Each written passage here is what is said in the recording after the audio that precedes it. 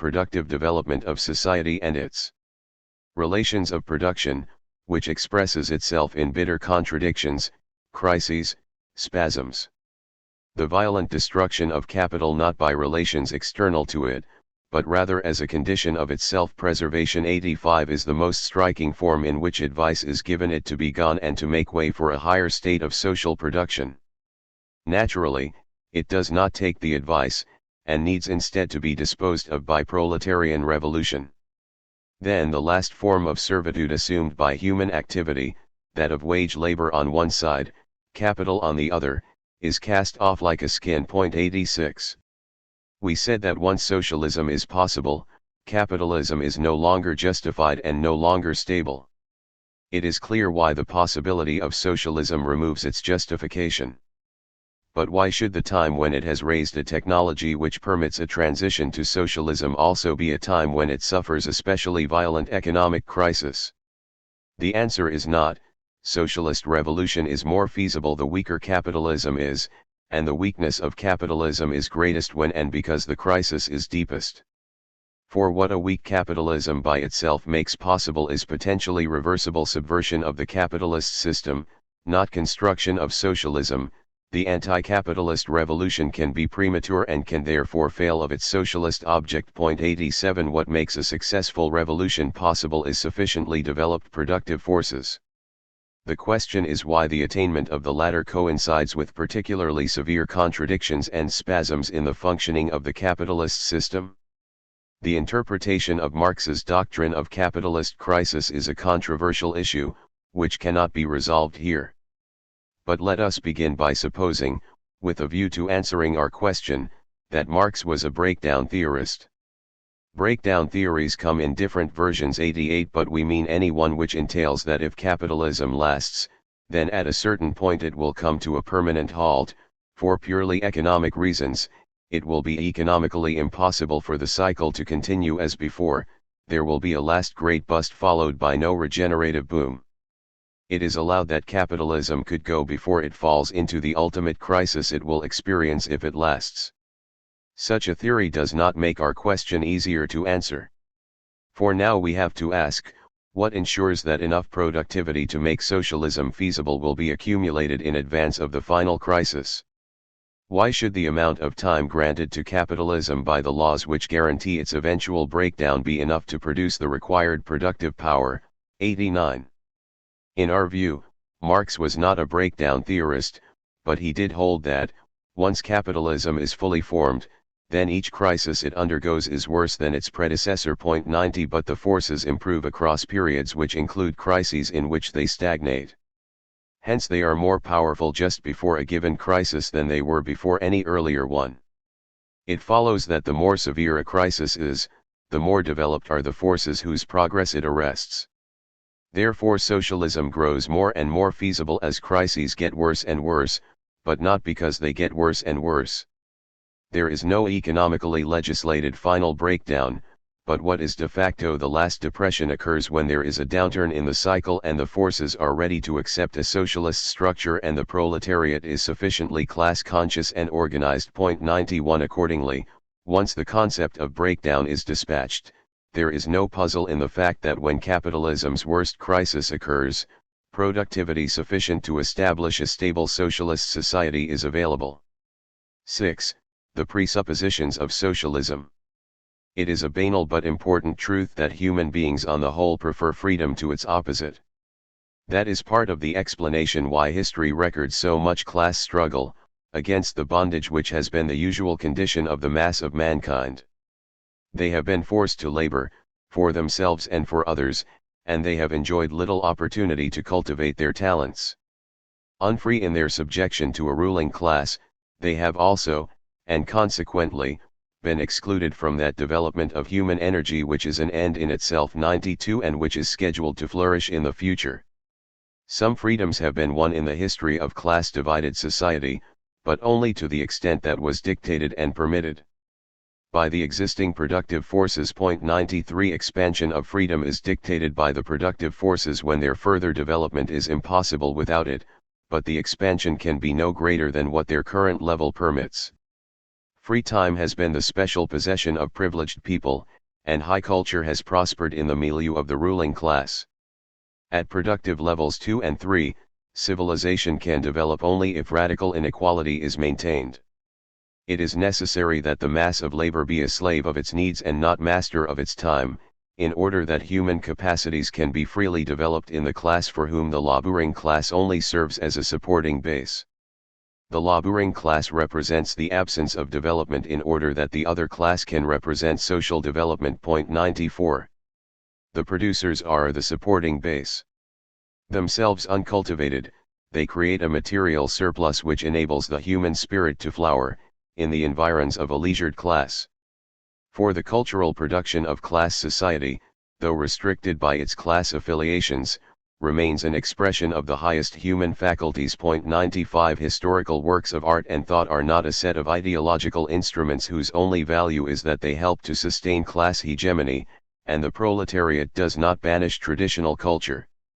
It appropriates and extends it in a future in which each individual will have sufficient leisure so that what is really worth preserving in historically inherited culture, science, art, forms of intercourse may not only be preserved but converted from a monopoly of the ruling class into the common property of the whole of society, and may be further developed. Point 96. In the bourgeois epoch the guardianship of culture is assumed by the capitalist class, and Marx is accordingly prepared to accept that there is a certain liaison between capital and civilization. Point 97. But capitalist development lays the foundations of cultural democracy. In proportion as labor develops socially, and becomes thereby a source of wealth and culture, poverty and destitution develop among the workers, and wealth and culture among the non-workers. But in present capitalist society the material, etc., conditions have at last been created which enable and compel the workers to lift this social curse. Point 98. The productive achievement of capitalism is to create a surplus which permits the producers themselves to share in civilization, nor can power now develop any further unless they are culturally enfranchised. The past development of the productive forces makes socialism possible, and their future development makes socialism necessary. No socialist revolution will succeed until capitalist production has already developed the productive forces of labor in general to a sufficiently high level. Point 99. Premature attempts at revolution, whatever their immediate outcome, will eventuate in a restoration of capitalist society. Without the absolutely necessary practical premise of massive productivity, want would merely be generalized. The ruling class might be suppressed, but in the resulting destitution the working population could not establish a socialist commonwealth. A struggle for necessities would ensue, and all the old filthy business would necessarily be reproduced. Point 100. Believing that a developed technology was an essential precondition of socialist success, Marx would be pessimistic about attempts to build socialism from a baseline of comparative scarcity and industrial immaturity. But since he thought high technology was not only necessary but also sufficient for socialism, and that capitalism would certainly generate that technology, his final position was optimistic. In this century societies have escaped the grip of capitalism when their own productive powers have fallen short of what Marx declared mandatory. But it is not clear that this refutes the pessimistic part of his position. For, in the first place, it is debatable whether they have achieved socialism, even if they have constructed economies which are in important respects superior to capitalism, both from a humane and from a narrowly economic point of view. These societies, moreover, characteristically appropriate more advanced technology developed elsewhere, and might therefore not qualify as counterexamples to the pessimistic thesis even were it allowed that they are genuinely socialist. What would certainly refute Marx is an unambiguously socialist society the bulk of whose production remained agricultural. Experience accumulated since Marx's time justifies new hopes and fears. We may now be less sanguine where he was optimistic, and less gloomy where he was pessimistic. We can no longer be confident that the Earth's resources will permit the astronomical productivity he appears to have thought inevitable, but it is far from evident that such productivity is a condition of human liberation. Point 101. 7. Why are classes necessary? Since Marx thinks socialist experimentation within stage 3 of productive development is bound to fail, he must hold that socialism cannot itself preside over the development of productive power to level 4, that is a task for class society to fulfill. 102 To obtain this development of the productive forces and this surplus labor, there had to be classes which profited and classes which decayed. 103 A long travail of class inequality, consummated by capitalism, is needed to construct the material basis of socialism, no antagonism, no progress. 104 But why should this be so? Why was it impossible to share the burden of developing the productive forces in a commonwealth of toil, without the oppression of one class by another?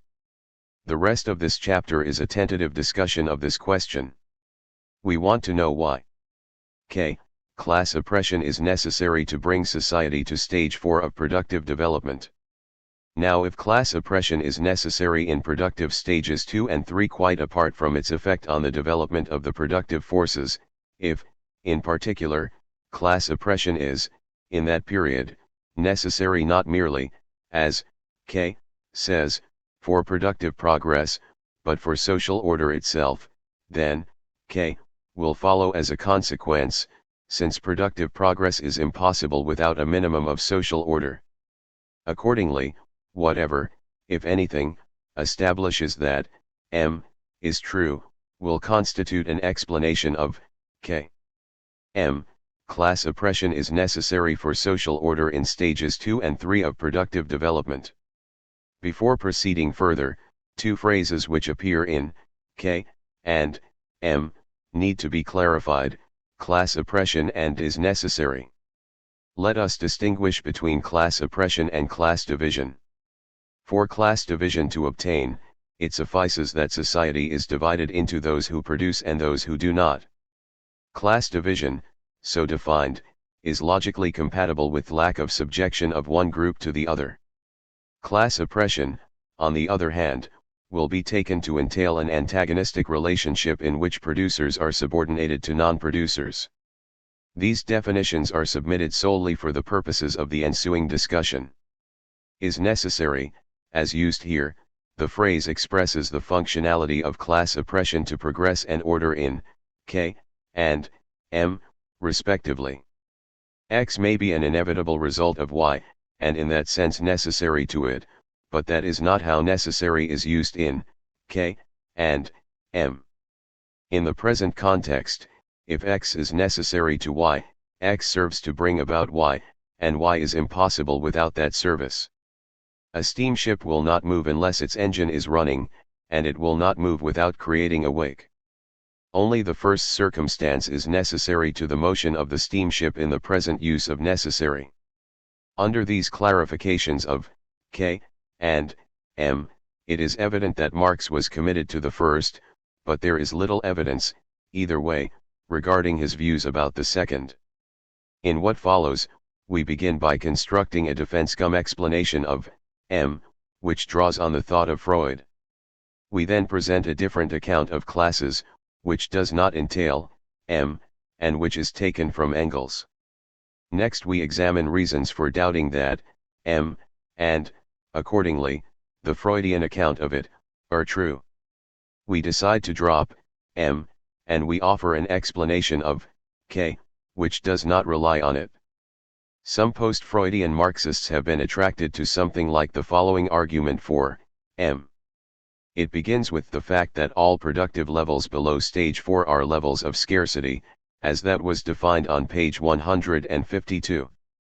Prior to 4, society is able to reproduce itself only if enormous denial of aspiration and satisfaction is the lot of, at least, the great mass of its members. The labor process is, for material reasons, repellent in quality and extended in quantity. It yields few intrinsic rewards and no one engages in it except for ulterior motives. If capital were willing to pay the worker without making him labor, he would enter the bargain with pleasure. 105 And pre-proletarian laborers would happily accept similar offers. Historically, then, labor has imposed a continual painful deferral of gratification on the producers, and men are so constituted that they do not readily accept continual painful deferral of gratification, even when it is in their overall interest to do so. To put it briefly, there are two widespread human characteristics which are responsible for the fact that the regulations of civilization can only be maintained by a degree of coercion, namely, that men are not spontaneously fond of work and that arguments are of no avail against their passions. 106. When labor is rebarbative, men have to be driven to it. So at productive levels 2 and 3, some men have to see to it that other men work. Therefore, at those levels, a distinction between those who work and those who do not but make sure that others do is necessary. Note that this argument for M meets the requirement that the relationship whose necessity M asserts is one of class oppression, not just class division. For the non-producing group must control and restrain, hence rule over the producers. One could say that in the Freudian account class division has been necessary because class oppression has been necessary, though it is compatible with the account that class division should have had other functions too. A rival theory of the function of classes is provided by Engels. He distinguishes between the masses discharging simple manual labor, and the few privileged persons directing labor, conducting trade and public affairs, and, at a later stage, occupying themselves with art and science.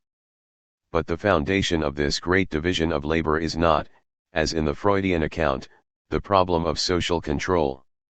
Rather, so long as the really working population were so much occupied with their necessary labor that they had no time left for looking after the common affairs of society, the direction of labor, affairs of state, legal matters, art, science, etc., so long was it necessary that there should constantly exist a special class, freed from actual labor, to manage these affairs. 107.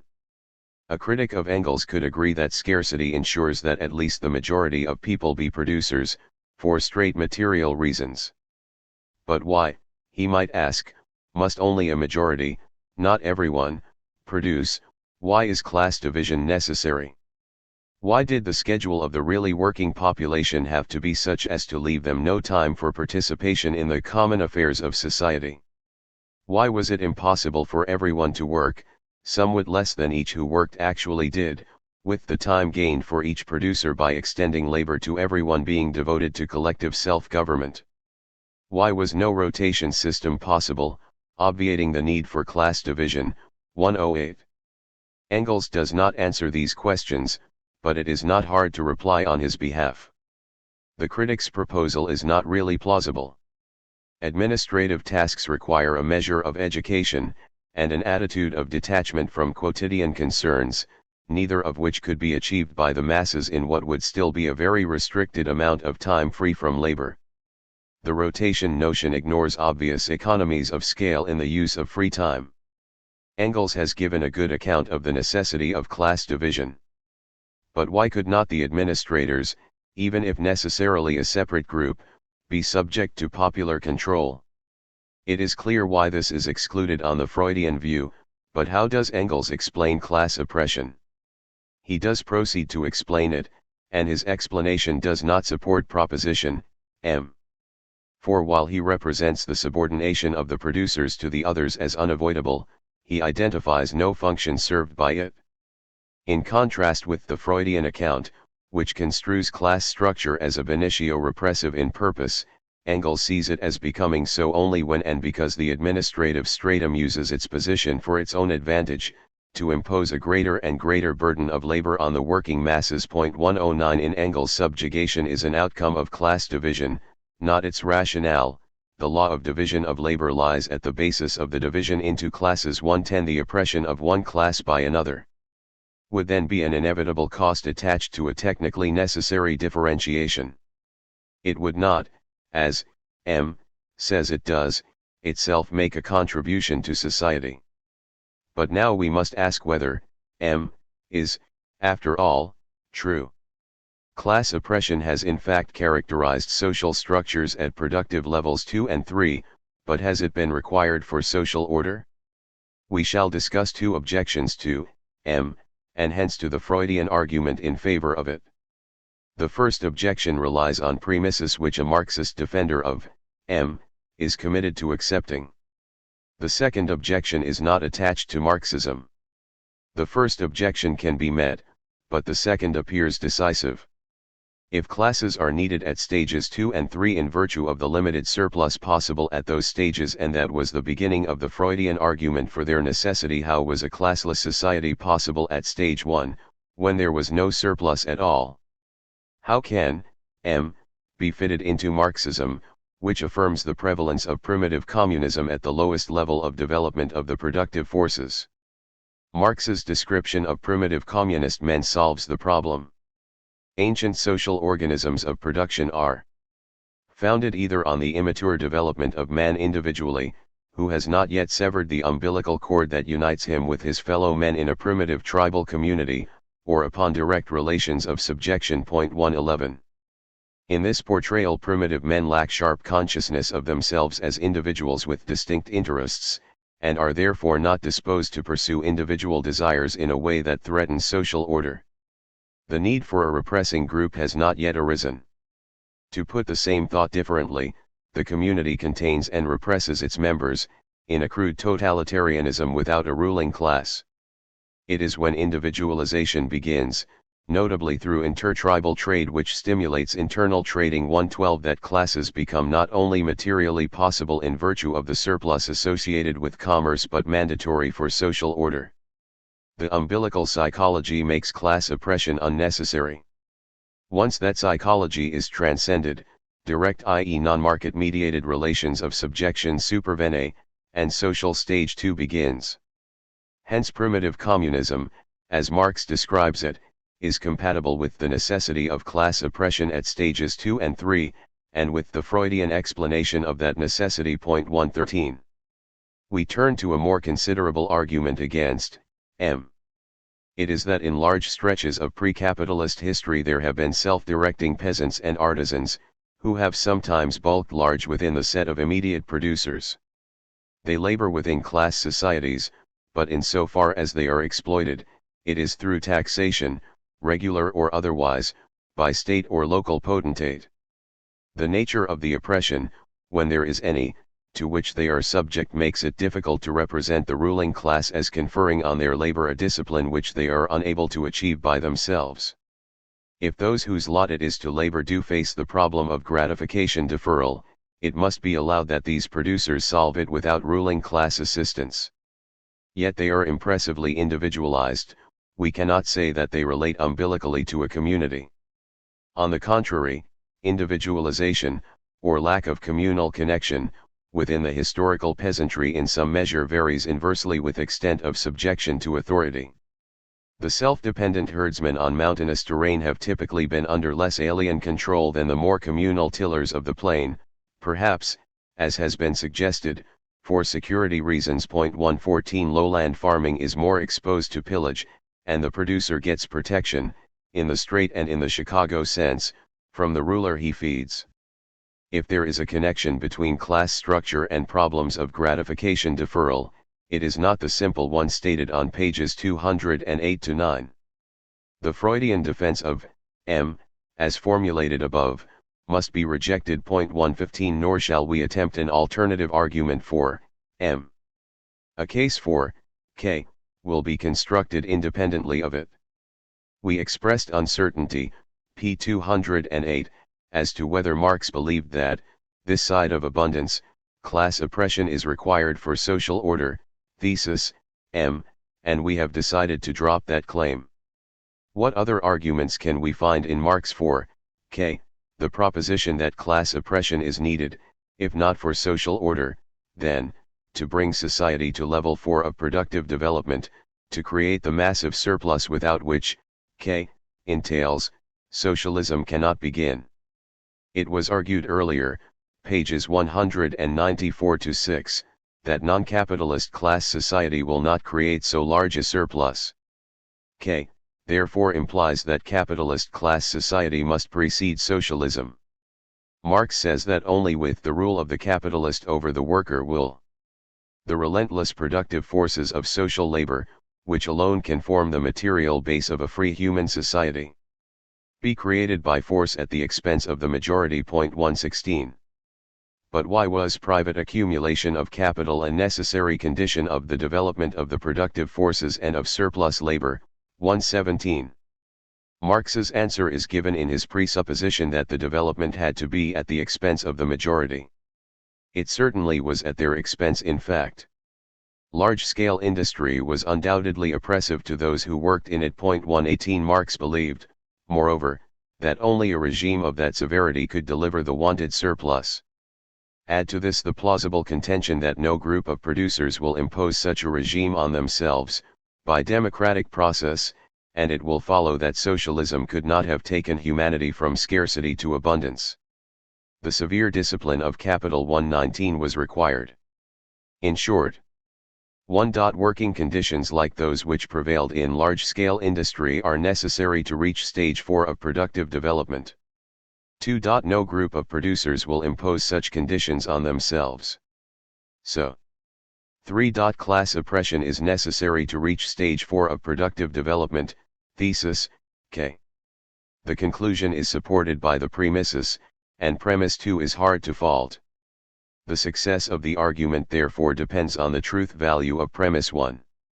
Judgment on 1 will not be passed here, but we may be confident that it figured centrally in Marx's commitment to thesis, K. But Marx had other reasons for believing that socialism has to be preceded by capitalism. We have as yet considered only the quantitative presupposition of socialism, a massive surplus. It also has qualitative prerequisites, and they too, according to Marx, need to be created by capitalism. Capitalism collectivizes the working class, and rescues it from the parochialism of rural and craft idiocy. 120 It engenders in the working class a cohesion and sophistication without which democratic self-government of industry would be difficult. The capitalist prelude is necessary to bring into being the modern collective laborer. 121 What is more, the concentration of wealth under capitalism means that the collective appropriation of the means of production by the producers is relatively easy to achieve. 122 And the struggle against capital forges a unity across the working class, which is a desideratum for the political success of socialism. The quantitative and qualitative conditions were both important in Marx's thinking. When he says that the socialist transformation stems from the development of the productive forces under capitalist production, and from the ways and means by which this development occurs. 123 We may conjecture that the ways and means encompass the collectivization of labor, but the development of the productive forces as such is posited first, as a separate requirement.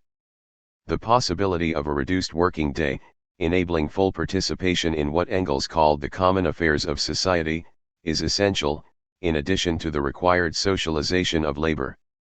Our problem was why classes have been necessary, or, at any rate, why they are necessary to bring the productive forces up to level 4. The question how classes are possible is different. They are materially possible just in case any kind of surplus is available.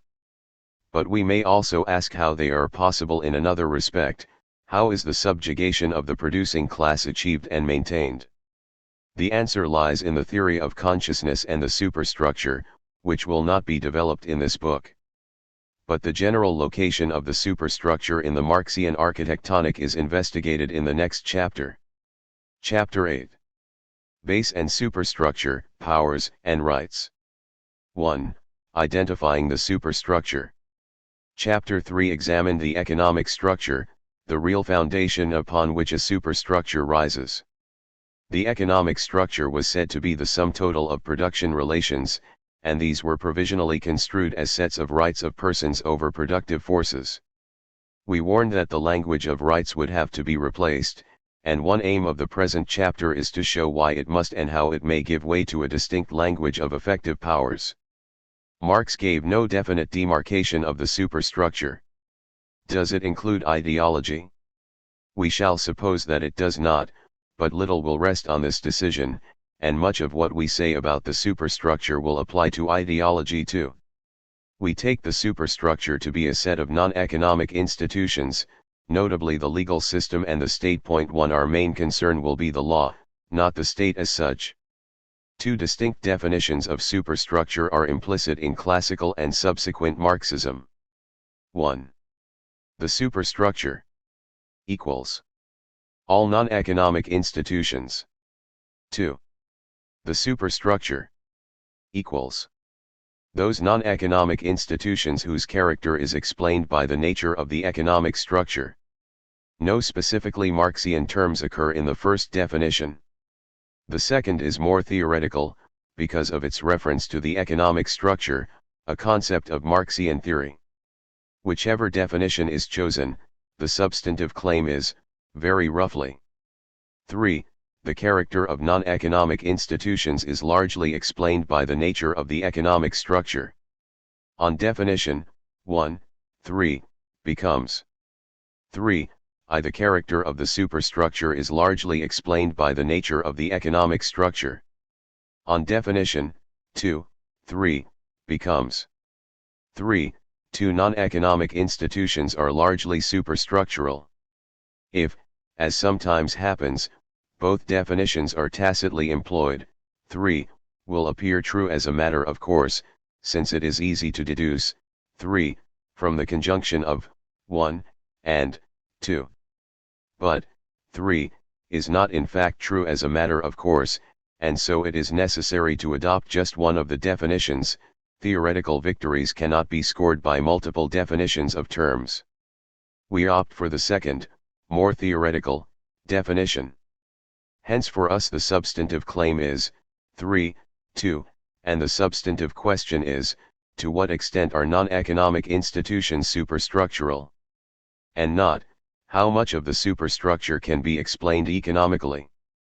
There is no great error in the first definition, but the second does seem more apt.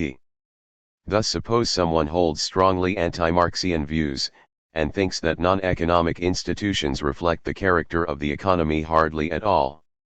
Then the first definition forces him to say that the superstructure is largely independent of the economic base, which is a strange statement, since what then is the point of calling it a superstructure? On the second definition the opponent is able, more appropriately to his views, to deny that non-economic institutions are substantially superstructural. The second definition has gallantry in its favor. It enables critics of historical materialism to formulate their opposition more clearly. 2. The problem of legality. In this section we venture a solution to a difficulty which arises for historical materialism, which may be called the problem of legality. The problem, if the economic structure is constituted of property, or ownership, relations, how can it be distinct from the legal superstructure which it is supposed to explain? 2-4. The property relations of men belong to the sphere of their legal relations. Property is first of all a legal institution. To say that the key to understanding historical phenomena must be sought in the property relations of men means saying that this key lies in the institutions of law. 3. Yet, as Plekhanov recognized, after all, right is right, and economy is economy, and the two conceptions should not be mixed up. 4. But how can they fail to be mixed up when the economic structure is defined in legal terms? And is not such a definition mandatory, since the structure of an economy is, or at least includes, a structure of ownership? Historical materialism is apparently committed to each of the following four positions, but no more than, any, three of them can consistently be maintained. 4. The economic structure consists of production relations. 5. The economic structure is separate from, and explanatory of, the superstructure. 6. Law is part of the superstructure. 7.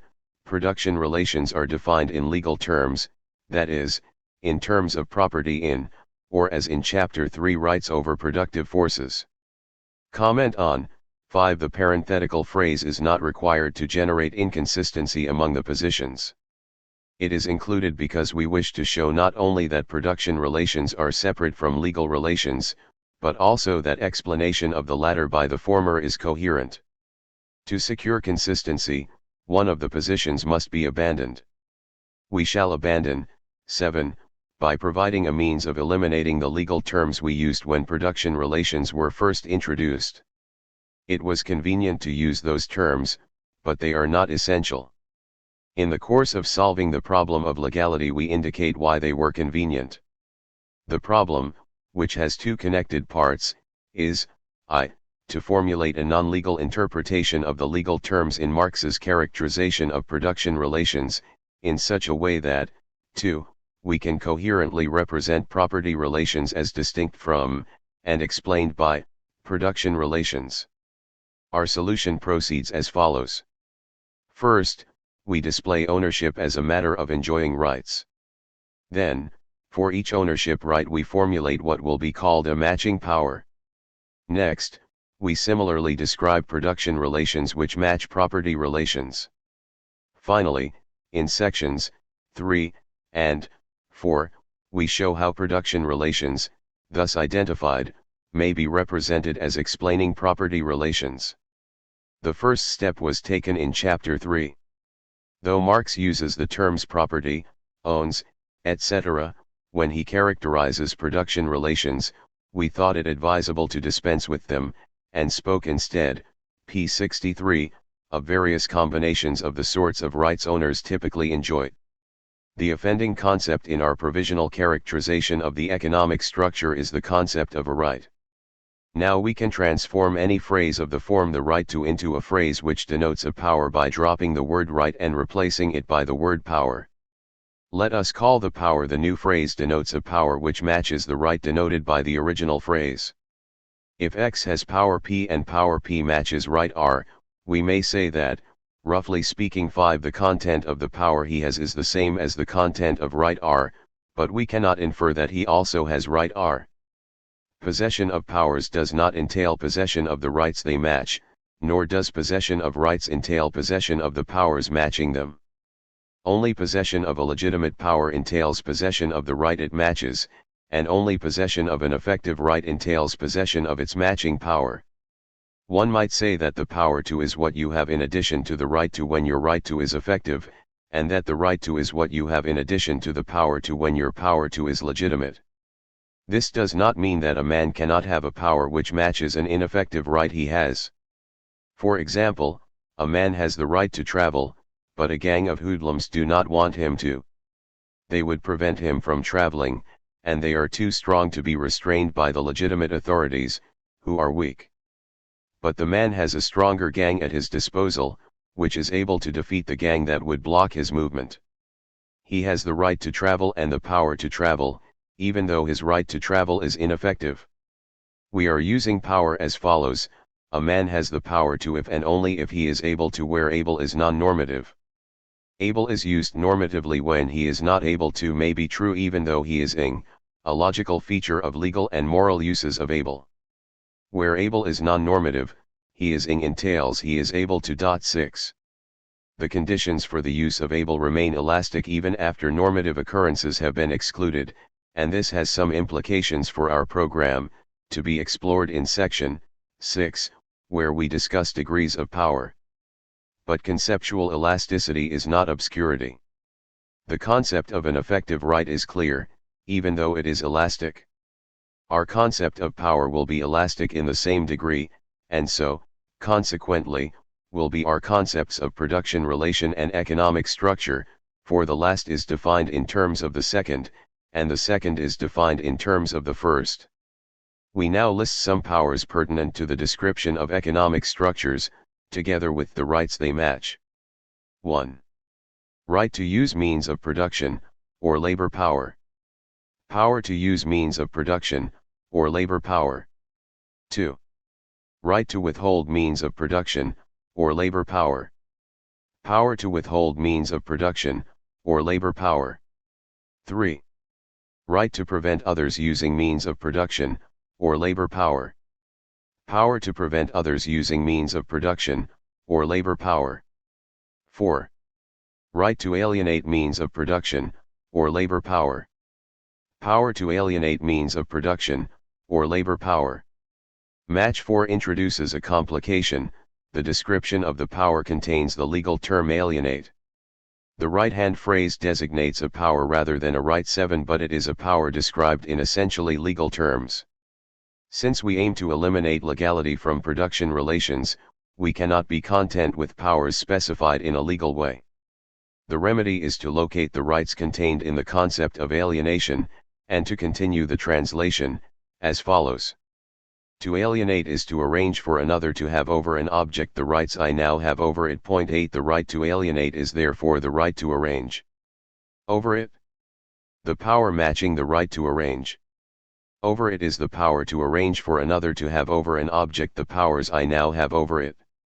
Now the power to alienate is not the same as the power to arrange for another to have over an object the powers I now have over it. 9 Even though the first matches the right to alienate, the second matches the right to arrange over it, and they are one and the same right. It is a consequence of the purely syntactical character of the definition of matching power, p. 219, that a single right may have more than one power matching it. Under the definition of matching power, the following argument is invalid. Power P matches right R. Power Q matches right S. Right R equals right S. Therefore, power P equals power Q. 10. Powers with legal terms in their descriptions are perfectly proper and indeed quite interesting. Powers 11 But no such power is ever the same as a power whose description is free of legal terms.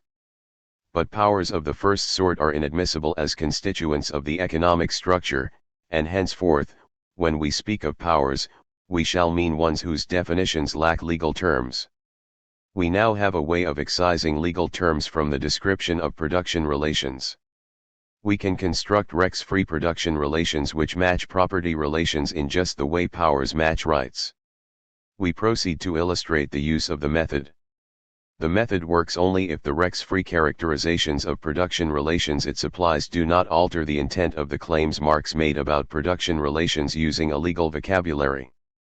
Consider the contrasting relations of production, described in legal terms, as in Table 1 of Chapter 3, which distinguish the ideal typical slave from the ideal typical proletarian. Here we reflect on ideal types only. We come closer to reality in section 7. Neither owns any means of production. Marx differentiates them by pointing out that whereas the proletarian owns his labor power, the slave does not. Unlike the latter, the former has the right to withhold it. Our program enjoins us to translate as follows: the proletarian has the power to withhold his labor power, while the slave does not. Objection: the reason the slave is said to lack this power is that if he does not work he is likely to be killed, and he will certainly die. But a similar fate awaits the withholding proletarian, since he loses his means of subsistence. Therefore the proletarian is also unable to withhold his labor power. Therefore the descriptions of the production relations of slaves and proletarians no longer contrast when they are purged of legal terms in accordance with our program.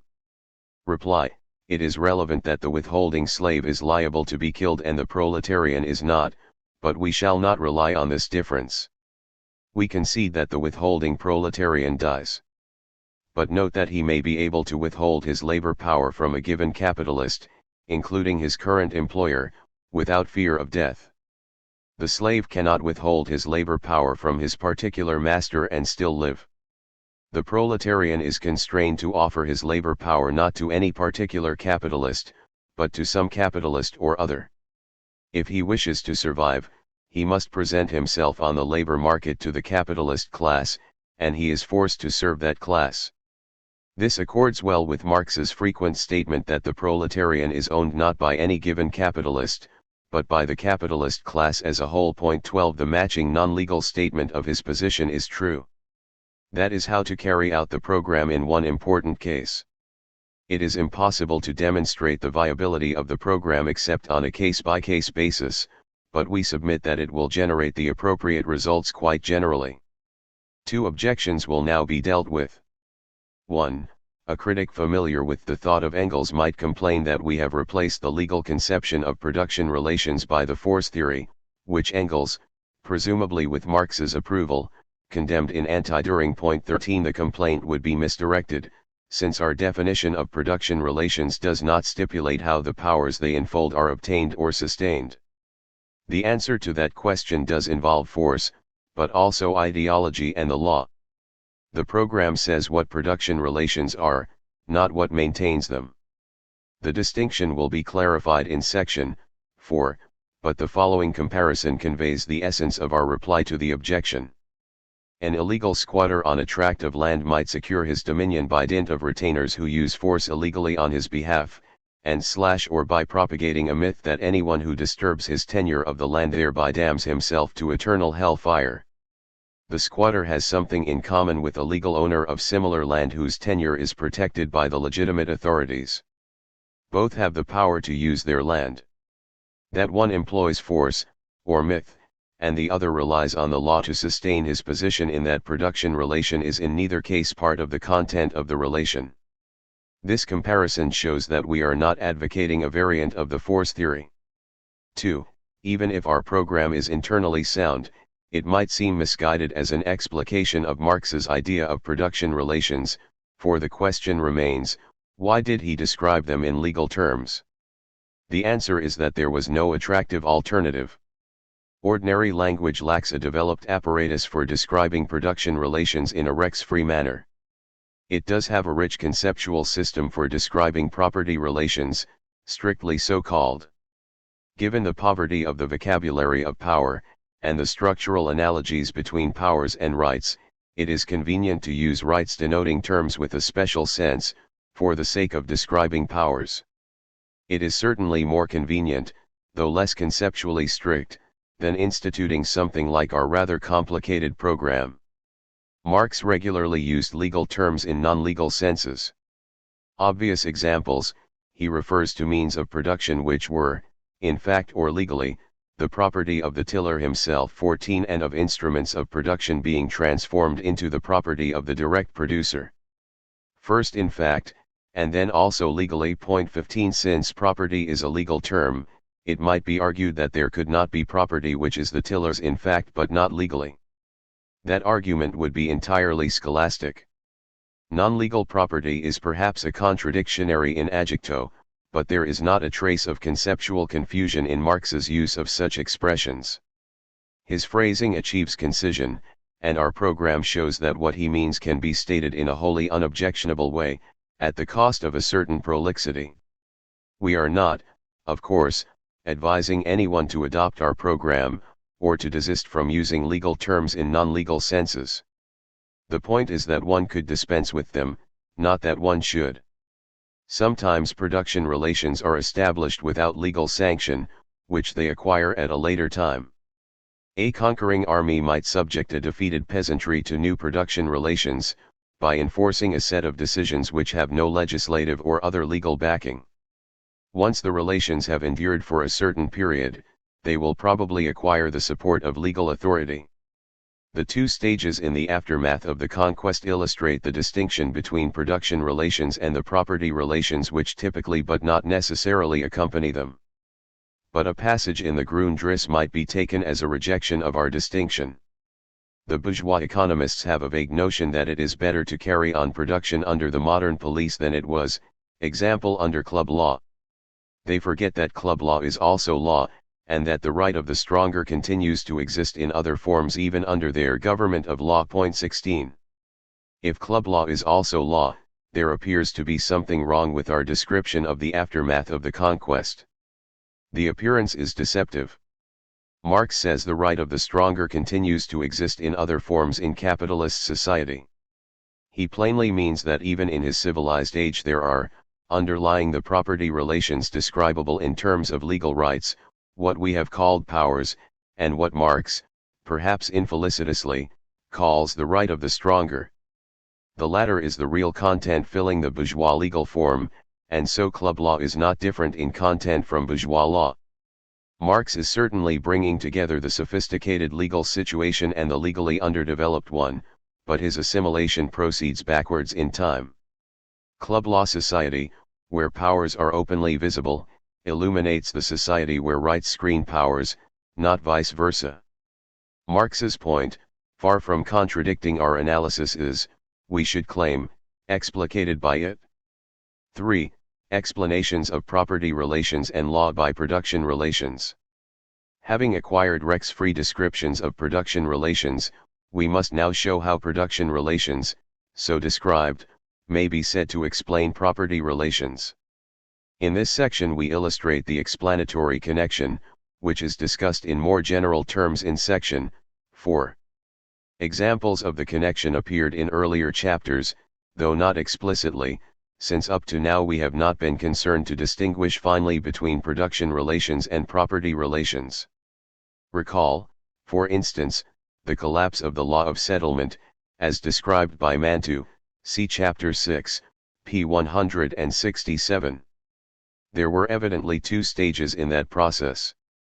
First, the law was violated, as production relations allowing mobility of labor were formed illegally. Later, the law was scrapped, so that conformity was re-established between rights and powers, the de jure situation and the de facto, property relations and production relations. The general explanatory thesis is that given property relations have the character they do because of the production relations property relations with that character support. Thus property relations change in order to facilitate, or, as in the Mantu case, to ratify, changes in production relations. The production relations change so that the productive forces can be properly used and/or developed, and the property relations change to allow for or to stabilize the required changes in production relations. Sometimes, as in the Mantu case, the economic change precedes the legal, sometimes the reverse is true, and sometimes the changes proceed simultaneously. But in all cases, so historical materialism contends, the property relations change in the service of changes in production relations, which in turn reflect development of the productive forces.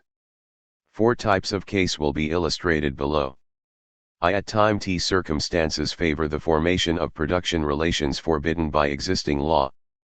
Because the law, if obeyed, would fetter the productive forces, it is broken between t and t plus n. At t plus n the law is changed, so that consonance between property relations and production relations is restored. The Mantu case belongs here. 2 as in I, conditions favor the organization of currently forbidden production relations.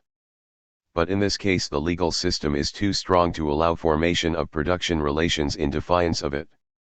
Accordingly, the law is sooner or later changed, so that new production relations can be established. 3 in types I and 2 the new production relations are illegal unless the law is changed. In type 3 new production relations form which violate no law, since no law forbids them. Fresh laws are nevertheless desirable, to make the economic change more secure, and they are consequently passed. 4 in types I to 3 the law is changed at some point or other. In 4 property relations change although no change in the law occurs. History is full of examples of these patterns, and commonly there is multiple patterning. In a complex transition we find that some new powers are exercised illegally, while others await a change in the law. The same legal change typically both ratifies achieved powers and permits the formation of new ones, if only because ability and willingness to break the law are unevenly distributed in society. Thus in the course of the decline of the guild system, regulations limiting the numbers that could be employed by one master were violated here, and grudgingly accepted there, until the legal impediments were removed and what had happened locally could be generalized. Point 17. So our types of case mingle in historical reality, but we can still cite examples which are dominantly of one type or another. 3 fairly clear instances of I. The early European bourgeoisie was in part formed out of serfs who ran away from the lords to whom they belonged and settled in fortified cities. Legally speaking, they carried their serf obligations with them. But in fact, though not without frequent bloody battle, they were able to resist lords who would recall them to their established duties. City air makes a man free even when the law says otherwise. But the fact had to be transformed into a right, too, and what had to be, came to be. Here then, legitimation only confirmed an illegitimate act. Point 18. The English Statute of Artificers of 1563 declared, inter alia, against entry into the clothing industry of men whose parentage was below a certain economic rank. It was not conducive to the development of early manufacture, and was widely abused, sometimes with the legal authorities turning a blind eye. Finally, in 1694, the offending clause was repealed, and this allowed a proletariat of textile workers to exist de jure as well as de facto. 19. A century or so later, that proletariat began to form trade unions, and there were strikes, in defiance of combination acts designed to prevent development and exercise of working class power. Workers combined and struck illegally until their ability to do so was transformed into a right. They established effective control over their own labor power, and this led to changes in property relations. In England, combination is authorized by an Act of Parliament, and it is the economic system which has forced Parliament to grant this legal authorization. The more modern industry and competition develop, the more elements there are which call forth and strengthen combination, and as soon as combination becomes an economic fact, daily gaining in solidity, it is bound before long to become a legal fact. 20. A pure Type 2 case is hard to find, for the same pressure which leads to the legal change is likely to produce an illegal anticipation of it. Still, the following passage perhaps supplies an example. After the restoration of the Stuarts, the landed proprietors carried out, by legal means, an act of usurpation, effected everywhere on the continent without any legal formality. They abolished the feudal tenure of the land, i.e. they got rid of all its obligations to the state, and vindicated for themselves the rights of modern private property in estates to which they had only a feudal title. 21. British landed proprietors used the law to achieve a result their continental cousins attained without it. In long historical perspective, the difference of means loses its importance. Compare Marx's reference to the more or less plausible legalistic subterfuges big landlords used to justify enclosures which expropriated the peasantry. 22. The degree of legality in the subterfuge is of secondary interest. Early British factory capitalists tried to exact intolerably intensive labor from their employees, but the workers resisted, and conflicts about the pace of work were endemic, in which neither side could cite law definitely in its favor, since no legislation was addressed to the matter in contention. The struggle led to fairly well recognized practices, and then the law broke its silence and gave the facts legal form. These minutiae, which, with military uniformity, regulate by stroke of the clock the times, limits, pauses of the work, were not at all the products of parliamentary fancy. They developed gradually out of circumstances as natural laws of the modern mode of production. Their formulation, official recognition, and proclamation by the state were the result of a long struggle of classes. 23. This example illustrates our Type 3.24. Type 4 is of great historical significance. Here certain forms of production relation are legally allowed for, but property and production relations to which the relevant laws apply are, at a certain stage, marginal in extent. If the productive forces subsequently encourage more widespread production relations of the given kind, they can develop unimpeded by the law, and even facilitated by it, so that property relations change in perfect coincidence with changes in the economic structure. In this way, a one secondary production relation can become dominant. 25 without much change in the law, even though what happens entails an alteration of the entire social form. A major illustration of this is the use of Roman law in capitalist society. Marx thought Roman law raised a problem for his theory of base and superstructure. His solution to it is given in section 8, below. If certain critics of historical materialism were right, 26 property relations could not be explained by production relations, by the very meaning of the terms denoting them. In section 2, we clarified the terms, and now we have seen that what the critics declare impossible is a phenomenon familiar to historians. But even historians sometimes fail to distinguish properly between economic and legal facts. Mantua's criticism of Arnold Toynbee Sr.'s pioneering work on the Industrial Revolution is most instructive. In the whole economic history of the 17th and 18th centuries, the protection of industry by central or local governments was, for a long time, the subject that attracted most attention. This is not surprising, since it is much easier to study legislation, when all the texts are available, than scattered elusive facts of which it is hard to find even a trace. It may be for this very reason that the importance of this branch of research has long been overestimated. Toynbee even went so far as to assert that the change from protective regulations to freedom and competition was the main feature of the Industrial Revolution. This was to mistake effect for cause, and the legal aspect of the economic facts for the facts themselves. On the contrary, it was the new organization and the new industrial processes which burst the cramping bonds of obsolete laws by which they were still fettered. 27. Mantua's diagnosis of the tendency of historians to identify production relations, the economic facts, and property relations, the legal aspect of those facts. It is difficult to discern production relations except by studying property law and assuming the conformity of the former to the latter. This methodological problem is related to the semantic problem mentioned on page 224, the absence of a ready-made non-legal language for compendious description of production relations. Mantua's remarks nicely complement Marx's thesis that, although economic changes have usually to be registered juridically, the law does not explain the economic changes. Revolutions are not made by laws. 28. But it is essential that they make laws, since, as we now explain, bases need superstructures. 4. Bases need superstructures. We said, Chapter 6, p. 160, that production relations are functionally explained by the development of the productive forces. Here we add that property relations are, in turn, functionally explained by production relations. Legal structures rise and fall according as they promote or frustrate forms of economy favored by the productive forces. Property relations have the character they do because production relations require that they have it.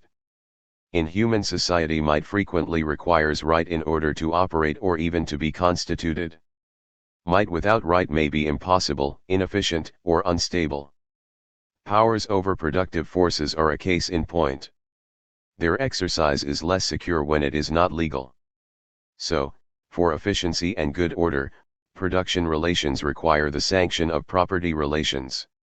Hence men fight, successfully, to change the law so that it will legitimate powers they either have or perceive to be within their grasp, and lawmakers alter the law to relieve actual or potential strain between it and the economy. This is not to say that the adjustment of the legal order to the economy is always carried out consciously. 29. If production relations require legal expression for stability, it follows that the foundation requires a superstructure. This seems to violate the architectural metaphor, since foundations do not normally need superstructures to be stable. We must be careful if we are looking for a visual image to go with the metaphor. One slab resting on another would be inappropriate. One correct picture is the following. 4 struts are driven into the ground, each protruding the same distance above it. They are unstable. They sway and wobble in winds of force 2. Then a roof is attached to the 4 struts, and now they stay firmly erect in all winds under force 6. Of this roof one can say, it is supported by the struts, and, 2, it renders them more stable. There we have a building whose base and superstructure relate in the right way. The picture does not display the claim that the base explains the character of the superstructure. One has to add a caption which says that when and because struts would otherwise be unstable, a roof which secures them tends to be imposed. Non-metaphorically, the property relations are as they are because their being so is conducive to the initiation or maintenance of the production relations, demanded by the productive forces. In law-abiding society, men's economic powers match the rights they have with respect to productive forces. Do they have the rights because they have the powers, or do they have the powers because they have the rights? The question is ambiguous. Consider a man who has a right R. Since society is law-abiding, his right is effective. So he will also have power P, which matches R. Moreover, he has P because he has R. Society being law-abiding, he can only have P as a result of having R. The same is true with respect to all economic powers and all economic agents. So we can say, in law-abiding society men have the powers they do because they have the rights they do. That seems to refute the doctrine of base and superstructure. But the above analysis, though correct, is incomplete. Historical materialism takes the analysis further, and it is in fact compatible with the truths of the last paragraph. For it says that right R is enjoyed because it belongs to a structure of rights, which obtains because it secures a matching structure of powers. The content of the legal system is dictated by its function, which is to help sustain an economy of a particular kind. Men do get their powers from their rights, but in a sense which is not only allowed but demanded by the way historical materialism explains rights by reference to powers. Point 30. Now some texts which show that Marx and Engels affirmed a functional account of the relation between base and superstructure. Here is what Marx told the jury at the trial of the Rhenish Democrats in 1849. Society is not founded upon the law, this is a legal fiction. On the contrary, the law must be founded upon society, it must express the common interests and needs of society as distinct from the caprice of individuals which arise from the material mode of production prevailing at the given time. This Code Napoleon, which I am holding in my hand, has not created modern bourgeois society. On the contrary, bourgeois society, which emerged in the 18th century and developed further in the 19th, merely finds its legal expression in this code. As soon as it ceases to fit the social conditions, it becomes simply a bundle of paper. 31. Capital articulates the idea that the base needs a superstructure. Regulation and order are themselves indispensable elements of any mode of production, if it is to assume social stability and independence from mere chance and arbitrariness. Point 32. Since the base needs a superstructure, it creates one. Every form of production creates its own legal relations, forms of government, etc. The crudity and the shortcomings of the bourgeois conception lie in the tendency to see but an accidental reflective connection in what constitutes an organic union. 33. Bases need superstructures, and they get the superstructures they need because they need them. This is what is meant by saying that the two are organically connected. The fact that production relations require the order law supplies may lead to misperceptions of the historical process, as Manto claimed it did in the case of Toynbee, cp. 230. Engels makes a similar point. Since in each particular case the economic facts must assume the form of juristic motives in order to receive legal sanction, and since, in so doing, consideration has of course to be given to the whole legal system already in operation, the juristic form is, in consequence, made everything and the economic content nothing. 34. We saw that law can look more fundamental than the economy, when the underlying functional explanation of law is ignored, p. 232. The role of force in history is open to similar misconstrual. Engels's main criticism of the force theory is that it mistakes the fact that force functions to sustain economic structures as a proof that force is more basic than the economy. 35 When he protests that force is only the means, and that the aim is economic advantage. 36 He is asserting, in crude terms, a functional connection between base and superstructure. Another primitive formulation. Every socialist worker, no matter of what nationality, knows quite well that force only protects exploitation, but does not cause it, that the relation between capital and wage labor is the basis of his exploitation, and that this was brought about by purely economic causes and not at all by means of force. 37. The statement is primitive because it does not accommodate the fact, known to Engels, that force figures considerably among the immediate causes of economic power, just as rights do, cp. 232. Indeed, effective rights are effective partly because of the force behind them. An important preface sentence says, at a certain stage of their development, the material productive forces of society come into conflict with the existing relations of production, or what is but a legal expression for the same thing with the property relations within which they have been at work hitherto. 38.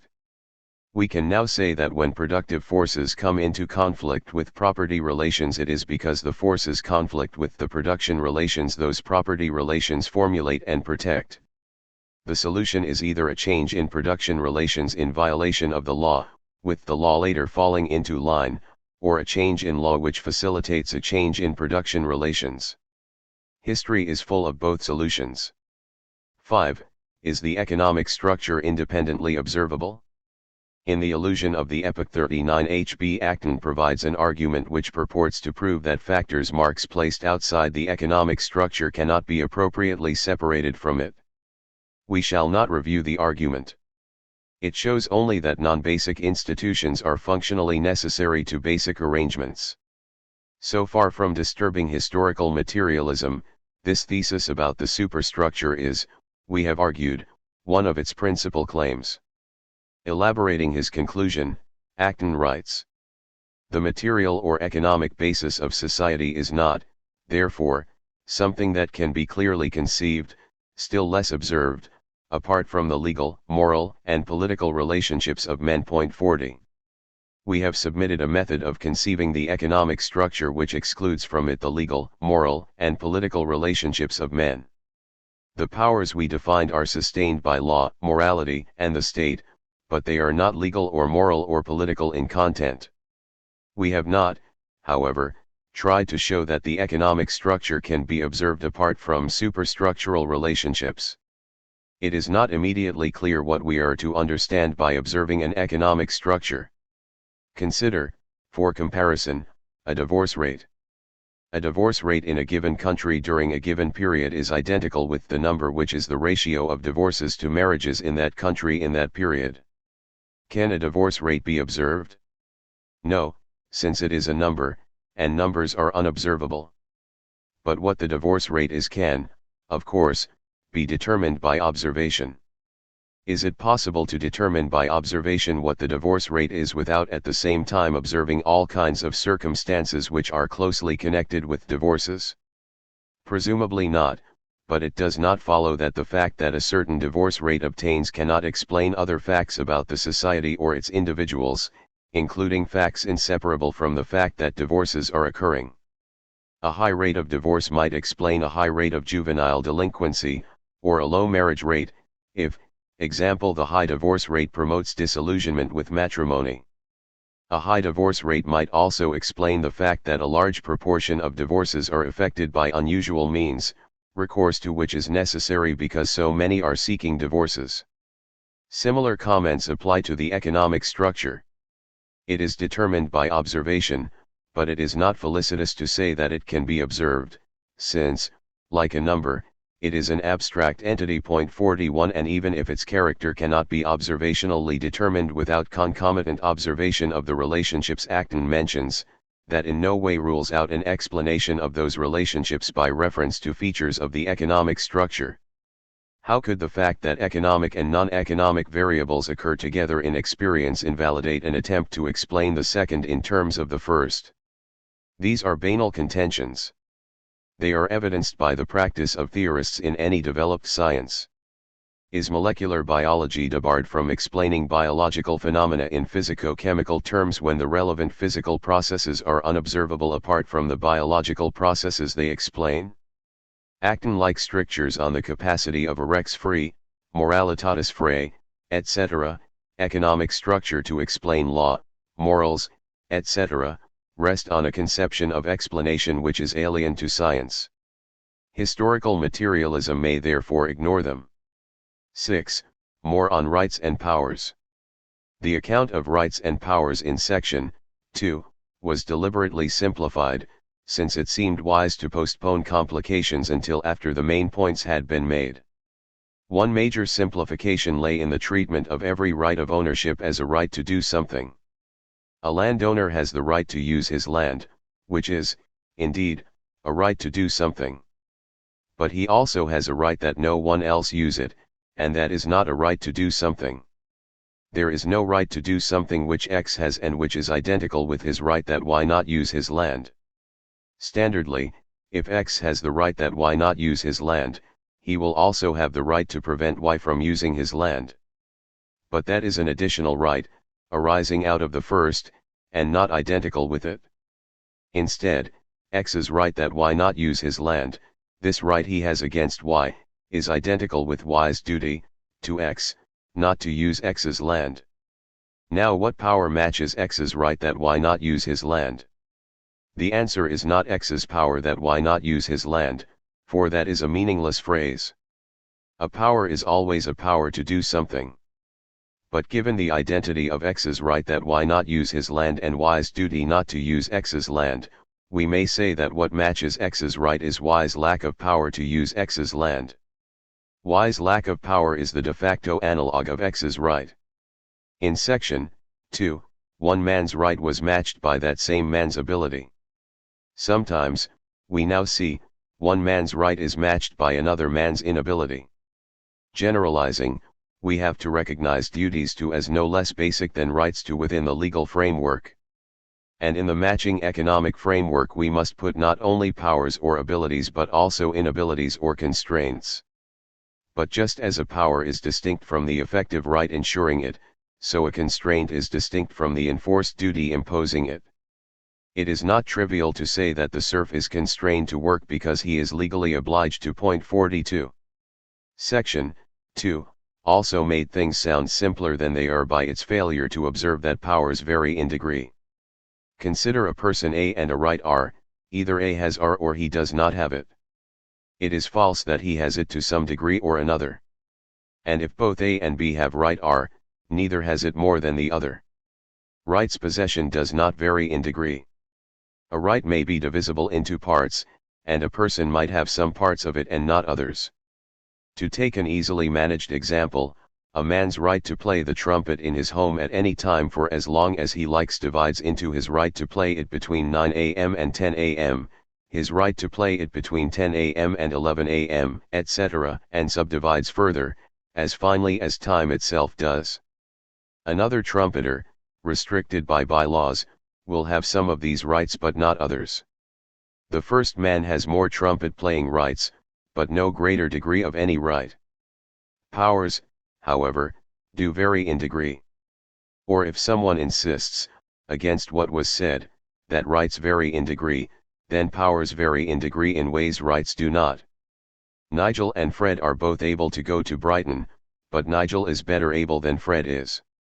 His ability to get there is greater, because, unlike Fred, he owns a car, and Fred can barely afford the train fare. Wage workers have the right to withhold their labor power. Apart from extreme cases, they are also to some extent able to do so. But how far they are able to do so varies from worker to worker. It also varies for representative or average workers at different stages in the history of capitalism.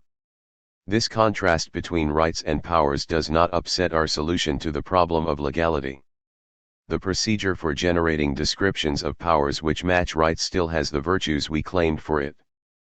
But when, in pursuing our program, we eliminate a Rex-Val description in favor of a matching Rex-free one, we can go on to ask what degrees of the denoted powers people enjoy, a question which, we have seen, has no legal analog, and the answer to which is of prime importance for an accurate understanding of economic structures.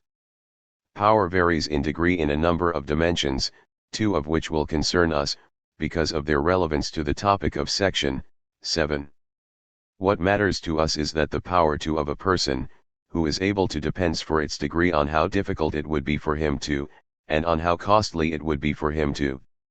These are distinct ways in which it can be hard for him to. 43. The difference between the cost and the difficulty of doing something will be seen in an example. A friend desperately needs to get to the airport, and I can secure his presence there on time either by giving him £10 for a taxi fare, or by driving him there on my bicycle, with him sitting on the bar. I am poor, but I have £10 in my pocket at my fingertips, so it is not difficult but it is costly for me to give him the money for the taxi fare. It is costly because giving £10 involves a large sacrifice for me, but it is not difficult for me to supply him with it, as it would be if I had to go to a bank the other side of London to get the money. Contrariwise, I enjoy driving my bicycle, especially with a passenger aboard over long distances, so it would cost me nothing, and maybe gain me something, to drive him by bike to the airport, even though it is a difficult thing to do. I spend almost no energy but sustain a large sacrifice in the first way of ensuring that he gets there, and I spend much energy but sustain no sacrifice in the second way. The first way is costly, the second is difficult. I have less power to get him there than I would if I were a richer man, and less than I would if I had a helicopter on the roof instead of a bicycle in the yard. Very often what is difficult is also costly, because it is difficult, but this is not always so, and the two considerations are sufficiently distinct in practice to require separate billing as factors which reduce power. The dimension of cost is explored by Alvin Goldman, who maintains that the amount of power to a person has is inversely proportional to the cost to him of ing. 44. It is in virtue of this, says Goldman, that to threaten someone with an undesired consequence if he acts in a certain way is to reduce his power to act in that way. He is still able so to act, but less able than before. Goldman's discussion is valuable, but imperfect. He mistakenly ranges what we have called the difficulty a person may have in ing under the concept of cost, for he regards expenditure of energy as a form of cost, 45, and it is not in fact a cost, even if it often imposes one. Thus, to adapt an example of Goldman's 46, suppose there are two senators, each of whom can get his favorite bill passed, but the first can do it just by making 3 telephone calls, while the second has to lobby extensively. Intuitively we would say that the first senator has, ceteris paribus, more power to get his bill passed, and this is so even if each senator hugely enjoys what he respectively has to do to get his bill passed, and neither need forego greater pleasures for the sake of getting it passed. So the second senator, though less powerful, is not less powerful because it costs him more to get the bill passed. Difficulty is a consideration germane to power distinct from cost. It is a staple of bourgeois propaganda that in a capitalist society every worker can become a boss. That is probably false, but certainly some workers can, though usually at considerable cost and or with great difficulty. Note that it is compatible with the fact that X can become a boss that it would be extremely hard for X to become a boss. That logical consistency receives little emphasis in pro-capitalist ideology. 7. Rights and powers of the proletariat. The proletarian described in section 2 has the legal right to refuse to work for any given capitalist, and also the legal right to refuse to work for all capitalists whatsoever. But he has no power matching the second right, for he is forced, on pain of death by starvation, to work for some or other member of the capitalist class. 47 We saw that this was the Rex-free meaning of Marx's frequent claim that he is owned not by any particular capitalist, but by the capitalist class as a whole. Vis-a-vis the class, he is de facto, though not de jure, in the position of a slave. If this was ever true, it is certainly now false, when stated, as Marx does, without qualification. The proletarian does not currently face the capitalist class as a slave does his particular master. The self-assertion of the working class has strained that analogy to breaking point. We now attempt, necessarily in merest outline, a more realistic statement of the rights and powers of contemporary workers, in countries where bourgeois legality prevails.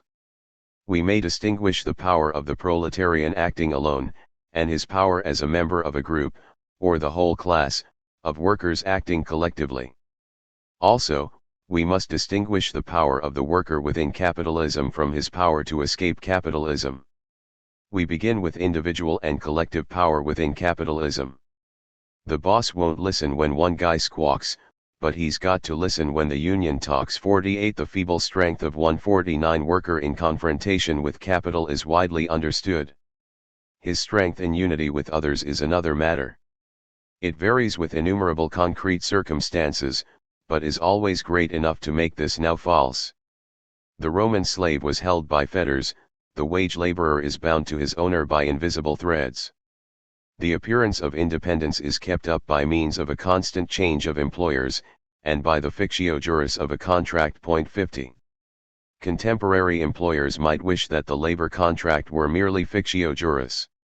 Once workers bargain collectively, the abstract possibility of withholding labor power turns into a real threat, which is constantly made and frequently carried out. The worker's position within capitalism is thereby considerably improved. 51. To strike is to withdraw labor power from some capitalist, without offering it to any other. Workers who can strike are not de facto owned by the capitalist class. The power to strike is legally recognized in liberal capitalist countries, with greater or lesser restrictions upon it, which the workers are able to violate, to different extents, at different places and times. Does the right to strike accord with basic bourgeois ideology, or does it, on the contrary, contradict it? Basic bourgeois ideology 52 prescribes and protects the right of the individual to contract with others, howsoever he may wish, provided he exercises no force and perpetrates no fraud. The ideology also imposes a reciprocal duty to abstain from interference in the prospective contractings of others. But if circumstances, for example earlier contracts between others, disable someone from contracting as he would wish, the basic ideology affords him no grounds for complaint. A strike may be regarded as a fulfillment of a contract among workers who have agreed with one another to cease contracting with a third party, the employer, until his offer meets certain conditions. The basic ideology allows each worker so to contract, despite the resulting limitations on the employer's market power. The closed shop too appears to be in accord with the fundamental bourgeois norm, for it is merely mutually contracting workers writing into their contract with the capitalist that he may employ no one who does not also contract with them. The use of force to prevent the entry of scab labor into a struck establishment is clearly not bourgeois licit, for he who decides not to contract with someone may not forcibly prevent others from doing so, though he may inform them of his views, for example by non-obstructive picketing. Early prohibitions of combination and strikes were not applications of basic bourgeois principles but class-interested backsliding from them. Basic bourgeois ideology is potentially self-defeating. For unless certain types of free contract are forbidden, freedom of contract will fail to be maximized. The basic principle of allowing all free contracts to take place therefore often gives way to a derivative principle of promoting the freedom of contract in general, for example by forbidding free contracting which would restrict future contracting. That is the rationale given for outlawing certain kinds of closed shop. The dictate of the basic principle is fairly clear, but the implications of the derivative principle are less evident. How far is market freedom to be protected against the consequences of its own use? What transactions constitute action in restraint of trade? The right to strike is guaranteed by the basic ideology but threatened by its derivative replacement. Blood was spilled to get capitalism to conform to its basic ideology in this respect, and what was won then is not likely to be lost through application of the derivative surrogate 53. The workers have too much power. For all that was said above, each worker must still, in the end, work for some capitalist. But because of the union he has considerable say in the terms of the contract he enters, and is not powerless before the capitalist class as a whole. He is therefore not de facto owned by that class. We turn to another restriction on that ownership. It is of massive ideological importance, and it has some real significance apart from ideology. 2.54 It is the fact that at least some workers can rise into the petty bourgeoisie, and some can go further and become fully fledged capitalists, even though, as was noted, p. 240, the fact that they can does not make it an easy thing to do. But if individual escape is to some extent, though in very different degrees, open to many proletarians, sensu diviso, it is evidently closed to the proletariat as a whole, sensu composito. After the advent of modern technology it is too late for everyone to become a self-employing Jeffersonian petty bourgeois or farmer. And the idea that all workers can become capitalists so that no proletarians are left is ruled out by the very definition of capitalism. It is impossible for the individuals of a class to overcome the production relations in which they stand en masse without destroying them. A particular individual may by chance get on top of these relations, but the mass of those under their rule cannot, since their i.e. the relation's mere existence expresses subordination, the necessary subordination of the mass of individuals. 55. Collective emancipation cannot come through a series of individual exits, but only collectively, through the exercise of class power.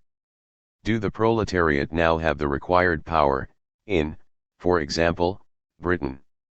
And if they do, why have they not overthrown capitalism? Recall, see section 6, that power varies in degree. We should therefore not imagine that the answer to the first question is an unqualified yes or no, as is sometimes presupposed in left-wing factional debate. If the price of socialist revolution in Britain today would be a substantial immediate reduction in the standard of living, that bears on how much power to overthrow capitalism the working class disposes of. Turning from the costs of revolution to the difficulties in the way of it, the magnitude of such tasks as detaching parts of the broad middle classes from their currently strong commitment to capitalism needs to be reckoned.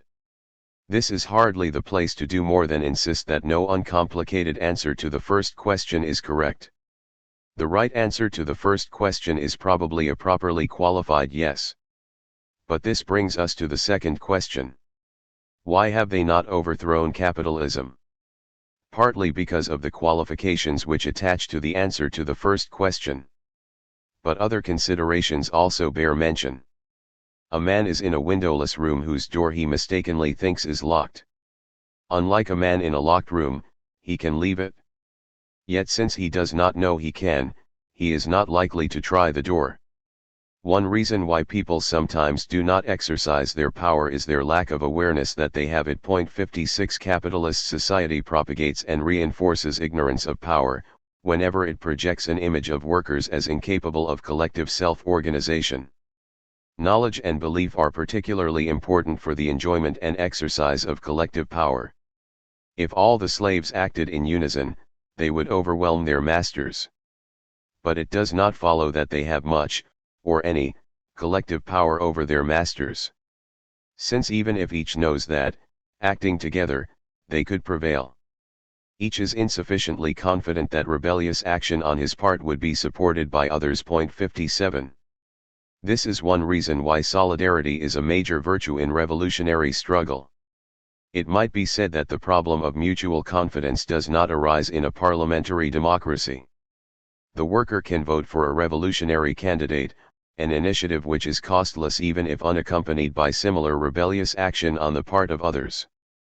Let us suppose, naively 58, that the ballot box is, just by itself, an excellent instrument for the achievement of socialism.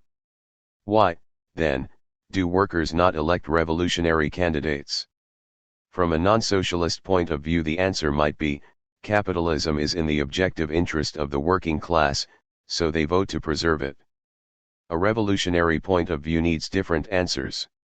A Marxian reply was popular in the 1960s. Bourgeois ideology, it went, has so captured the minds of the workers that they are hooked on capitalism and virtually unaware of a socialist alternative. This answer no doubt gives a part of the truth, in exaggerated form. But it is important to realize that it is not the whole truth.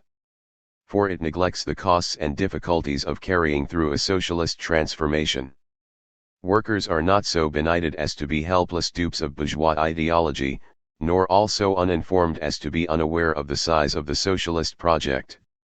Marxist tradition expects revolution only in crisis, not because then alone will workers realize what burden capitalism puts upon them, but because when the crisis is bad enough the dangers of embarking on a socialist alternative become comparatively tolerable.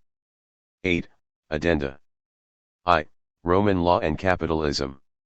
In the Grundriss introduction Marx adverts to examples of disproportionality between material and spiritual development. He views with comparative equanimity the possibility that art is out of step with the economy. 59 Autonomy in the educational system is more worrying, but the really difficult point is how the relations of production as legal relations take part in this uneven development. For example, the relation of Roman civil law, this applies in smaller measure to criminal and constitutional law, and modern production. 60. How is it that modern capitalist production relations find legal expression in property relations governed by laws whose content owes so much to the laws of ancient Rome, a society whose economy was based on slavery? The problem is solved in the main body of the Grundriss. The essence of the solution, the elements of capitalist property and exchange long predated the formation of the capitalist economic structure proper, and the ancient laws which govern them are applicable to transactions within the special organization of them which is capitalism. Thus, although exchange value did not serve as the basis of production in antiquity, there was an exchange sector, and in that sector, in the realm of free men, the moments of simple circulation, at least, were developed. Hence, it is explicable that in Rome, the determinations of the legal person, the subject of the exchange process, were developed. The essential determinations of the law of bourgeois society were thereby elaborated. 61.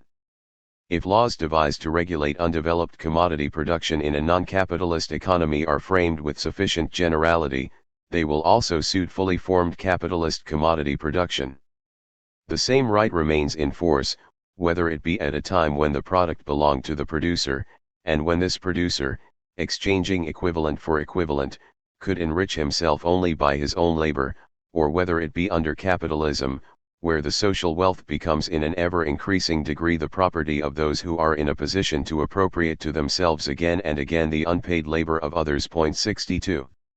The principal powers exercised by capitalists are complexes whose elements are powers which Roman law recognized. The transition to capitalism is the accession to centrality of powers which were legitimate but only peripherally exercised in pre-capitalist societies. Here, then, property relations may change utterly, without a commensurate change in the law being required. 63. A type 4, CP 229, example of the determination of the legal superstructure by the economic foundation. 2. Anderson on base and superstructure.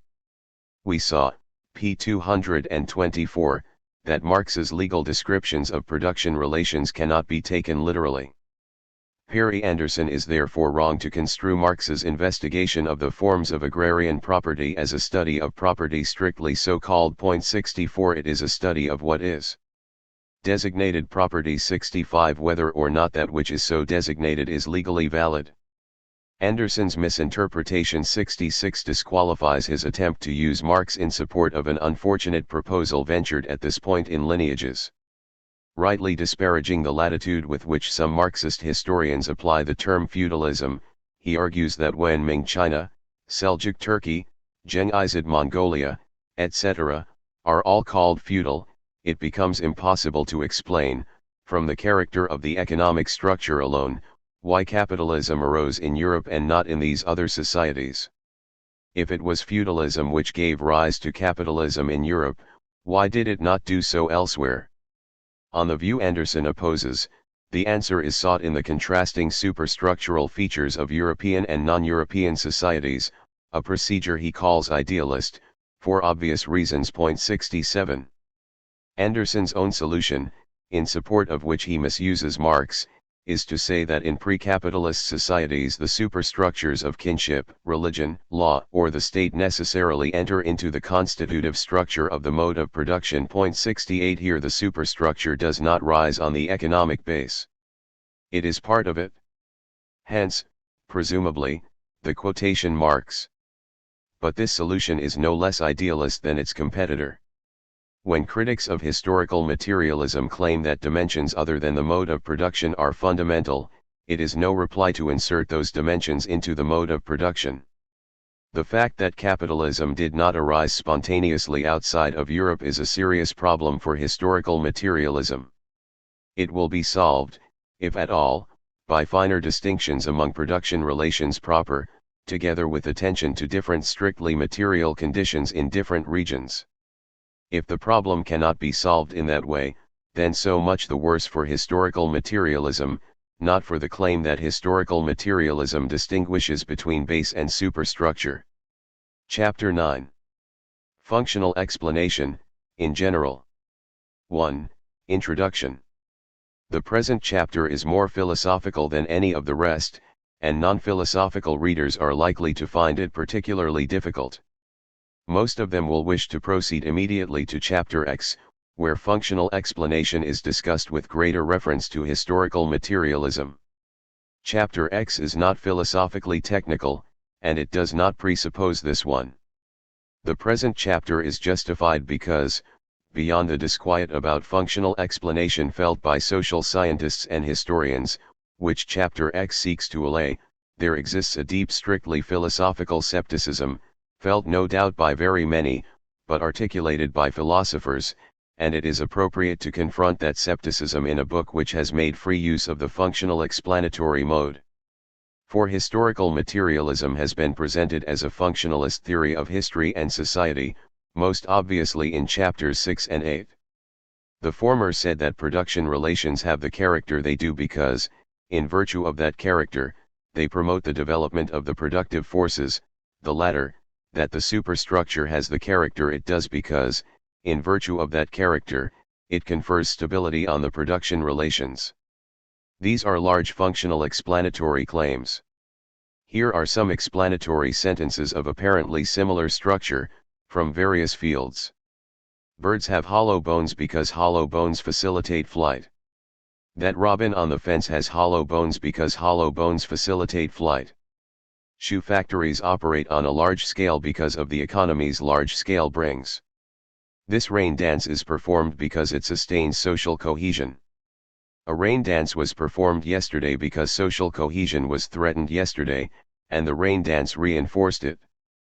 Protestantism achieved strength in early modern Europe because it promoted the development of capitalism. The intelligibility of these statements creates a prima facie case for the existence of a distinctive explanatory procedure, in which reference to the effects of a phenomenon contributes to explaining it. It is generally thought that the case collapses on further scrutiny, that each such remark is either misguided, or, if sound, then only by virtue of compressing or pointing to one or other familiar kind of causal story. We judge that the general opinion is ill-considered. The alternative view, that a single properly distinctive form of explanation is advanced in these sentences, deserves more examination. We shall hypothesize that there is a special type of causal explanation advanced in these and like instances, deriving its peculiarity from generalizations of distinctive logical form. Explanations which possess the distinction we seek have been called functional explanations, and there is a large literature on the meaning of the statement form "the function of x is 2." It is widely assumed that such statements are, by virtue of their meaning, functional explanations. But we shall not make that assumption. We shall not identify attributing a function with providing a functional explanation. We shall, moreover, maintain that it is possible to characterize the nature of functional explanation while offering no analysis of the statement form "the function of x is 2." Following a terminological prelude, which stipulates a preferred sense of explanation, we show, section 3, that there is functional explanation in that sense, and we separate the task of characterizing it from that of analyzing function-attributing statements, which we forsake. In section 4, the concept of a consequence law, here claimed as the basis of functional explanation, is introduced. Section 5 concerns the confirmability of functional explanations, and section 6 defends them against a likely skepticism. Section 7 vindicates functional explanation in social science against criticism due to C.G. Hempel. 2. Explanation. Consider a request or question of, or transformable into the form "why is it the case that P being an empirical sentence, to the effect, example that copper conducts electricity, that S equals 1/2 GT2, that Napoleon was defeated at Waterloo, that birds have hollow bones, that the Hopi have a rain dance in their cultural repertoire, that this Hopi group performed a rain dance last Tuesday." Call such a request or question a why question, and an answer to it a why explanation. A why explanation need not be correct to qualify as such. Not all demands for explanation admit rephrasal in the form of a why question. "Explain the rules of chess," uttered by one who wants to know what they are, not why they are what they are, is a case in point. So is "explain what is happening in Northern Ireland," from one who knows only that something remarkable is going on, and is not inquiring into its causes. So too is "explain the structure of DNA," if the speaker will be content with an answer not disclosing why it is structured as it is. So indeed is "explain the function of the liver," if no more than a list of the useful services it performs is sought. These requests for explanation may be called what questions. An answer satisfying a request of the second kind may also be a correct reply to a why question. he was in the trough of a manic-depressive cycle, which might be offered in response to explain what mental state Napoleon was in at Waterloo, might also be used to explain why Napoleon was defeated at Waterloo. But uttering it with why explanatory intent carries commitments and liabilities of a kind which are absent when it is used to answer a what question only.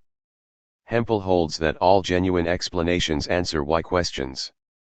We do not follow suit in here by legislating confinement of the term explanation to what answers a why question. Point 3 Explain, explanatory, etc., will be similarly restricted. We do not, like Hempel, deny that non-why explanations are explanations, or assert that they are explanations in a different sense, but we just elect not to call them such, since our interest is in why explanations. Point 4. Authors who call statements of the form the function of X is to functional explanations disagree about which of our two kinds of explanation they provide. Most of those who have tried to analyze such statements equate them with statements ascribing useful effects to X. For them the function of X is to is equivalent to a subform of the beneficial effect of X is to, a subform, since no one says that all beneficial effects are functions. Point 5 A functional explanation of X is, on their account, an explanation of the function of X, a clear, systematic description of a restricted class of its useful effects. It is not an explanation of X by reference to those effects. It does not purport to say, for example, why X is to be found where it is. In this view the function of the liver is to promote digestion carries no implication that the liver is in the body because it promotes digestion, it just explains what the function of the liver is. Point 6. Dissenting from these accounts is Wright, who thinks that it belongs to the meaning of statements of the form, the function of X is to that they are answers to why questions, and are therefore functional explanations in our preferred sense of explanation. He accordingly rejects all analyses which identify ascriptions of function with ascriptions of, special sorts of, beneficial effect. In section 3, we dissociate the question of the analysis of functional ascriptions from the question of the nature of functional explanation, and we adopt a posture of neutrality on matters of analysis. A preview of the standpoints to be distinguished, for the benefit theorists and for Wright, but not for us, a functional ascription is, as such, a functional explanation. For Wright and for us, by contrast with them, a functional explanation answers a why question. Unlike Wright, we do not contend that function attributing statements answer why questions by virtue of their meaning, but unlike the benefit theorists, we hold that they do answer why questions under certain conditions. 3. Function statements and functional explanations. Abbreviations. A function statement ascribes one or more functions to something. A benefit statement ascribes one or more beneficial effects to something. A precedence statement says of one event that it preceded another event. Larry Wright opposes analyses of function statements which reduce them to benefit statements of one or other kind. He claims that these analyses fail to note that function statements always serve to answer why questions. 1. Functional ascriptions, i.e. function statements, are intrinsically, if you will, explanatory. Merely saying of something X, that it has a certain function, is to offer an important kind of explanation of X. Point 7. Accordingly, Wright holds that it is part of the meaning of the function of X is to that X is there because it s. Point 8 Every function statement is suited to answer a question of the form why is X there. Wright gives two arguments for, 1, only the second of which will be examined here. Point 9 We shall show that it supports not, 1, but this weaker thesis. 2. At least some function statements are intended as explanatory. The premise of Wright's argument is the contextual equivalence of such questions as what is the function of the heart, and why do human beings have hearts. He does not elucidate contextual equivalence, but we may agree that, in the appropriate context, the function of the heart is to pump blood answers both questions mentioned. But what is the appropriate context? Wright does not say, but clearly it is one governed by a belief that an answer to the function question will explain why human beings have hearts, will, that is, answer the stated why question. Now this argument supports, 2, and not, 1, as a parallel demonstrates. Similar contextual equivalence may obtain between the questions what preceded event E, and why did event E occur. The answer to both might be event E was preceded by event F. This shows what needs no showing, that an event may be explained by a precedence statement. It does not show what is false, that precedence statements are inherently explanatory. This does not disprove, 1. For the belief on which the contextual equivalence between the function question and the why question rests might be conceptually grounded. But it does prove that Wright's argument supports the weaker thesis, 2, only. It no more substantiates, 1, than does the contextual equivalence of function questions and benefit questions establish that benefit statements entail function statements, a conclusion Wright would reject. Why do human beings have hearts, is contextually equivalent to what is the function of the heart, but the latter is contextually equivalent to what good does the heart do. Thus an argument precisely similar to Wright's would prove exactly what he wishes to deny. Wright's argument nevertheless provides some support for the weaker thesis, 2, at least some function statements are intended as explanatory, which we wish to affirm. And here is a further argument for, 2, which does not involve the vicissitudes of interrogation. Sometimes a speaker who asserts a function statement also cites comparable and contrasting cases in a manner reminiscent of explanation at large, and finds himself faced with counterexamples as one does when one is purporting to explain something. In uninvited commentary on a cow's long tail, a man points out that its hairy back attracts flies, and that one function of the tail is to keep them off. For contrast he cites the pig, whose sleek back is less enticing to insects, and whose curly little tail simply protects its anus. Finally, he exhibits the wild boar, rather pig-like, but sporting a substantial tail at the end of its unpiggishly hairy back. His friend may then point to the stubby tail of the hairy moose, thereby challenging what he said about the cow. 10 If, in saying it, the original speaker had intended only to indicate a benefit accruing to the cow from the tail, the case of the moose would be irrelevant. The cow is not worse off than he claimed because it is better off than the moose. The dialogue, being quite natural, shows that function statements are, at least sometimes, intended and received as explanatory claims. Two differences from Wright's position will now be remarked. First, though we maintain that there is functional explanation, we do not assert that every true function statement correctly answers a why question, still less that function statements are explanatory as a matter of their meaning. Secondly, we do not restrict functional explanation to a select range of explananda. Wright does so restrict it, since for him a function statement preeminently explains why the functional item is there. On the view to be developed here, a functional explanation is logically in order in answer to any why question. It could explain why a certain event occurred, why a particular thing has a certain property, why something regularly behaves in a certain manner, and so on, without restriction. Note the heterogeneity of the examples with which we began on pages 249 to 50. Only the facts decide whether a why question has a functional answer, not the structure of the question itself. The account of functional explanation to be given in section 4 supplies no analysis of the meaning of function statements. We ask, what renders an explanatory function statement explanatory, whether or not every function statement is explanatory? An analogy will clarify the nature of the question. Consider the following. 4. Event F brought about event E. 5. Event F preceded event E. To assert, 4, is to venture a causal explanation of E. To assert, 5, is to do so in certain circumstances, to wit, when an explanation of E is sought or promised. Now what makes, 4, explanatory is the same as what makes, 5, explanatory when it is explanatory, namely some relevant true generalization, that there is one is entailed by, 4, and implied when, 5, is uttered as providing an explanation of E. 4, entails. 6. There is a true generalization in virtue of which, because F occurred, E occurred. 11. 5. Does not entail. 6. but prof erring, 5, as an explanation of E commits 1 to 6. 6, makes both 4 and 5 explanatory, even though 4 is explanatory as a matter of meaning and 5 is not.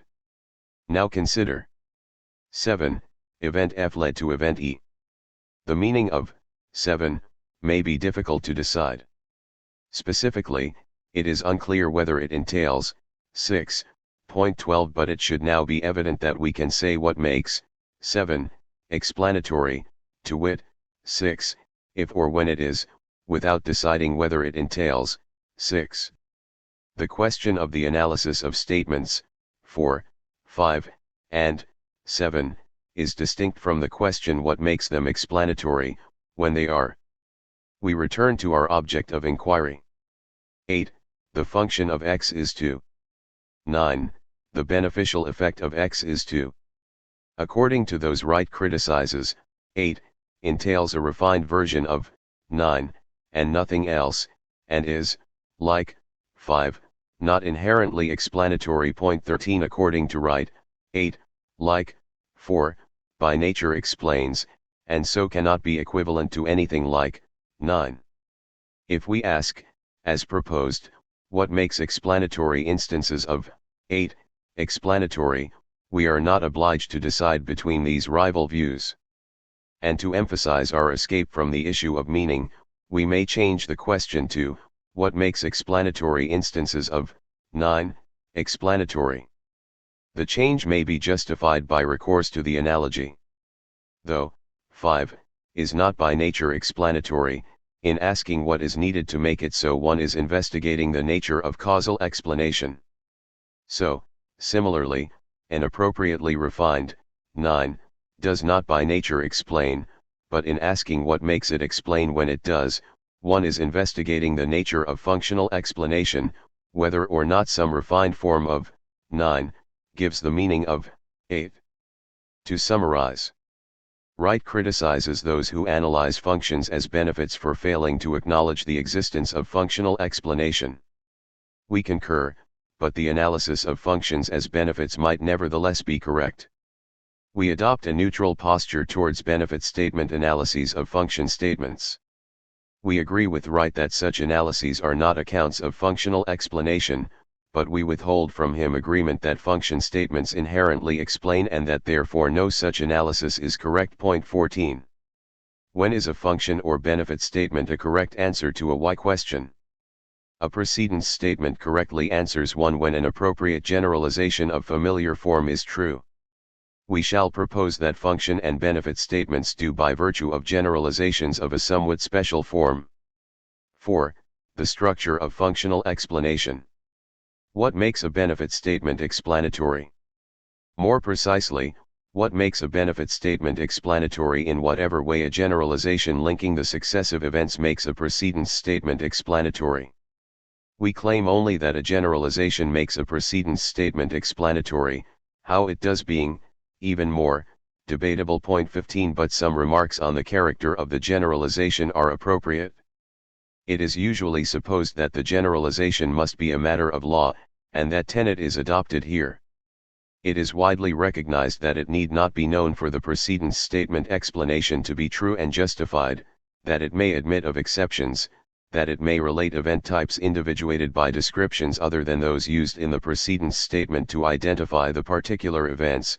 The generalization conferring an explanatory role on F preceded E is rarely whenever F occurs, E occurs. Point 16.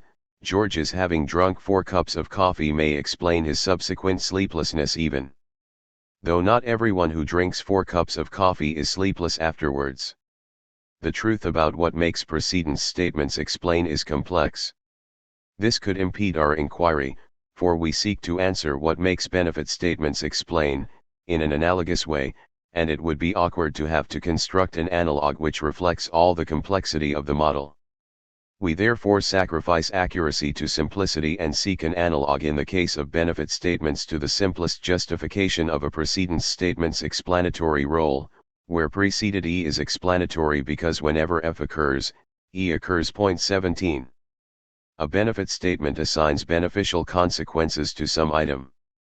Let us generalize the question what makes benefit statements explanatory, by asking instead, what makes citation of consequences, be they beneficial or not, explanatory? What are the truth conditions of what we may call a consequence explanation? We return to functional explanation proper on page 263. Our proposal is that a consequence statement explains when it relates to a consequence law in whatever way an explanatory precedence statement relates to a pertinent law. A consequence law is a universal conditional statement whose antecedent is a hypothetical causal statement. A consequence law relevant to the explanation of an event, as opposed, example to the explanation of an object's having a certain property, takes this form. If it is the case that if an event of type E were to occur at t1, then it would bring about an event of type F at t2. Then an event of type E occurs at t3.18. The antecedent of the conditional is itself a conditional, to wit the minor conditional, the major conditional being the whole statement. The temporal ordering of t1, t2, and t3 will differ in different consequence laws. In no case will t2 precede t1, and in no case will t3 precede t1. If causes can be contemporaneous with their effects, then t1 may or may not precede each of t2 and t3, and t2 may precede t3, succeed it, or be identical with it. If causes necessarily precede their effects, t1 always precedes each of t2 and t3, but all three relations between t2 and t3, precedence, succession, identity, remain possible. Point 19. By deleting if and replacing then by if we obtain the form of a consequence law stating a necessary condition of the occurrence of an event of a certain type. This corresponds to reversing the direction of the unboxed arrow in the formal version given in note 1 below. A consequence law supporting the explanation of an object's having a certain property, e.g. a species having a certain organ, would be relevantly analogous in form to the one given above, with mention of types of events being replaced by mention of properties. 2. If it is true of an object 0 that if it were f at t1, then it would, as a result, be e at t2. Then 0 is f at t3.20. The same temporal possibilities as were listed for the event law form hold here too. To convey the role of consequence laws in explanation of events, we propose an analogy between E occurred because F occurred, since whenever F occurs, E occurs, and E occurred because of its propensity to cause F, since whenever E would cause F, E occurs. Consider the examples with which we began on page 249.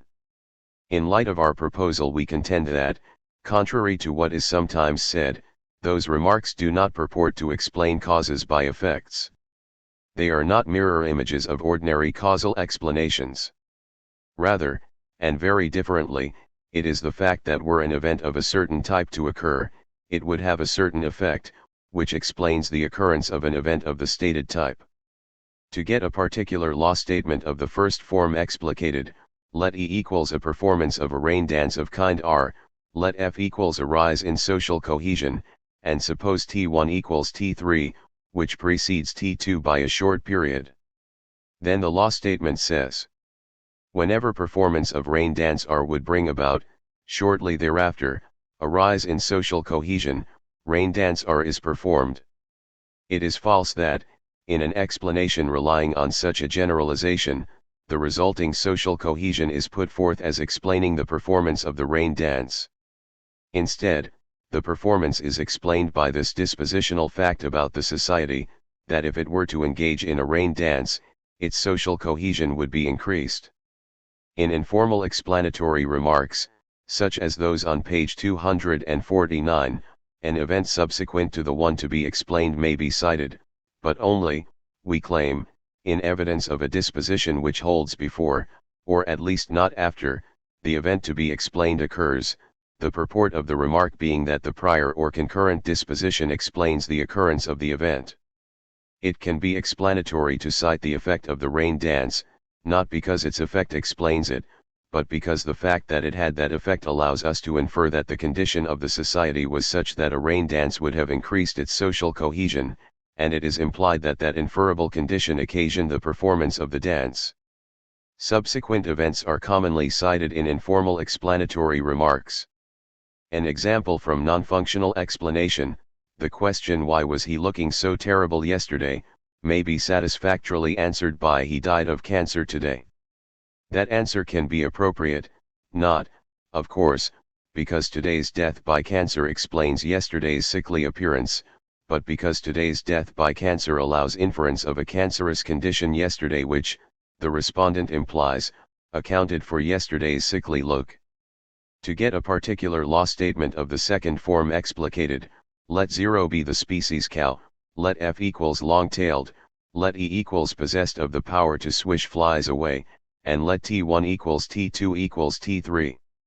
We then obtain a consequence law statement relevant to the explanatory claim, see page 255, that the function of a cow's long tail is to swish away flies.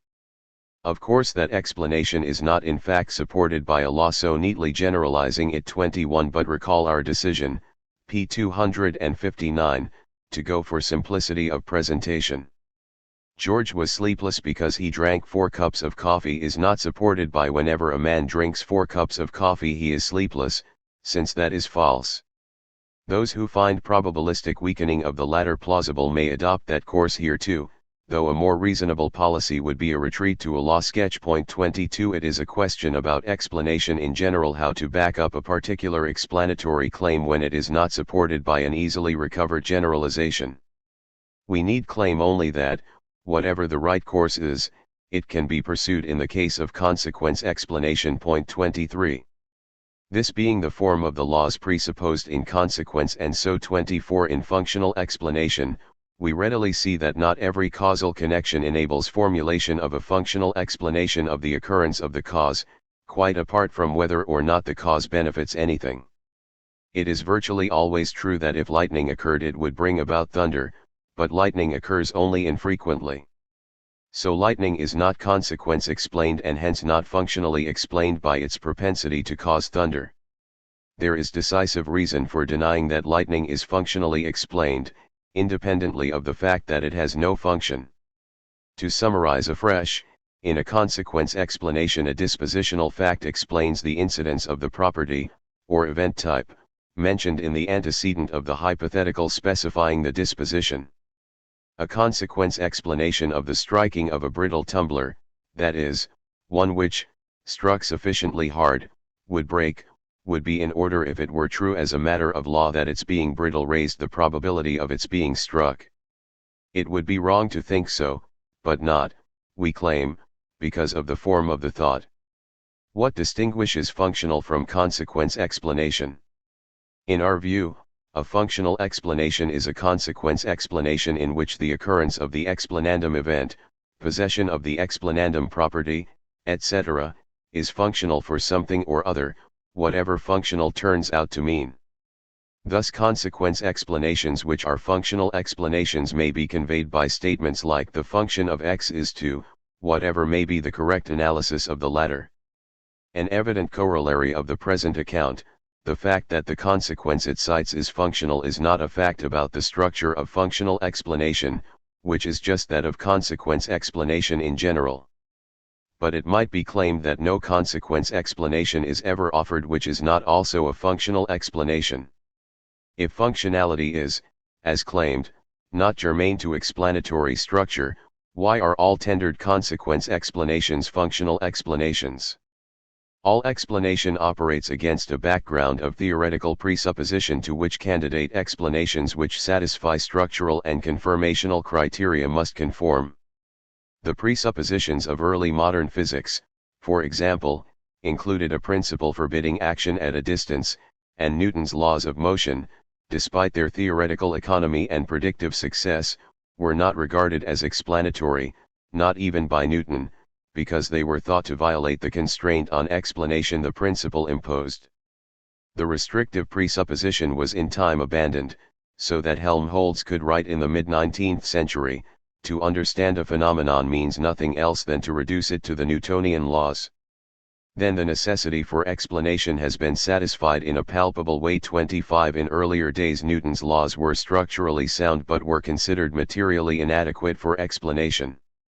We may similarly distinguish structural and material aspects of functional explanation, and our account of the former is not impugned by its neglect of the latter.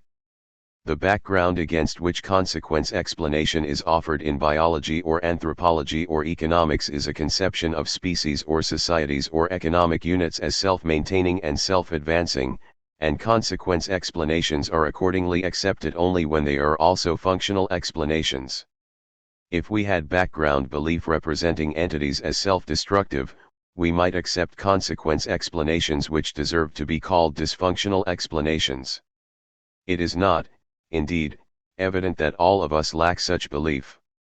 If one way of taking psychoanalytic explanations which go beyond the pleasure principle to posit unconscious self-destructiveness is correct, some already have it. To elaborate would mean discussing the relation between consequence explanation and explanation of human action, which would take us too far afield. Thus the fact, if it is a fact, that all plausible consequence explanations are functional explanations, does not tell against an account of the structure of functional explanation which abstracts from its functional character. 5. Confirmation. The confirmation of consequence explanations and laws raises no unusual problems. To stick to simplifying statement, the law statement, and hence the explanation it would support, is confirmed by instances satisfying its major antecedent and consequent, and disconfirmed by instances satisfying its major antecedent only. A complication arises in assessing whether the major antecedent is satisfied, since it attributes a dispositional property.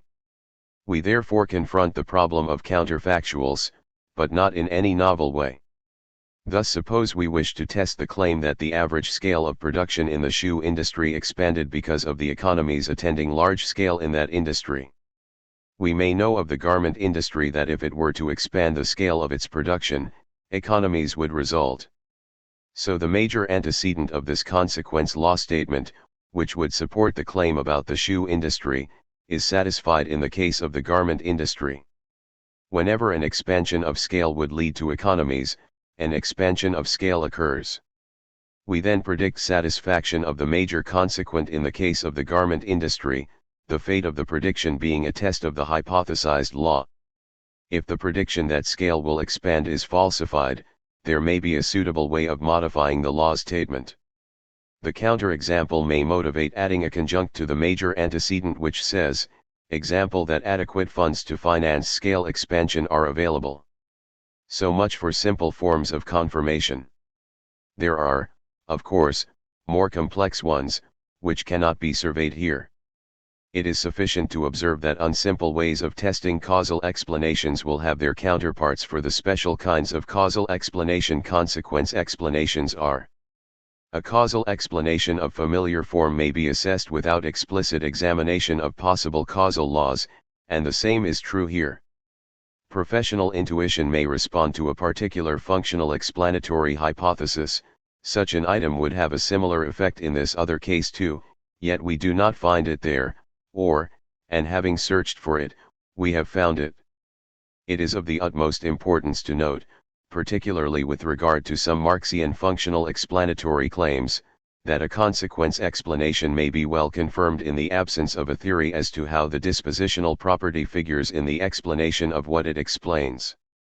In other terms, we may have good reason for thinking that a functional explanation is true even when we are at a loss to conjecture by what means or mechanism the functional fact achieves an explanatory role. We return to this point at the end of section 6, after we have faced and answered a sceptical challenge.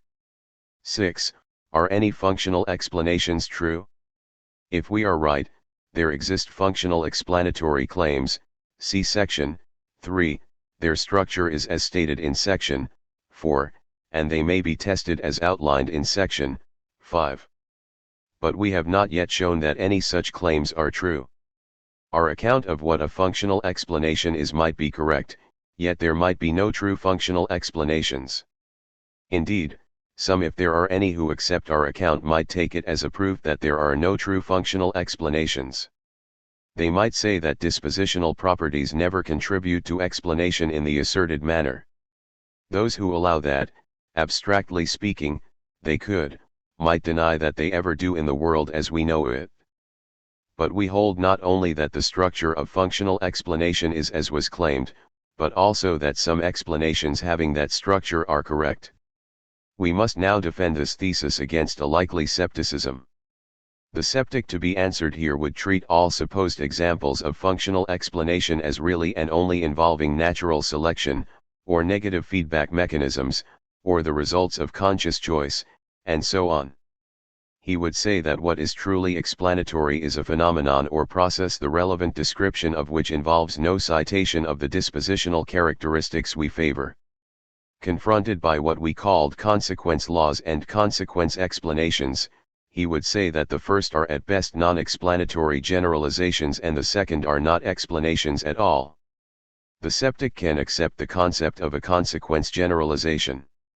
He must even admit that there are true consequence generalizations, an abundance of them hold in natural history.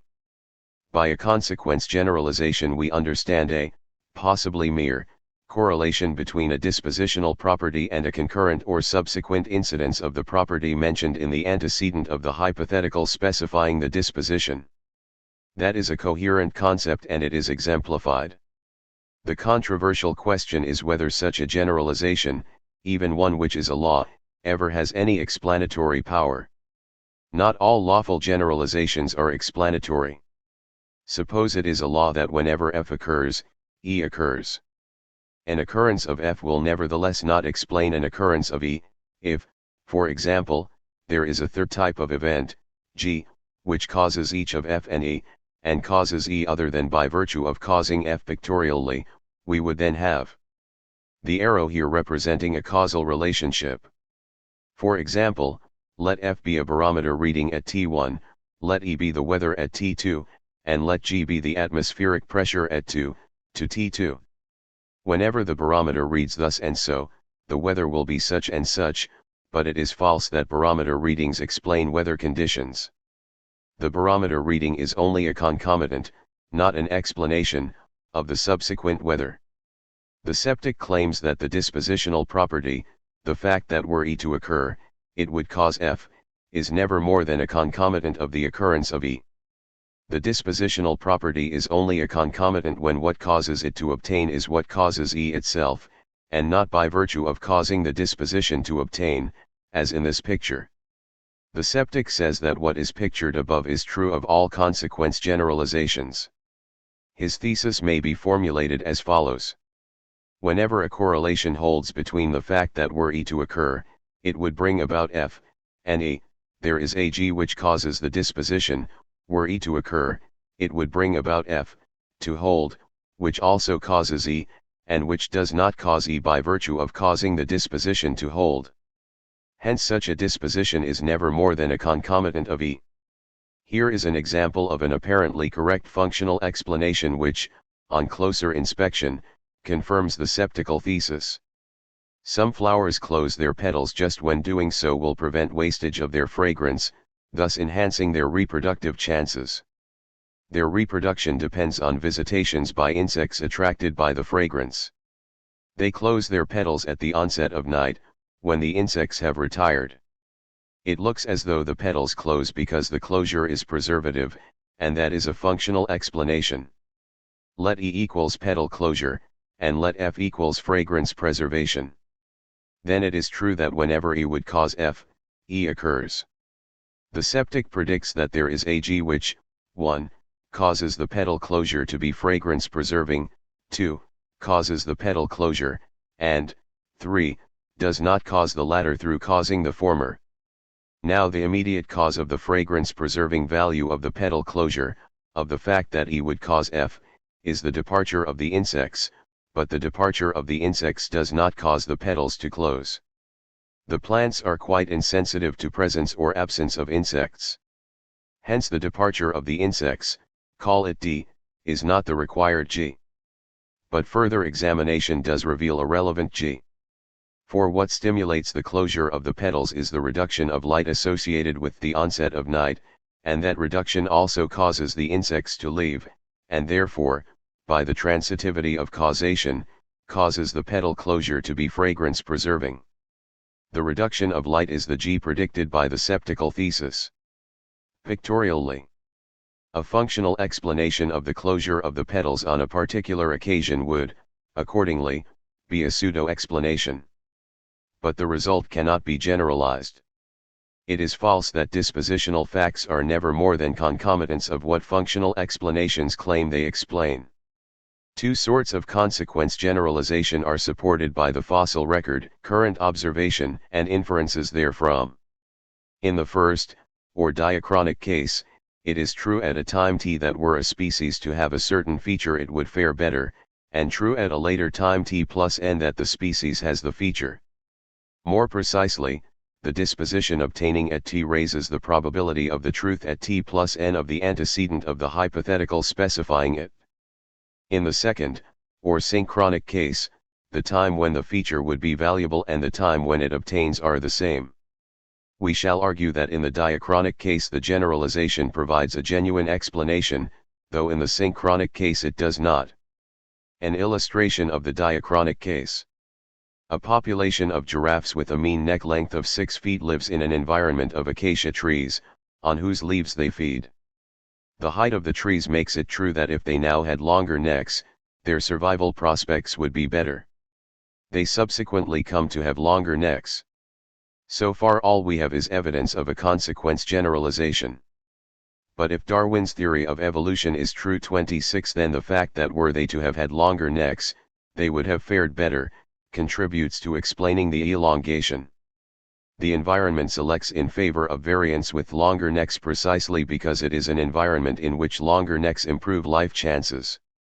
On no construal can that dispositional fact be reduced to an unexplanatory precursor of the acquisition of the feature.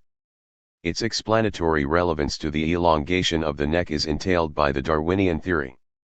Or consider the plants discussed a moment ago, but change the question from why do those plants now close their petals, to why did that species of plant acquire its sensitivity to light and darkness? The answer will include the fact that were it to have had it in the past, it would have prospered better. Specimens having it were favored, by virtue of that dispositional fact, over those lacking it. The septic says that the dispositional property is only correlated with what really explains the change in the species equipment. In the giraffe example, what causes the longer-necked variants to be favored, and thereby causes the species' neck length to increase, is, he says, the presence of the trees, a quite indispositional circumstance. We can agree that it is the trees which, aided by the chance genetic variation, cause the neck of the species to grow. But what is it about the trees which makes them have that effect? Answer: where trees are of the given height, giraffes with longer necks would prosper better. The dispositional fact is an essential element in the explanatory story. Turn now to synchronic natural historical consequence generalizations. They do lack a genuine explanatory use. The species has the desirable feature because it was desirable earlier, not because it is desirable now. The current adaptive value of the feature, unlike the fact that it would have had adaptive value in the past, is causally irrelevant to its presence. If the environment were now different, so that the feature lacked value, the species would still have it. The flowers would continue to close their petals even if the insects suddenly changed their habits. Synchronic functional explanation in natural history is pseudo-explanation. The dispositional fact is merely correlated with the feature to be explained. Point 27. By contrast, had the disposition not obtained in the past, the species would not now have the feature. The diachronic explanation is genuine. Hence the septical thesis is false. There are true functional explanations. And some of them, we contend, are provided by historical materialism. If someone says, that cow has a long tail because a long tail is good at swishing away flies, his remark is ambiguous across true and false interpretations. If he is assigning explanatory significance to the particular service provided by the tail to that particular cow, what he says is false. If, instead, he means that the cow has a long tail because such tails provide such service, then what he says is sketchy but true, and the sketch is filled in when we add that, from an explanatory point of view, it is past occasions when tales would give such service which are relevant. The sceptic holds that whenever a functional explanation appears to be apt, appearances are deceptive, and in fact some one of a short list of non-functional explanations applies, cp 266. In the case of the characteristics of biological species, the correct alternative to functional explanation is supposed to be Darwin's theory, or, rather, a modern development of Darwin which draws upon genetics unavailable in his day. In our view, Darwin's theory is not a rival of functional explanation, but, among other things, a compelling account of why functional explanations apply in the biosphere.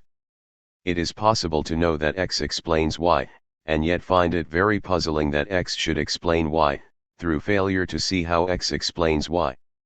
Among Darwin's achievements was an attractive theory of how the fact that a facility would benefit a species helps to explain its acquisition.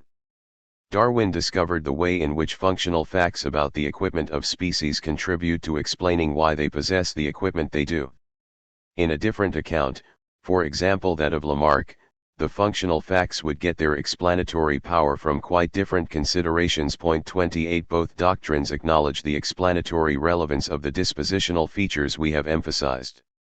What we have are rival theories of why a consequence explanation holds, not rival alternatives to consequence explanation.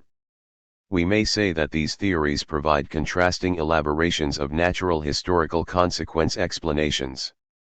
Our experience of the world assures us that wherever a consequence explanation holds, it has some or other further elaboration, and we contend that the sceptic misconstrues as various alternatives to functional explanation what are in fact various more complete forms functional explanations may take.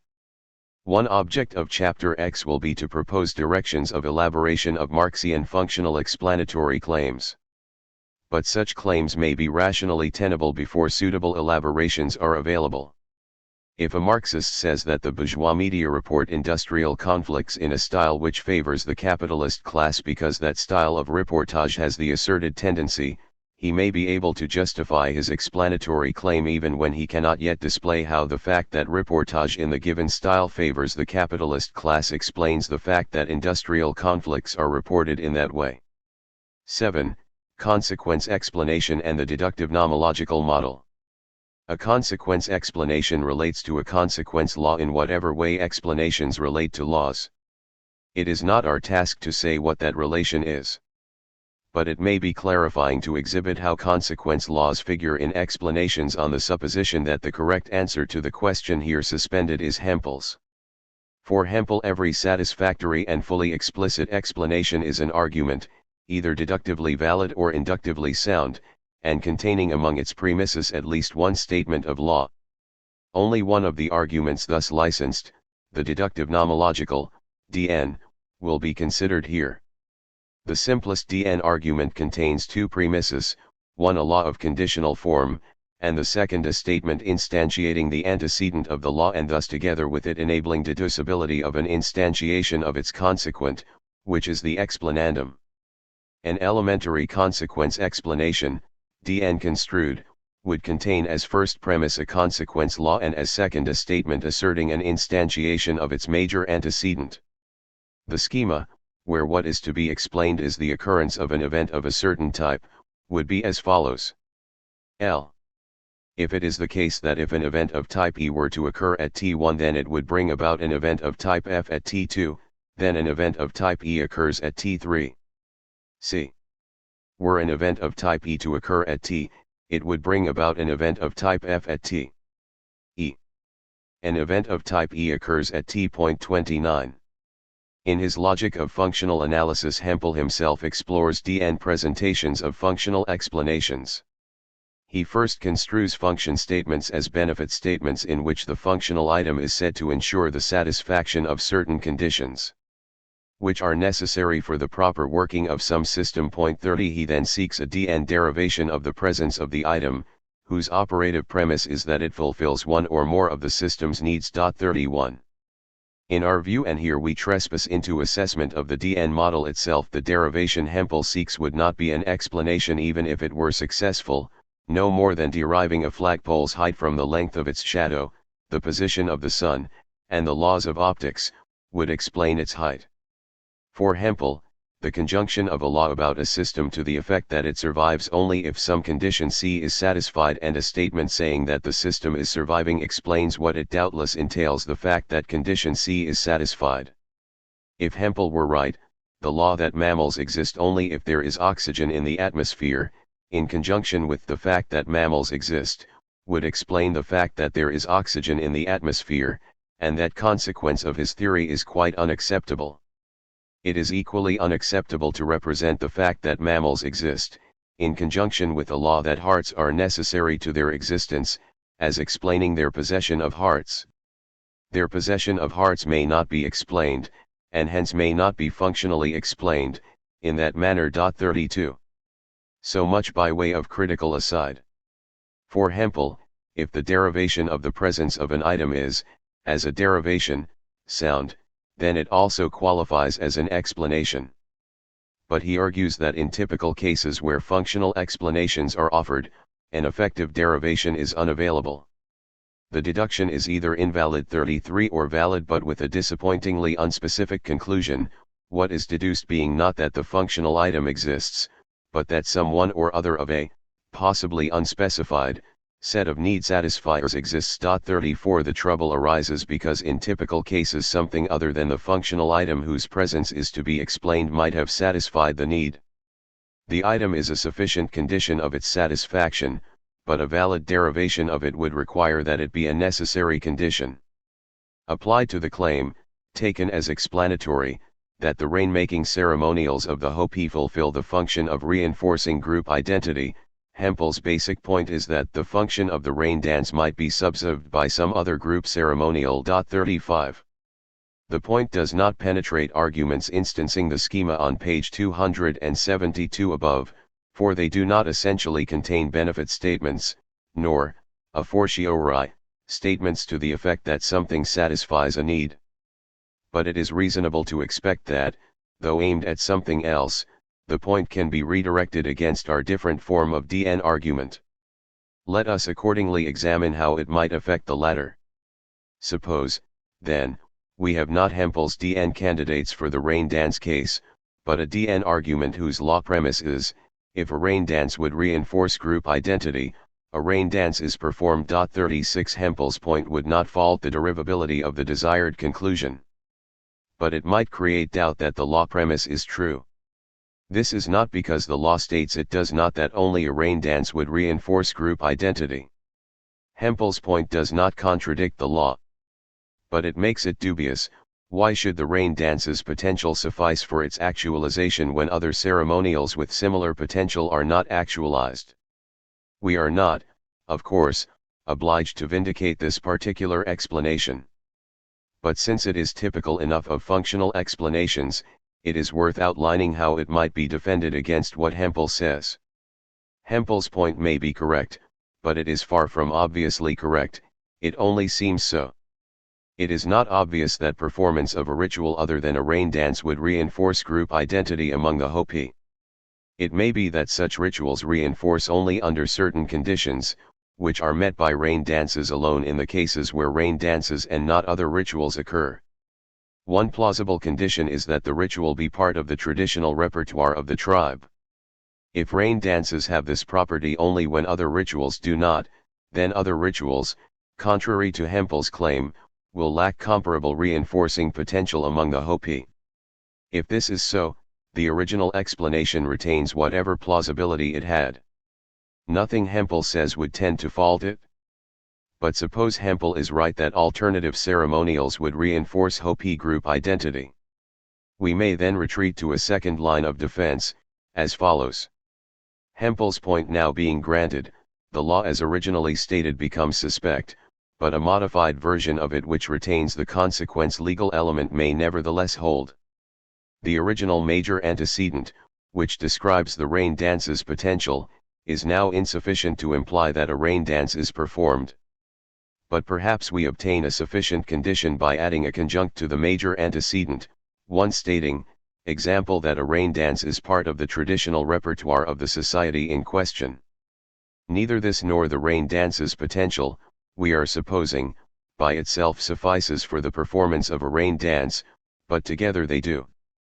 The revised law statement says, if a rain dance would reinforce group identity and rain dancing belongs to the society's tradition, then a rain dance is performed. If the C statement is also revised, by addition of a corresponding conjunct, we are again able to derive the original explanandum. Note that tradition, or whatever condition it might be, a less obvious one we appeal to, plays a different role in the second defense from what it did in the first. There it was a condition of a ritual's integrating effect that it be a traditional one. Tradition generated an argument for retaining the original law statement. In the second defense it is allowed that tradition is not required for a ritual to have an integrating effect, rather if a ritual would have that effect, and it is traditional, then it is performed. The evidence may be unfavorable to both lines of argument. Then a third defense becomes appropriate.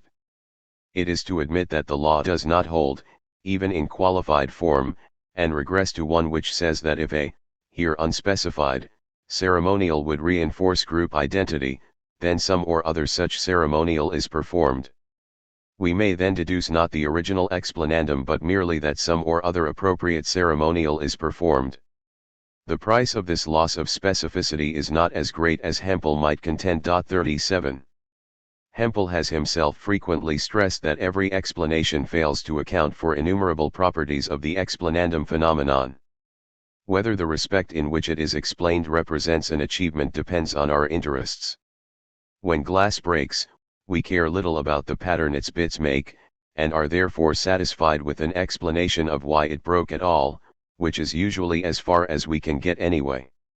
So similarly an anthropologist may find it interesting that some or other ceremonial is performed at all, and, having functionally explained that, he may proceed to investigate its specific character without pretense that it too is functionally explained.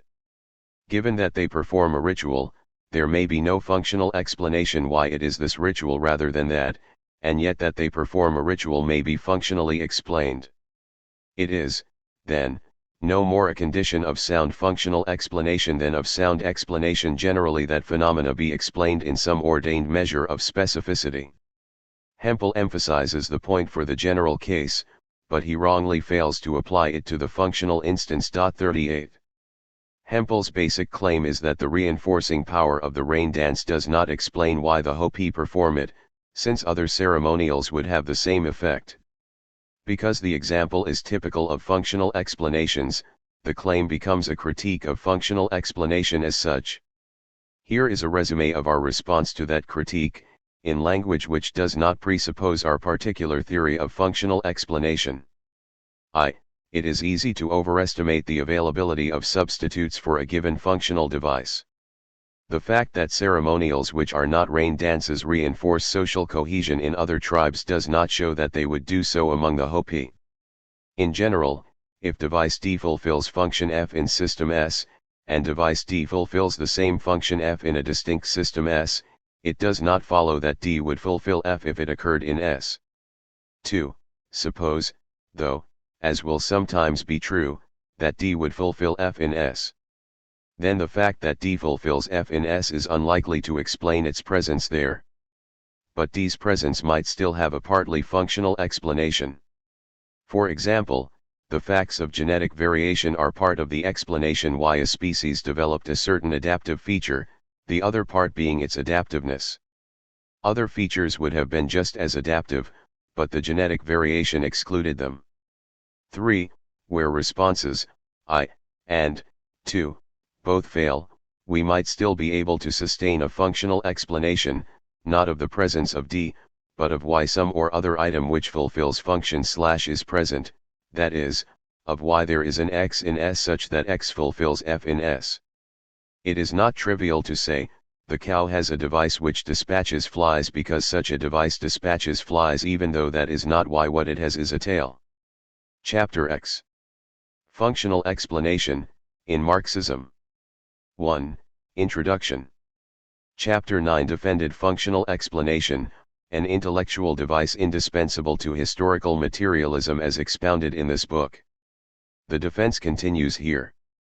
we deal with objections to a functionally construed historical materialism likely to be raised by Marxists, and by non-Marxist social scientists.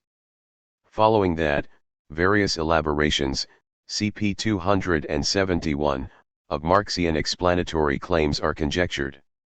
The preface to the Critique of Political Economy uses a number of explanatory expressions.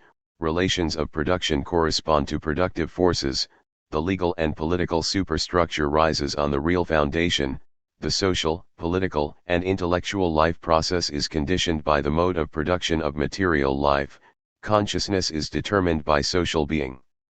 In each case Marx distinguishes two items, the second of which he asserts to be in some way explanatory of the first. He fails to say, here and everywhere else, what kind of explanation he is hypothesizing, and semantic analysis of the italicized phrases would not be a good way of discovering what he meant. We have said that central Marxian explanations are functional, which means, very roughly, that the character of what is explained is determined by its effect on what explains it. One reason for so interpreting Marx, if the direction of the explanatory tie is as he laid down, then the best account of the nature of the tie is that it is a functional one. For production relations profoundly affect productive forces, and superstructures strongly condition foundations. What Marx claims to explain has momentous impact on what he says explains it. Construing his explanations as functional makes for compatibility between the causal power of the explained phenomena and their secondary status in the order of explanation. Thus to say that an economic structure corresponds to the achieved level of the productive forces means, the structure provides maximum scope for the fruitful use and development of the forces, and obtains because it provides such scope. To say that being determines consciousness means, at least in large part, the character of the leading ideas of a society is explained by their propensity, in virtue of that character, to sustain the structure of economic roles called for by the productive forces. Point 1. Putting the two theses together, we get such hypotheses as that Protestantism arose when it did because it was a religion suited to stimulating capitalist enterprise and enforcing labor discipline at a time when the capital/labor relation was preeminently apt to develop new productive potentials of society. When Marx says that Protestantism, by changing almost all the traditional holidays into workdays, plays an important role in the genesis of capital too, he is not just assigning a certain effect to the new religion, but proposing a partial explanation of its rise in terms of that effect. While Marx was inexplicit about the structure of the central explanations he hypothesized, there are some hints. The first Statute of Laborers, 23 Edward III, 1349, found its immediate pretext, not its cause, for legislation of this kind lasts centuries after the pretext for it has disappeared, in the Great Plague that decimated the people. Point 3. The statute cannot be explained by the circumstances of its origin, but only by reference to the persisting effect of legislation of that kind on the developing social structure. We must avoid the error of the English, who have a tendency to look upon the earliest form of appearance of a thing as the cause of its existence. 4. There is no well-stated alternative to the view that major Marxian explanatory claims are functional in character. The functional construal is nevertheless not popular, for a number of bad reasons, which will shortly be exposed. In practice Marxists advance functional explanations, but they do not theorize their practice accurately. They recoil from the functional construal when it is made explicit, for reasons to be reviewed. They then have recourse to opaque ideas of structural causality. 5. To invocation of Engels's unexplained determination in the last resort. 6. To the facile suggestion that the priority of the base lies in the fact that it limits the superstructure, as though the converse were not also true. 7. Or they effectively abandon the master theses of explanatory priority by interpreting them as merely heuristic. Marxists regard functional explanation as suspect for a variety of reasons, the most important of which are dealt with in the next two sections. 2. Conceptual criticisms of functional explanation. This section is an informal restatement of some of the principal contentions of the last chapter, in confrontation with a typical critique of functional explanation. Let us begin with a simple functional explanation. In some industries there is, over a period of time, a marked increase in the median size of the producing units. Small workshops grow into, or are replaced by, large factories. The increased scale reduces the costs of producing a given volume of output. It generates economies of scale. If we find that scale grows just when growth in scale would have that effect, and not otherwise, then it is a plausible explanatory hypothesis that scale grows because the growth brings economies. Note that we may be justified in proposing this explanation before we know how the fact that enlarged scale induces economies explains large scale. We can know that something operated in favor of large scale, because of its cost effectiveness, without knowing what so operated. We may not know whether the increase was deliberately sought by wise managers, or came about through an economic analog of chance variation and natural selection. We might be able to claim that the change is explained by its consequences without being able to say how it is so explained. Let us now delineate the form of the explanation more carefully. We have a cause, increase of scale, and an effect, economies of scale. It is not proposed that the cause occurred because the effect occurred. Nor even though this formulation is closer to the truth that the cause occurred because it caused that effect. Instead, the cause occurred because of its propensity to have that effect. The increase in scale occurred because the industry was of a sort in which increases in scale yield economies. This being the form of functional explanation, a common objection to it is misplaced. We take the objection as it is stated by Percy Cohen. His examples of functional explanation are that religion exists in order to sustain the moral foundations of society, and that the state exists in order to coordinate the various activities which occur in complex societies. In both these cases a consequence is used to explain a cause. The end conditions of moral order and coordination are used to explain the existence of religion and the state. Critics rightly argue that this type of explanation defies the laws of logic, for one thing cannot be the cause of another if it succeeds it in time. 8. Now it is true, if not, perhaps, a law of logic, that what comes later does not explain what comes earlier. But it is false that the theses mentioned by Cohen violate that truth. It is a plausible generalization that a society develops and/or sustains a religion when a religion is necessary for, or would contribute to, its stability. The religion of a society might, then, be explained in terms of this feature of the society: it requires a religion to be viable. That feature is not a consequence of having a religion, and there would be no contortion of time order in the explanation. Now suppose a society requires a religion for stability, and has a religion fulfilling that need. It does not follow that its need for a religion explains its having 1.9. The society may indeed require a religion, but it is a further question whether it has one because it requires one. It may have one not at all because it needs one, but for other reasons. Imagine 10 godless communities, each, because it lacks a religion, teetering on the brink of disintegration. A prophet visits all 10, but only one of them accepts his teaching. The other 9 subsequently perish, and the single believing society survives. But they took up religion because they liked the prophet's looks, and not because they needed a religion, though they did need a religion. So the fact that there is a religion, and it is needed, does not show that there is a religion because it is needed. That demands further argument. Perhaps some sociologists mistake the need for further argument as a defect in functional explanation itself.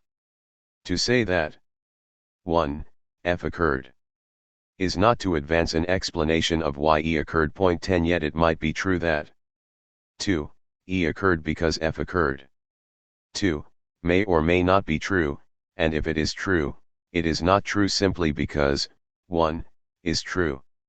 Analogous remarks apply to functional explanation. One does not propose an explanation of the existence of religion by saying that 3. Religion is required to sustain social order. 11. Yet it might be true that 4. Religion exists because it is required to sustain social order. 4. May or may not be true, and if it is true, it is not true simply because 3. Is true. The mere fact that F preceded E does not guarantee that F caused E, though it may be true that F caused E. Similarly, the mere fact that G's propensities are beneficial does not guarantee that G is explained by those propensities, but it may be true that it is so explained. The existence of the fallacy post hoc ergo propter hoc does not disqualify all causal explanations. Neither does the comparable fallacy of supposing that, if something is functional, it is explained by its function, S, rule out all functional explanations. So Percy Cohen is misled when he rejects a theory of religion solely because it explains religion functionally, and when he impugns Durkheim's account of the division of labor on the ground that it is functional in form. 12. There is nothing in principle wrong with functional explanations, though to identify a function something serves is not necessarily to provide one. Failure to recognize both truths generates confused debate in sociology, for many catch one truth only. Thus, while Cohen mistakenly argues that assigning a function to a phenomenon cannot be explanatory, others suppose that to show that a usage or institution is required or functional is ipso facto to explain its existence. Merton's classic paper tends towards the supposition that to establish that an item has functions is automatically to contribute to explaining it. He never satisfactorily distinguishes between explaining something by reference to its function, S, functional explanation proper, and explaining the function, S, of something, cp. 252. He identifies a function the Hawthorne experiment had, cp. 257, but fails to note it is not a function which explains why the experiment took place. 13. Sociologists often identify interesting functions, but it is always a further question, whose answer needs further evidence and argument, whether what they identify explains why something is so. Sometimes good evidence and argument is forthcoming, but not always. 3. Functionalism, functional explanation, and Marxism. Other objections to the functional explanation of social phenomena spring from the historical association between functional explanation and the theory of functionalism. Defects in the latter have affected the reputation of the former. This is regrettable since, as we shall see, there is not a necessary connection between them. By functionalism we understand the trend in anthropology whose chief proponents were Malinowski and Radcliffe Brown. It affirmed three theses 14 here listed in ascending order of strength: 3, entails, 2, and 2, entails, 1. 1. All elements of social life are interconnected. They strongly influence one another and in aggregate form one inseparable whole. 15. Interconnection thesis. 2. All elements of social life support or reinforce one another, and hence to the whole society which in aggregate they constitute, functional interconnection thesis. 3.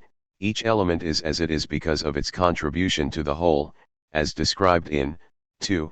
Explanatory functional interconnection thesis. Thesis 3. Embodies a commitment to functional explanation, and it has therefore been criticized on grounds like those discussed and rejected in the last section. But there has also been separate criticism of thesis 2, which proposes no functional explanations, but asserts the universal functionality of social elements. It is objected that 2 is falsified by the conflict, strain, and crisis so common in so many societies. How could Malinowski think that in every type of civilization, every custom, material object, idea and belief fulfills some vital function, has some task to accomplish, represents an indispensable part within a working whole? 16. 2. Is widely thought to be not only false but also viciously conservative in its implications. Marxists have, accordingly, been strong opponents of functionalism, a fact which helps to explain their failure to acknowledge the functional nature of their own explanatory theses.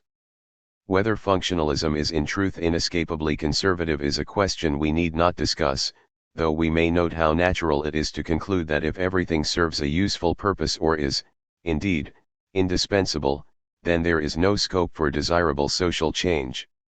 Radcliffe Brown's principle of the functional consistency of social systems 17 seems hard to reconcile with the reality of class struggle, and whatever serves to deny the latter is a comfort to conservative convictions.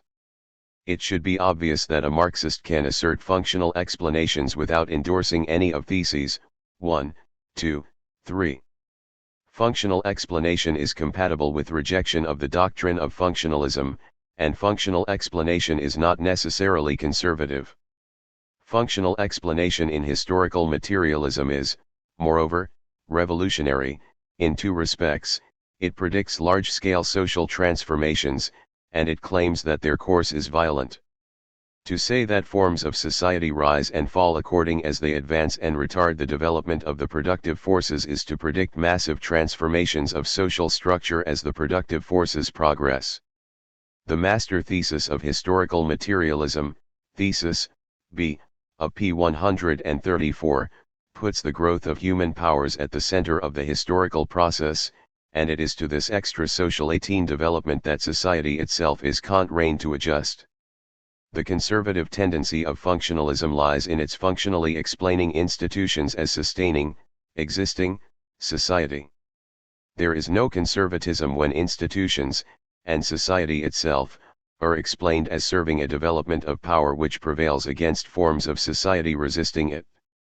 The theory is also revolutionary in that the means whereby society is transformed is class conflict.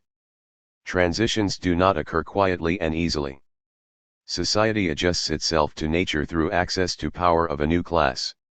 Class struggle is a large part of the answer to the question, how does the fact that a new economic structure would benefit the productive forces explain its actualization? We must now consider such how questions more generally. 4. Elaborations. We argued in Chapter 9, pages 269 ff, that sound functional explanations apply to the development of biological species. The theory of chance variation and natural selection does not displace functional explanation in that domain. Instead, it shows, inter alia, why functional explanation is appropriate there. The theory entails that plants and animals have the useful equipment they do because of its usefulness, and specifies in what manner the utility of a feature accounts for its existence. Now, in the absence of such a theory, we shall still observe provocative correlations between the requirements of living existence and the actual endowments of living things, correlations fine enough to suggest the thesis that they have those endowments because they minister to those requirements. We can rationally hypothesize functional explanations even when we lack an account which, like Darwin's, shows how the explanations work, or, as we put it in Chapter 9, cp 271, even when we lack elaborations of the explanations. A satisfying elaboration provides a fuller explanation and locates the functional fact within a longer story which specifies its explanatory role more precisely. Now, the fact that functional explanations may reasonably be proposed, in the light of suitable evidence, but in advance of an elaborating theory, is very important for social science and history. For functional explanations in those spheres often carry conviction in the absence of elaborative context. And it would be a mistake to refrain from taking those explanatory steps which are open to us, just because we should prefer to go farther than our current knowledge permits. Point 19. If, for example, the pattern of educational provision in a society evolves in a manner suitable to its changing economy, then it is reasonable to assert that education changes as it does because the changes sustain economic evolution, even when little is known about how the fact that an educational change would be economically propitious figures in explaining its occurrence. To be sure, there are grounds for caution pending acquisition of a plausible fuller story, but that is not especially true of functional explanations.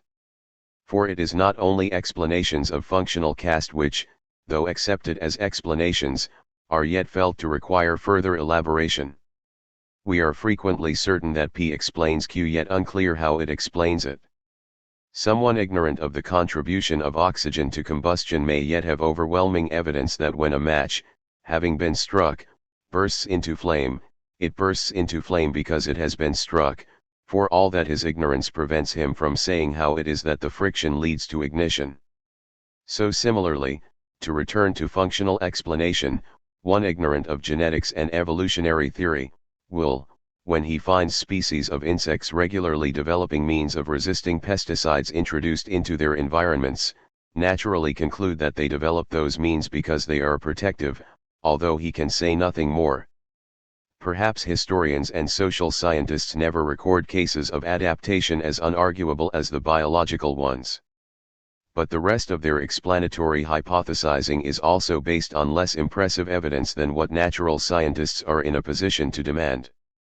Functional explanations, then, have intellectual validity and value, even if it is said that they raise more questions than they answer. For they answer some questions, and the further ones to which they give rise point research in the right direction. But now let us examine some ways in which functional explanations may be elaborated. Consider once again an industry in which average scale of production expands because of the economies large scale brings. We imagined, p. 280, this explanatory judgment being passed without detailed knowledge of a connection between the fact that scale yields economies and the consequent fact that scale expanded. Two elaborations readily suggest themselves. First, we can suppose that the industry's decision makers knew that increased scale would yield economies, and that they enlarged their producing units out of awareness of that functional fact. The functional fact would then play its explanatory role by accounting for formation of the correct belief that an increase in scale would be beneficial, that belief, together with the desire for the relevant benefits, being a more proximate cause of the expansion in size. For obvious reasons, we call this a purposive elaboration of a functional explanation. In the above elaboration we neither assert nor deny that the industrial units operate in a competitive environment. The decision makers might be Gosplaners, setting the course of an industry wholly subject to their will. But purposive elaboration can also apply in a competitive setting, in which case among the known benefits to be had from expanding scale might be the very survival of each of the firms in question. In a competitive economy a purposive elaboration is, as noted, possible, but so is a second important form of elaboration. Imagine a competitive economy in which a certain industry would function more efficiently under increased scale, but suppose the managers of the industry's firms are ignorant of the fact. Then if mean scale expands, it is not because anyone seeks the economy's increased scale promises. Still, some firms increase the scale of their producing units, perhaps because prestige is attached to size, or because the move is seen as a way of reducing tension between managers, or suppose that there is no intention to increase scale, but, in certain firms, an ungoverned drift in that direction. Then we could not say of any particular firm that its scale grew because of the associated economies. But the functional fact might still explain a change over time in the industry's scale profile, if only those firms which expanded, for whatever reason, would have succeeded, in virtue of having expanded, against the competition. Competition is bound to select in favor of firms whose practice is efficient, regardless of the inspiration of that practice. In the case described, we have what may be called a Darwinian elaboration of a functional explanation, for these are its salient elements: chance 20 variation, in scales of production, scarcity, in virtue of finite effective demand, and selection, on the market of those variants which, by chance, had a superior structure. A third kind of elaboration may be called Lamarckian. In Lamarckian biological theory, by contrast with that of Darwin, the species evolves in virtue of evolution within the life history of its specimens, which acquire more adaptive characteristics, and transmit them to offspring. 21 An organ not fully suited to the creature's environment becomes more suited as a result of the struggle to use it in that environment. An example would be teeth becoming sharper as a result of regular chewing on food best chewed by sharp teeth. The suggested elaboration is not purposive, because it is not the intention of the organism so to alter its equipment, it is altered as a result of a use which is not intended to alter it, but which reflects the environment's demands. Nor is the elaboration Darwinian. The initial variations, which are then preserved, do not occur by chance relative to the environmental requirements, and there need not be any competitive pressure on the organism, expressing itself in differential survival rates as between well and ill-equipped specimens. A fourth form of elaboration, really a special case of the first, is appropriate in cases of self-deception. By contrast with the second and third forms, the functional fact operates through the minds of agents, but unlike paradigm purposive examples, it does so without the agent's full acknowledgement. An elaboration of this form for the economies of scale case would be quite fanciful, but it is relevant to Marxian theory, as will be seen. The above classification is not exhaustive, and the types of elaboration reviewed admit of combination with one another. There are often several interlaced routes from the functional fact to the fact it explains. See Wright-Mills contrasted drift and thrust in Social Development 22, and it is easy to envisage agglomerations of the two. Thus, returning once again to economies of scale, there could initially be an unplanned drift to greater average size, controlled by competition, and later a perception of the functional relationship, with increasing thrust as a result. 5. Marxian illustrations. Our discussion will be confined to two central topics: the generation and propagation of ideology, and the adaptation of the economic structure to the productive forces. When Marxists venture functional explanations of ideological and superstructural phenomena, they are often accused of espousing a conspiracy theory of history. A Marxist says it is no accident that left-wing commentators receive little space in major American newspapers, or that British trade union leaders end their careers in the House of Lords. He is then criticized for imagining that an omnicompetent elite exercises fine control over these matters. He sometimes tries to forestall the response by disclaiming an assertion of conspiracy, but too commonly he fails to say in what other fashion phenomena like those mentioned are explained by the functions they serve. Our discussion of non-purposive elaborations of functional claims suggests ways of filling that lacuna, but it is also necessary to point out that Marxists can be too sensitive to the charge that they perceive conspiracies. There is more collective design in history than an inflexible rejection of conspiracy theories would allow, and richer scope for purposive elaboration of Marxian functional theses than that posture recognizes. Thus, while ideologies are not normally invented to fit the purposes they serve, a fairly deliberate and quite concerted effort to maintain and protect an existing ideology is not unusual. According to Christopher Hill, nobility and gentry in 17th century England doubted they would still be able to control the state without the help of the church, and, therefore, rallied to the defense of episcopacy in 1641. For explicitly social reasons. 23 Ruling class persons of no special devotion to an Anglican God frankly professed that the established church was required to ensure political obedience, and acted on that inspiration. Or, to take another example, when a high state functionary, reflecting on the unequal distribution of information in society, concludes that this inequality of knowledge has become necessary for the maintenance of all the social inequalities which gave rise to it. 24 He may be expected to see to the persistence of an educational structure which reproduces ignorance in the right places. Conspiracy is a natural effect when men of like insight into the requirements of continued class domination get together, and such men do get together. But sentences beginning "the ruling class have decided" do not entail the convocation of an assembly. Ruling class persons meet and instruct one another in overlapping milieu of government, recreation, and practical affairs, and a collective policy emerges even when they were never all in one place at one time. There are, of course, many shades between the cynical 25 handling of ideology just emphasized and an unhypocritical commitment to it, and a division of labor between lucid and engaged defenders of dominant ideas can be quite functional. If awareness of the true name of the game penetrates too far down the elite, it could leak into the strata beneath them. There is always a mix of manipulation, self-deception, and blind conviction in adherence to an ideology, the optimal proportions varying with circumstance. All classes are receptive to whatever ideas are likely to benefit them, and ruling classes are well placed to propagate ideologies particularly congenial to themselves.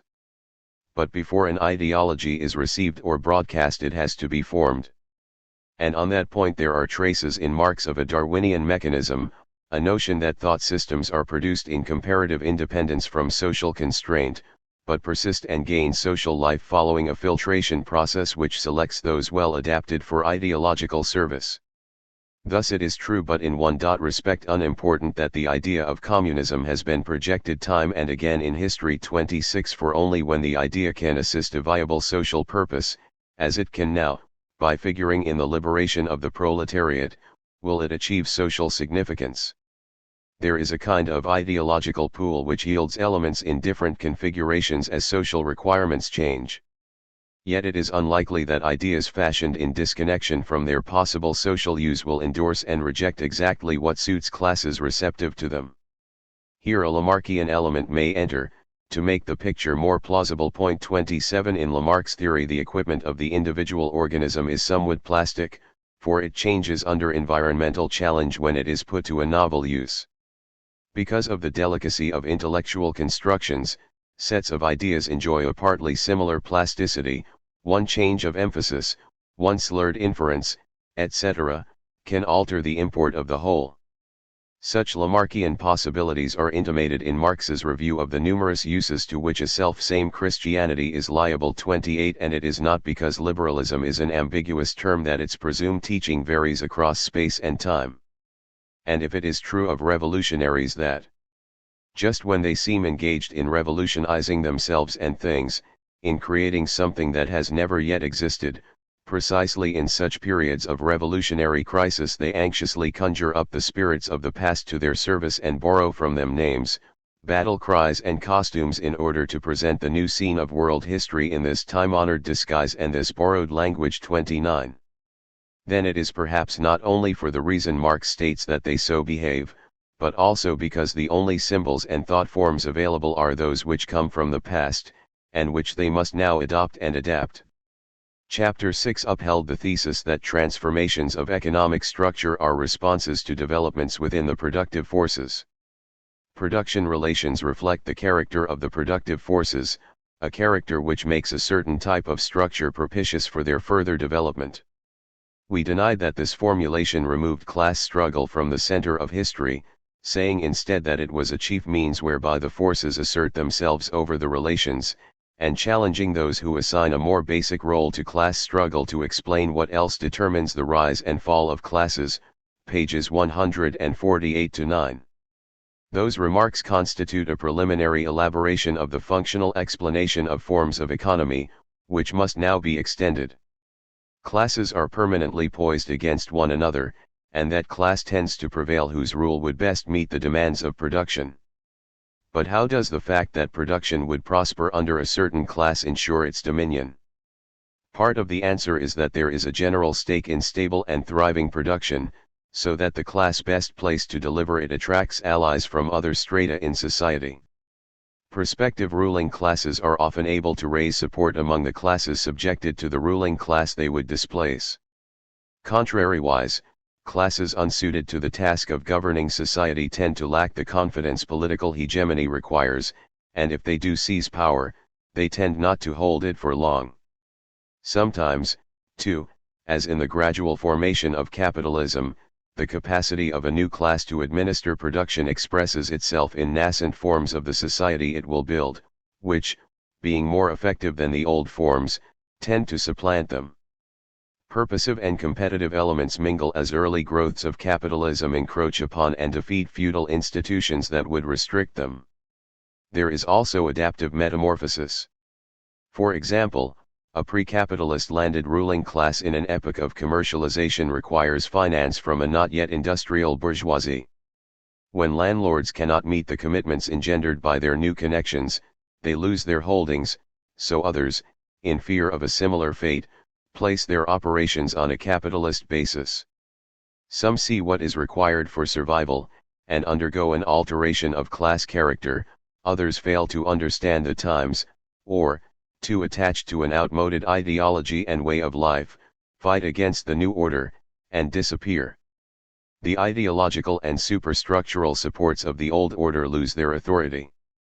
The sense of oppression and injustice always latent in the underclass becomes more manifest, encouraged by the class whose hour of glory is at hand, and the dominating illusions become pallid. Marx supposed that the ideological defenses of existing conditions begin to collapse when those conditions no longer accord with productive growth.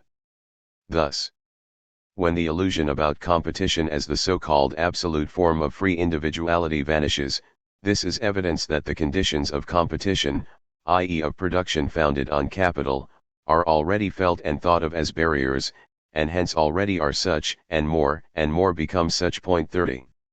In similar spirit, Engels opined 31 that ideas of equality and rectification of injustice are perennial, but that they achieve historical power only when and because there is contradiction between the productive forces and the production relations.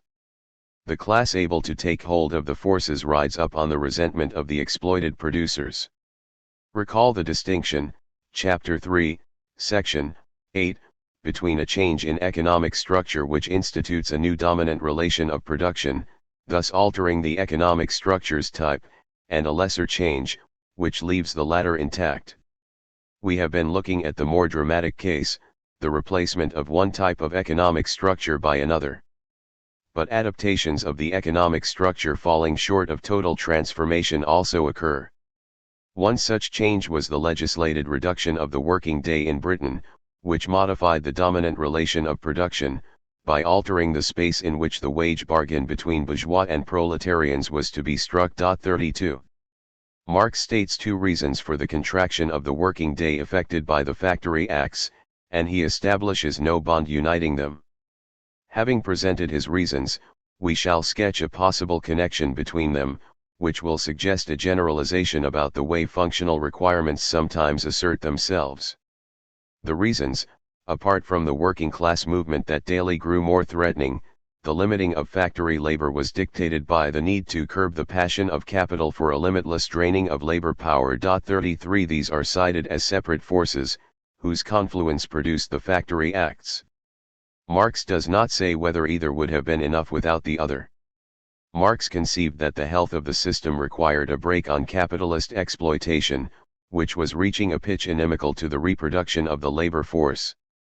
Capital is reckless of the health or length of life of the laborer, unless under compulsion from society.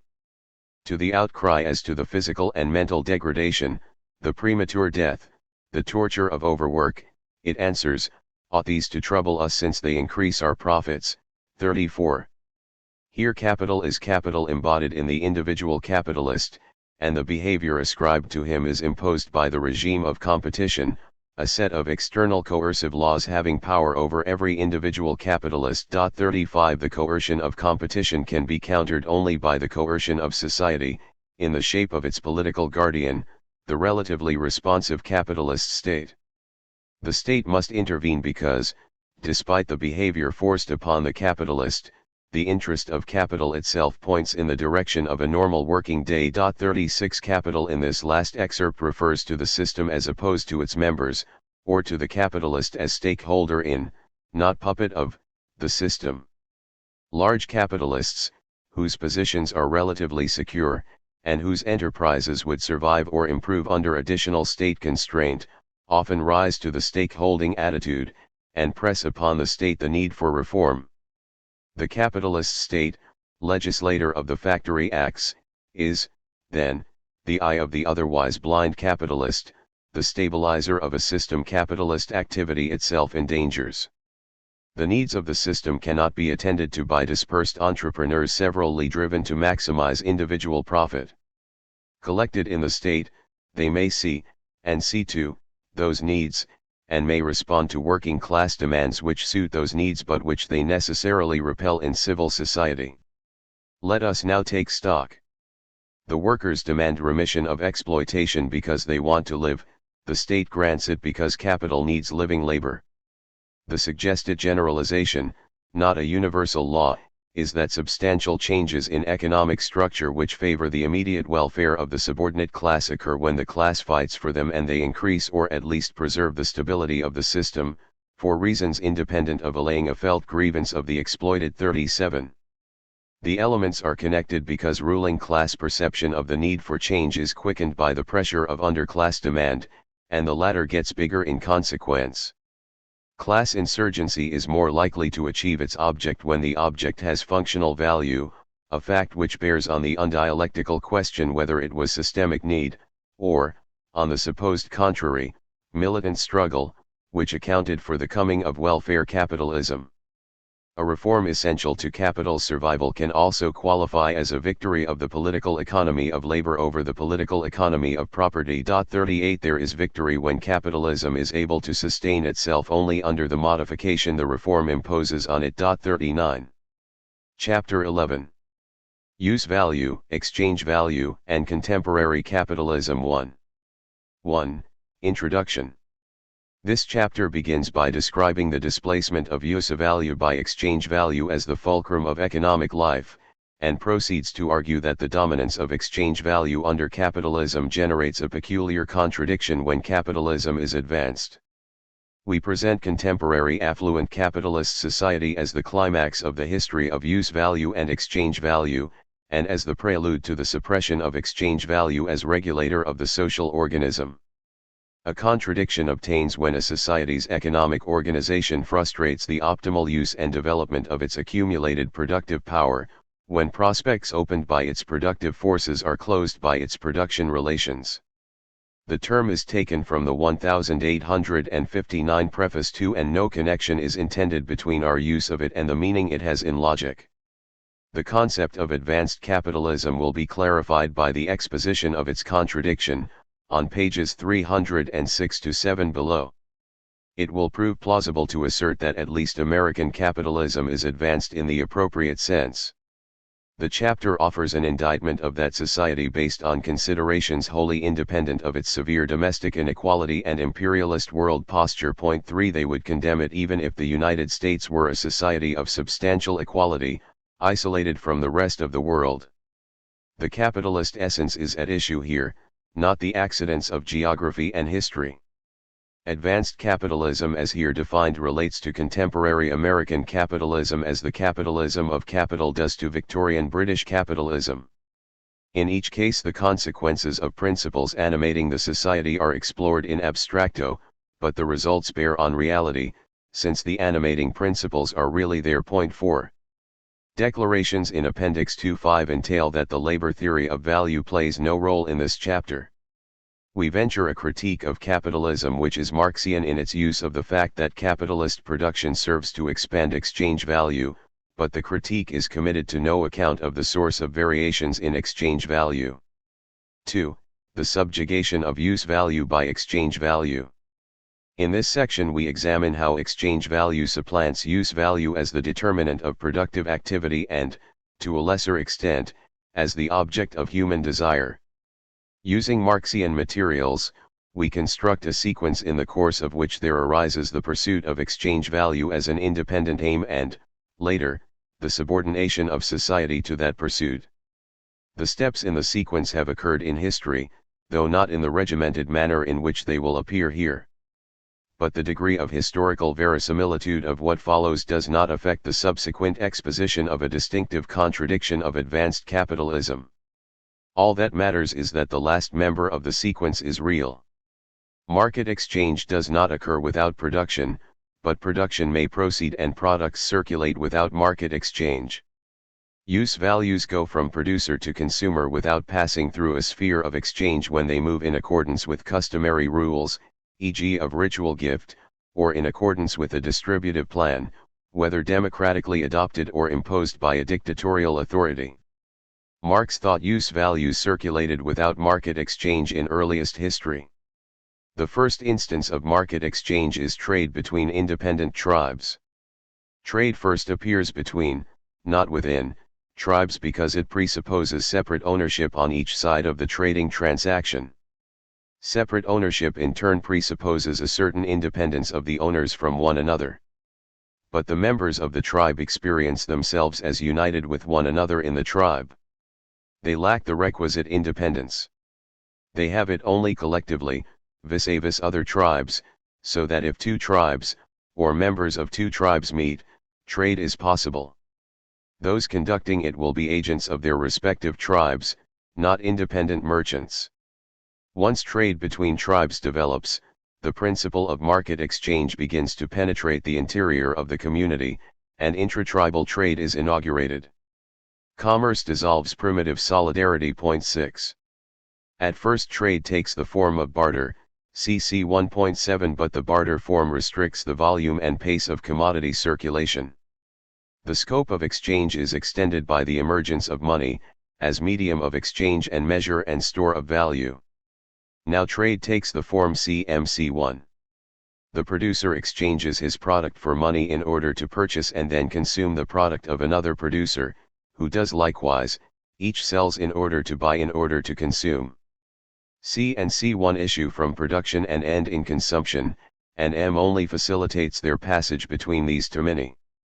Production and exchange are oriented to consumption and therefore to use value. Point 8. Nevertheless, in this consumption-grounded form of trade, exchange value has achieved an independent manifestation, in an object useless for consumption, which has no use value apart from its exchange value. M. The precondition of the merchant's entry is fulfilled. Point 9. His activity rationalizes and accelerates commodity circulation. It suits producers to sell C to him and buy C1 from him. For them M remains a medium of exchange, but for him it is capital. The circuit of his activity is MCM1, he buys in order to sell.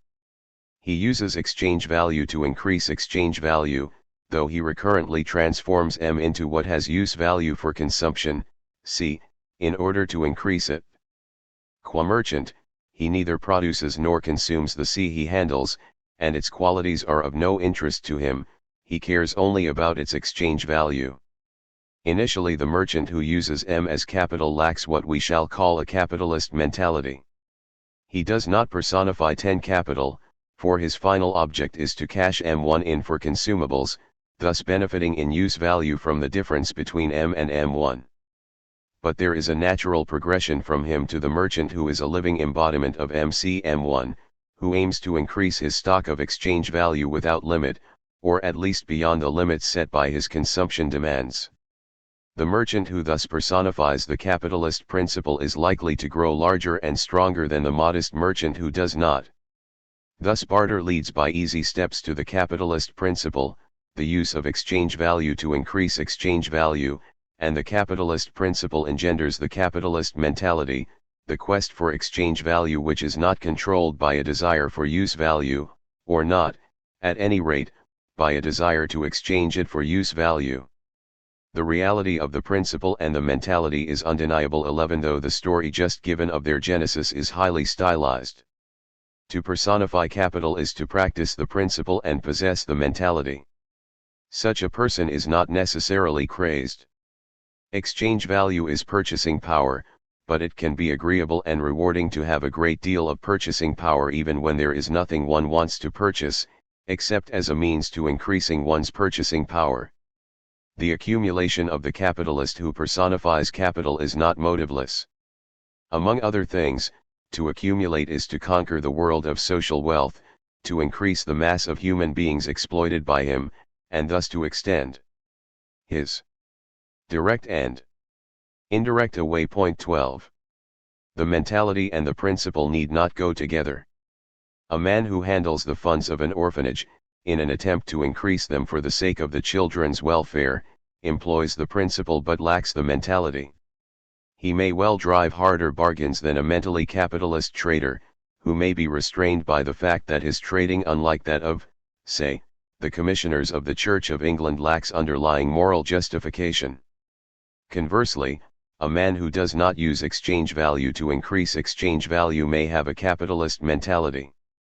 A miserly craftsman who transforms his earnings into a hoard of gold operates non-capitalistically but possesses a capitalist mentality. A modern worker has something of a capitalist mentality if his furniture pleases him because it costs a lot, and not just because he enjoys its comforts. In general, however, the principle and the mentality promote one another. Both the principle and the mentality antedate capitalist society. In capitalist society, all the elements of the productive process have become objects of purchase and sale, and the principal capitalist is no longer the merchant but the industrialist, who travels in Circuit V, CP 352, and whose enterprise, unlike the merchants, essentially involves the employment of labor power. This differentiation does not depend on the labor theory of value, for it does not imply that labor is the sole source of the industrialist's profit. As society develops towards capitalism, larger and larger portions of the productive process fall subject to the capitalist principle. Capitalism is preceded by a succession of mercantile conquests. At first the merchant disposes only of the surplus product of producers. As the division of labor deepens, partly as a result of new market opportunities created by mercantile enterprise, he comes to handle the entire product. Next, he controls the producer's raw materials, and then the tools, which the producer must rent from him. Finally, the producer's labor power becomes a commodity, and the capitalist becomes an industrialist. 13 The formation of the labor market completes the subordination of production to exchange. Now consumable use values are produced only because they have exchange value, and only if the industrialist expects to expand exchange value through their production and sale. Concrete wealth, an ensemble of qualitatively different use values, cedes precedence to abstract wealth, a quantum of featureless exchange value. For the immediate purpose of capitalist production is not the possession of goods, but the appropriation of value, of money, of abstract wealth. 14. 3. A distinctive contradiction of advanced capitalism. The pursuit of abstract wealth proceeds apace in the capitalism of our own day. Whatever other goals a corporation has, it must, on pain of bankruptcy, obey the imperative, seek to expand the exchange value at your disposal. This holds whether firms aim at profit or at growth, for they are different modes of increasing exchange value, and no firm can aim at neither. It also holds whether or not managerialist theses are true. Whoever wields ultimate corporate power is constrained to favor decisions which enlarge the difference between M and M1. It is a paradox, in a loose sense of that term, that in just this society, consumption, whose requirements are by nature finite according to a tradition descending from antiquity 15 eventually knows no bounds. We shall argue that consumer demand becomes bloated when and because production does not have consumption as its controlling goal, when the product is from the outset subsumed under capital, and comes into being only for the purpose of increasing that capital. 16 If the aim of production were use value, much less use value would be sought, produced, and consumed than is in fact produced and consumed. This paradox is not what is meant by a distinctive contradiction of advanced capitalism, for that is a matter of productive forces and production relations. We first explain how advanced capitalism produces the paradoxical situation, and then reveal the contradiction associated with it. Capitalist society is responsible for technological power on an unprecedented scale, progressing at an unprecedented rate. This is because the competitive position of its industrial decision-makers compels them to increase the productivity of production processes. The compulsion does not lapse when capitalism reaches its misnamed monopoly stage, for competition persists in pertinent respects. Since total consumer spending power is finite, heterogeneous products of monopolized industries compete against one another for buyers. There is also competition for shareholders, for skilled labor, etc. Improvement in productivity is a condition of persistence and success in the multidimensional competition which characterizes capitalism in all of its stages. It is therefore the economic tendency of capital which teaches humanity to husband its strength and to achieve its productive aim with the least possible expenditure of means. 17. Now improvements in productivity, whether labor-saving or capital-saving 18 are open to two uses. One way of exploiting enhanced productivity is to reduce toil and extend leisure, while maintaining output constant. Alternatively, output may be increased, while labor stays the same. It is also possible to achieve a measure of both desiderata. Leisure is used broadly here, in rough synonymy with freedom from unappealing activity, and toil refers to activity in so far as it is unappealing. One is leisured to the extent that his time and energy is not spent in the service of goals he would prefer fulfilled without such expenditure. One toils to the extent that the motivation of his activity is remuneration or other external reward. It follows that leisure time can be filled strenuously. It also follows that amelioration of working conditions counts as expanding leisure. The economic distinction between job time and time off coincides imperfectly with the distinction here envisaged between toil and freedom from it. Some gainful employment is enjoyable, and some time off is spent toilsomely. But the distinctions are sufficiently coextensive for the purposes of our argument. What particularly matters is that, as things are, for most people most of the time earning a living is not a joy. Most people are so situated that they would benefit not only from more goods and services 19 but also from reduced working hours and or enhanced working conditions. It is clear that advances in productivity enable gains in either direction, typically at the expense of gains in the other direction.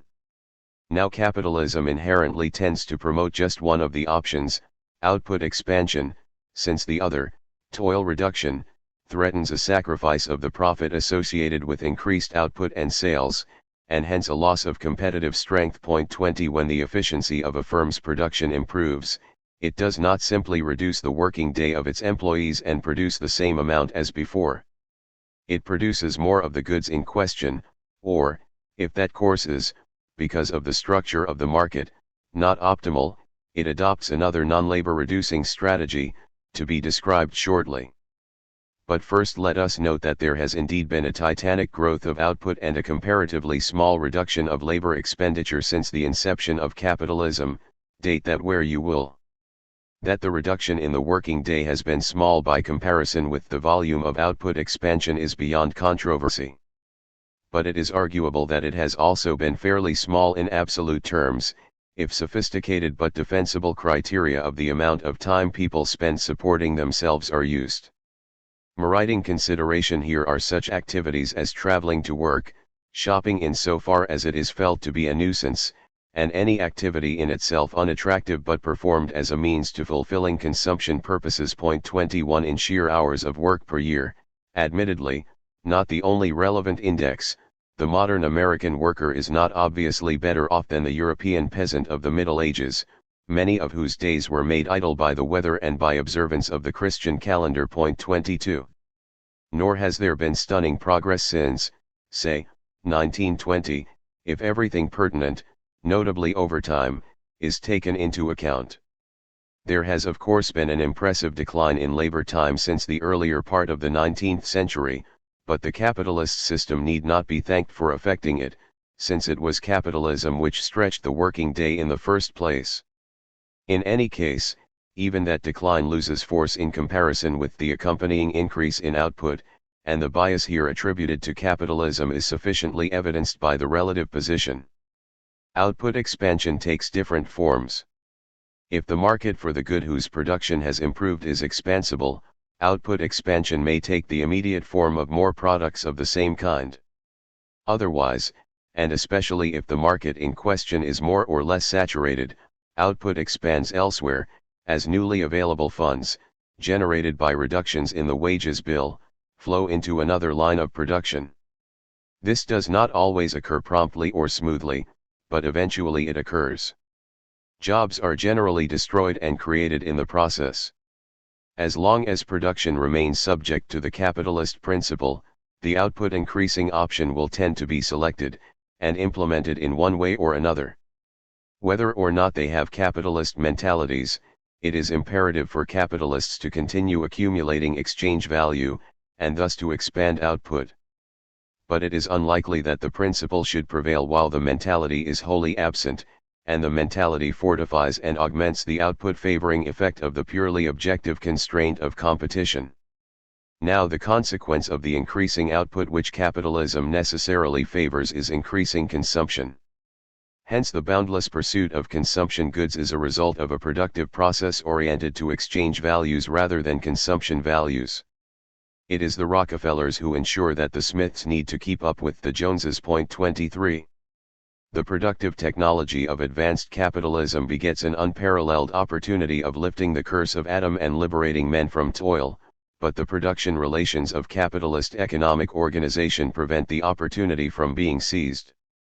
The economic form most able to relieve toil is least disposed to do so. 24 In earlier periods of capitalist history, the bias towards output conferred on the system a progressive historical role. Capitalism was an indispensable engine for producing material wealth from a starting point of scarcity, and there lay its historical justification. 25 But as scarcity recedes, the same bias renders the system reactionary. It cannot realize the possibilities of liberation it creates. It excludes liberation by febrile product innovation, huge investments in sales and advertising, contrived obsolescence. It brings society to the threshold of abundance and locks the door. For the promise of abundance is not an endless flow of goods but a sufficiency produced with a minimum of unpleasant exertion. The dynamic of advanced capitalism is, arguably, hostile to the prospect of a balanced human existence. It certainly upsets the equilibrium of physical nature. The disaffection with its forms of work and consumption shown by part of the young middle class may anticipate in miniature a wider response to advanced capitalism. The pollution/resources impasse, present or future, is the unequivocal answer it gets from the elements.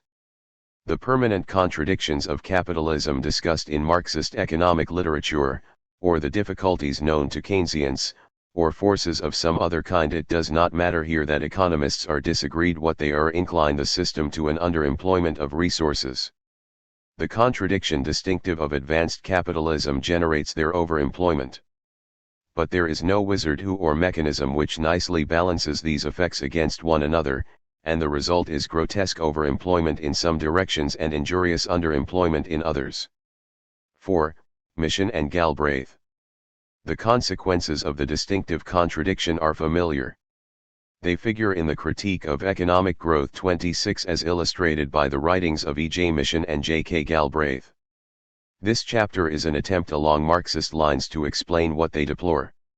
Mission sees what he calls growth mania as a property of advanced industrial society as such, or of the growth men whose ideology governs it.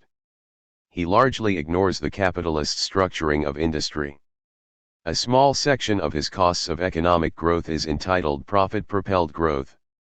Yet the evils he identifies in the rest of the book are also attributable to profit propulsion, to the enclosure of production within circuit v. Mission grounds them in the mania for growth, a syndrome he does not attempt to explain. We say it is the natural reflection in consciousness of practical adherence to the capitalist principle. Galbraith's purview is larger than Mission's. He does not refer the bias in favor of output to growth mania. He believes it is not the images of ideology but the imperatives of technology and organization which determine the shape of economic society. 27 High technology generates new power relationships, which in turn establish the primacy of production. In particular, technology shifts power to the highly trained persons who operate it. The technostructure of salaried engineers, economists, market analysts, personnel experts, etc., wrest control from entrepreneurs, shareholders, and bankers.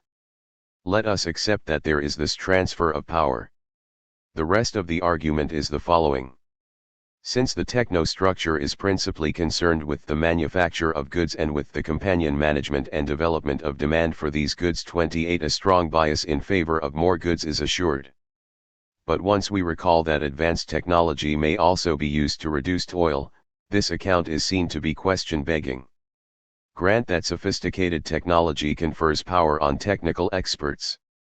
It does not follow, unless the need to make profit of secondary import for Galbraith is introduced, that they will favor output, not leisure.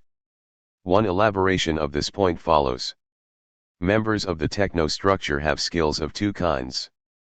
Some, e.g. those of the sales force, are especially suited to promoting consumption, but others, e.g. those of production engineers, could also be used to extend leisure. 29 The proposition that technology gives authority to possessors of technical knowledge does not explain the demand for the first set of skills, nor the use to which the second set is put.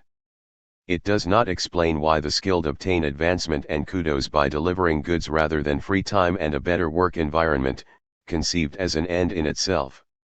What explains these phenomena is the extra-technological fact that this technology appears within a capitalist economic structure. The supposed circumstance that industry is in the grip of unchallengeable experts leaves the choice between output and leisure open. It is closed by the imperative of capital accumulation alone. The great fault in Galbraith's position is that he relates the output emphasis to the modern firm's supposed transcendence of market constraints, whereas it derives from the persistence of those constraints. The huge corporation is well placed to meet them, but it does not follow that it has escaped them. While the market-controlling enterprise has less need to fear insolvency than the old-style competitive firm, it has no less need to avoid it, and to pursue the output-expanding policies which help to ensure against it.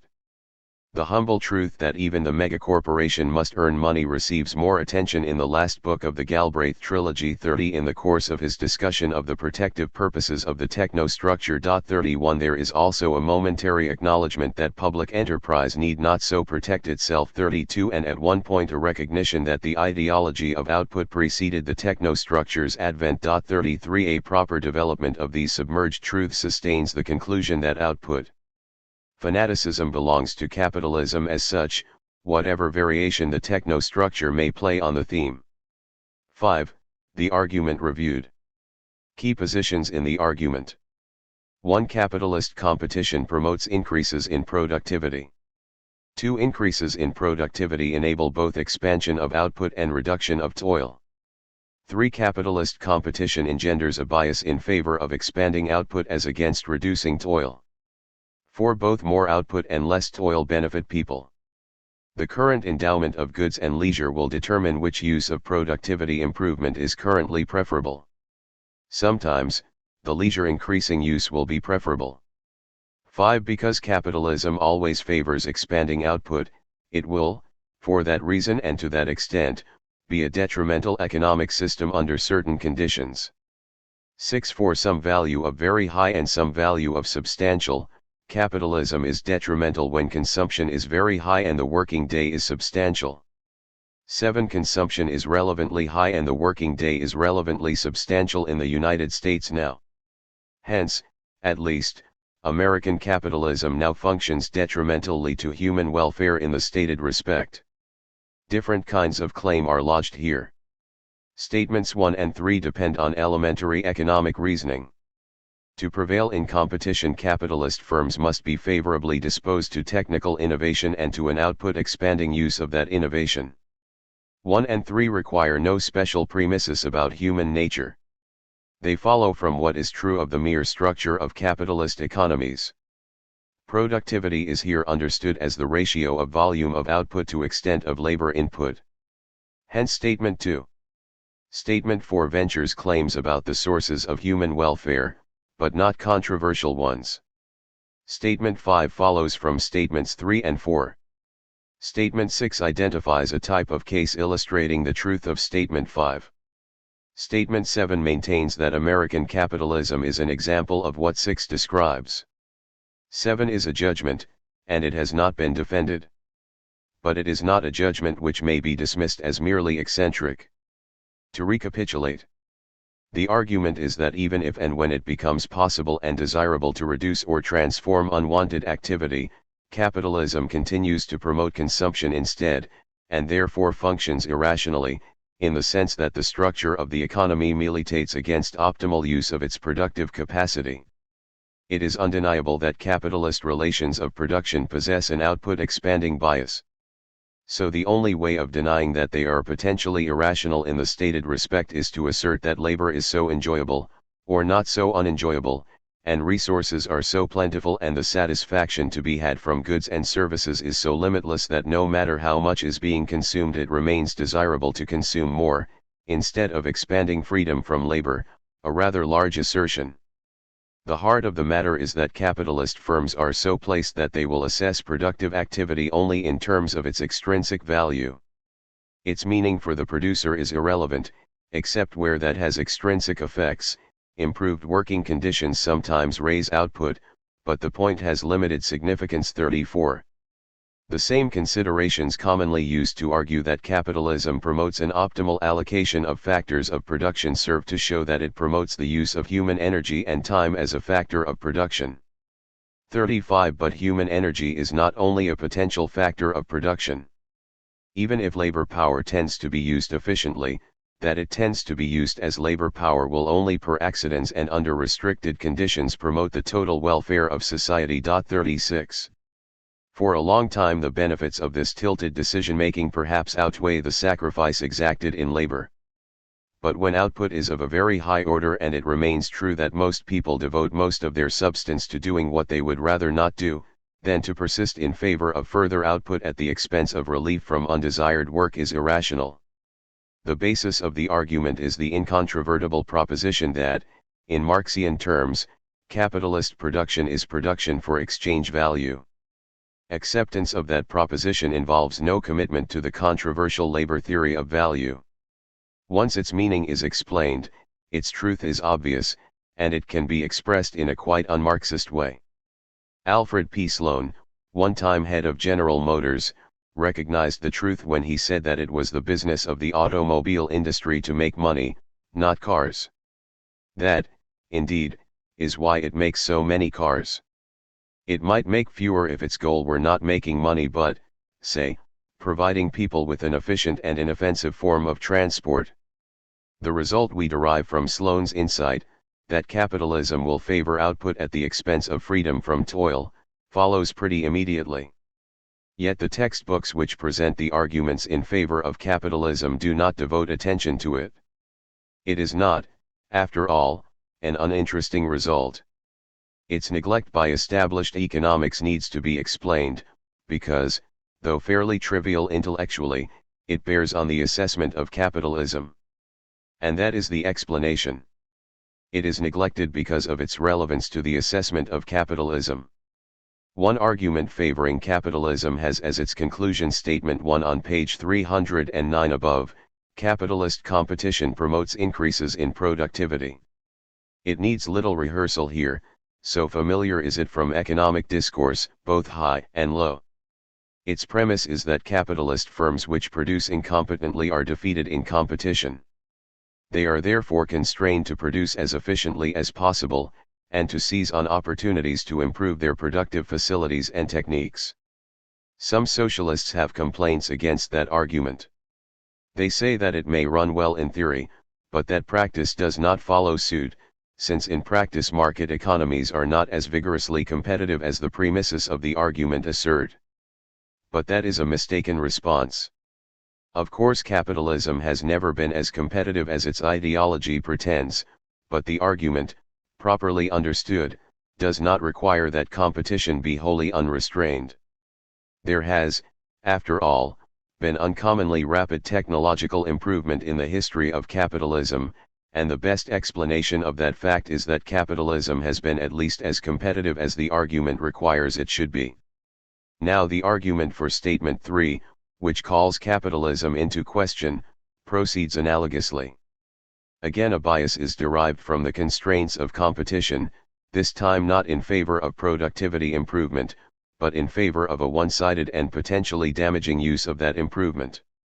And this argument too is subject to qualification, which, once again, does not destroy its importance.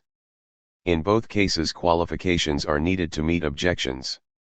Thus it might be said, against the main contention of this chapter, which rests on the competition model, that if people do not want to consume more, but prefer more leisure, they will offer less labor power, and capitalist firms, on the competition model 37 need not care, so long as the attitude is quite general. A given firm will survive even if it produces no more than it did before productivity increased, as long as other firms behave similarly, as broadly speaking all will have to if the aversion to increased consumption is general. Section 7 deals with what is true in this objection. But here we point out that quite the same order of comment may be directed against the more familiar argument for statement 1. Capitalists need have no interest in increasing their efficiency apart from the danger that other capitalists will do so, and the danger disappears to the extent that workers are successful in resisting technological change, something they are not unknown to do. Statement 3 needs to be defended against objections, but so does Statement 1, and nothing justifies the enormous disparity between the consideration given the latter and the utter neglect of the former in bourgeois economic theory and publicity. 6. Is capitalism a necessary condition of the distinctive contradiction? Now the argument shows only that capitalism is a sufficient condition of the distinctive contradiction. Is it also a necessary condition? Do other economic forms generate the same irrationality? Would the overthrow of capitalism ensure escape from it? Capitalism is a society whose production is governed by the capitalist principle and which exhibits a division between a capitalist and a laboring class. 38 But capitalism's preference for output depends largely on the first feature. We may envisage class undivided societies whose production follows the capitalist principle. 3 Such will be depicted, and then a society whose production is not subject to the principle will be considered. The 3 may be called egalitarian market societies. In each competition induces a tendency to output expansion, but to only 2 of them may we also ascribe movement towards the distinctive contradiction. None has occurred in history, and none represents a viable alternative for the future. The first is a variant of what Marx called simple commodity production, a market economy of self-employed producers who hire no labor. Given sufficient competition, each producer will be motivated to raise his productivity, lest competitors who do so drive him out of the market by outselling him. Productivity is improved by, for example, use of superior producer goods sold by innovating blacksmiths. What is more, he will be inclined to exploit increased productivity for output expansion, since only by the extra sales thereby gained will he be able to finance further needed productivity improvements. But simple commodity production is incompatible with really advanced technology which socializes labor and so also with really high output. Its tendency to promote economic growth would lead to its self-destruction and replacement by capitalism, before it came in sight of the distinctive contradiction. The second type is a set of firms each of which is wholly owned by its employees, who share fairly equally the firm's income.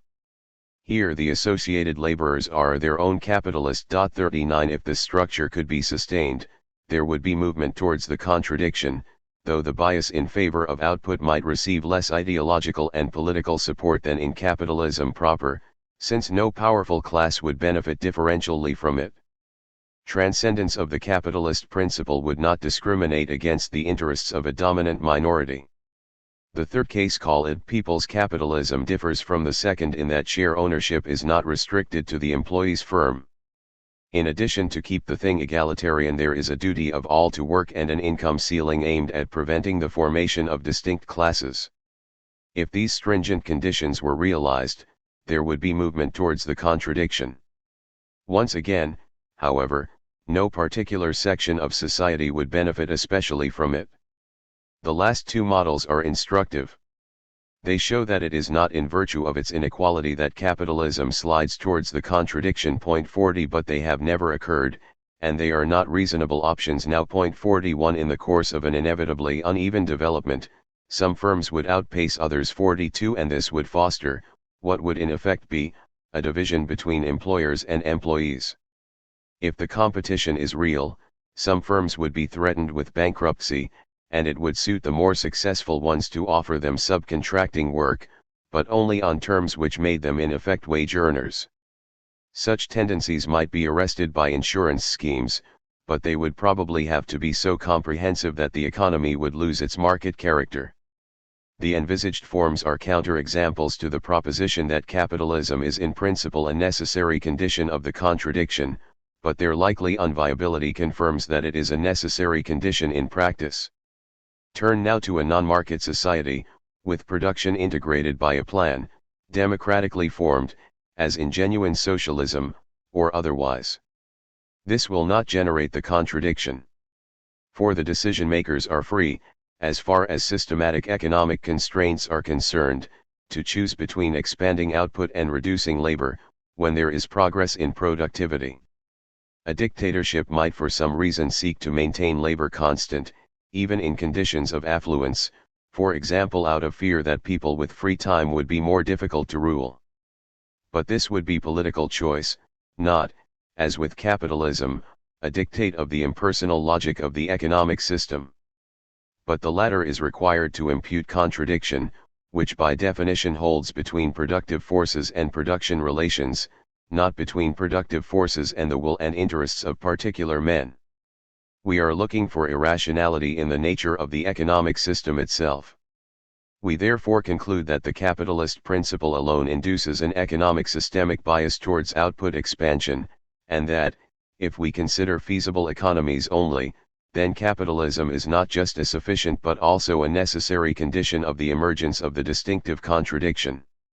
Now the foregoing, even if correct within its own terms, may seem disappointing. For it is conceded that a non-capitalist regime may in fact sustain a drive for more and more output, the insistence being merely that the economy over which it presides does not dictate that choice. And indeed there is good reason to think that the Soviet leadership, bent on overtaking capitalism, would continue to stress production before all else even when that emphasis ceased to be defensible. 43 The author once remarked, in conversation with Soviet academics, that whereas an American manager is motivated to conceal pollution caused by his plant, a Soviet manager can publicize it and request subventions to counteract it. One sociologist replied, "You are naive. If he publicizes it, he will be replaced by someone who is more discreet." 44. For all that, the distinction between a policy choice and the natural result of the normal functioning of an economic system retains intellectual and practical importance. There are surface resemblances between the maladies of the Soviet Union and the United States, but different diagnoses apply, and different remedies are required. Political change in the Soviet Union could lead to altered priorities with no dramatic reshaping of its economic system. In America the problem is different. It is hard to conceive governmental measures which would arrest the impulsion towards output expansion without striking hard at the capitalist system itself, not to mention its powerful ideological encasement. It is even questionable whether American capitalism will be able to deal effectively with pollution, which is just one side of the problem. Capitalist enterprise does not thrive hedged round by regulations and directives, even supposing that their passage and enforcement are politically feasible in the face of corporate power. 7. An objection. Here is one way of developing the objection mentioned on page 313, you have proved at most that capitalism tends to select output expansion. It does not follow that if it actually expands output, then this is adequately explained by the bias you identified. There are other tendencies attributable to capitalism on similar grounds, the need to accumulate capital, which are completely unfulfilled. One is the tendency of firms not to raise their workers' wages. The tendency is there, but its effect is neutralized by countervailing trade union power. Why does that same power not check the propensity towards output? Why do unions generally press for more income rather than less labor? If the system's bias harms their members' interests, why do they cooperate with it? When the contradiction looms, why does union policy not change? If the United States has crossed the border into contradiction, why is union policy what it is? Note the nature of the objection. It is not, output expansion is favored not by the system but only by the aims the population wants the system to accomplish. That claim cannot stand, since the system demonstrably possesses an output expanding bias. But the presence of that tendency does not show that it explains the realization of what it is a tendency to. That lesser claim is the basis of the objection. We shall meet the objection by exploiting quite uncontroversial premises. It is easily met on the radical premise that much of what is consumed gives no real satisfaction, but people cherish it because they are dupes of advertising and ideology. Later, a reduced version of that thesis will be defended, but first let us magnanimously assume that by and large the given consumer goods are desirable, that desire for them is in some relevant sense awakened, not contrived, by advertising and affiliated processes, and that the satisfaction they afford is genuine. On the other side, the opponent must concede that plenty of labor is not desired. If God gave workers gratis the pay they now get, and granted them freedom to choose whether or not to work at their jobs, For as long as they pleased, without remuneration, then there would result a very substantial decline in laboring activity. Superficial observation suggests that people enjoy what they consume, but it also reveals that they do not enjoy much of what they must do to be able to consume it. Then what advertising, etc., may be said to do, on the most generous account, is to draw attention to and emphasize, what we have supposed are, the independently desirable qualities of the products it displays. This is balanced by no similar campaign stressing the goods of leisure. No ads say, when your union negotiates, make it go for shorter hours, not more pay.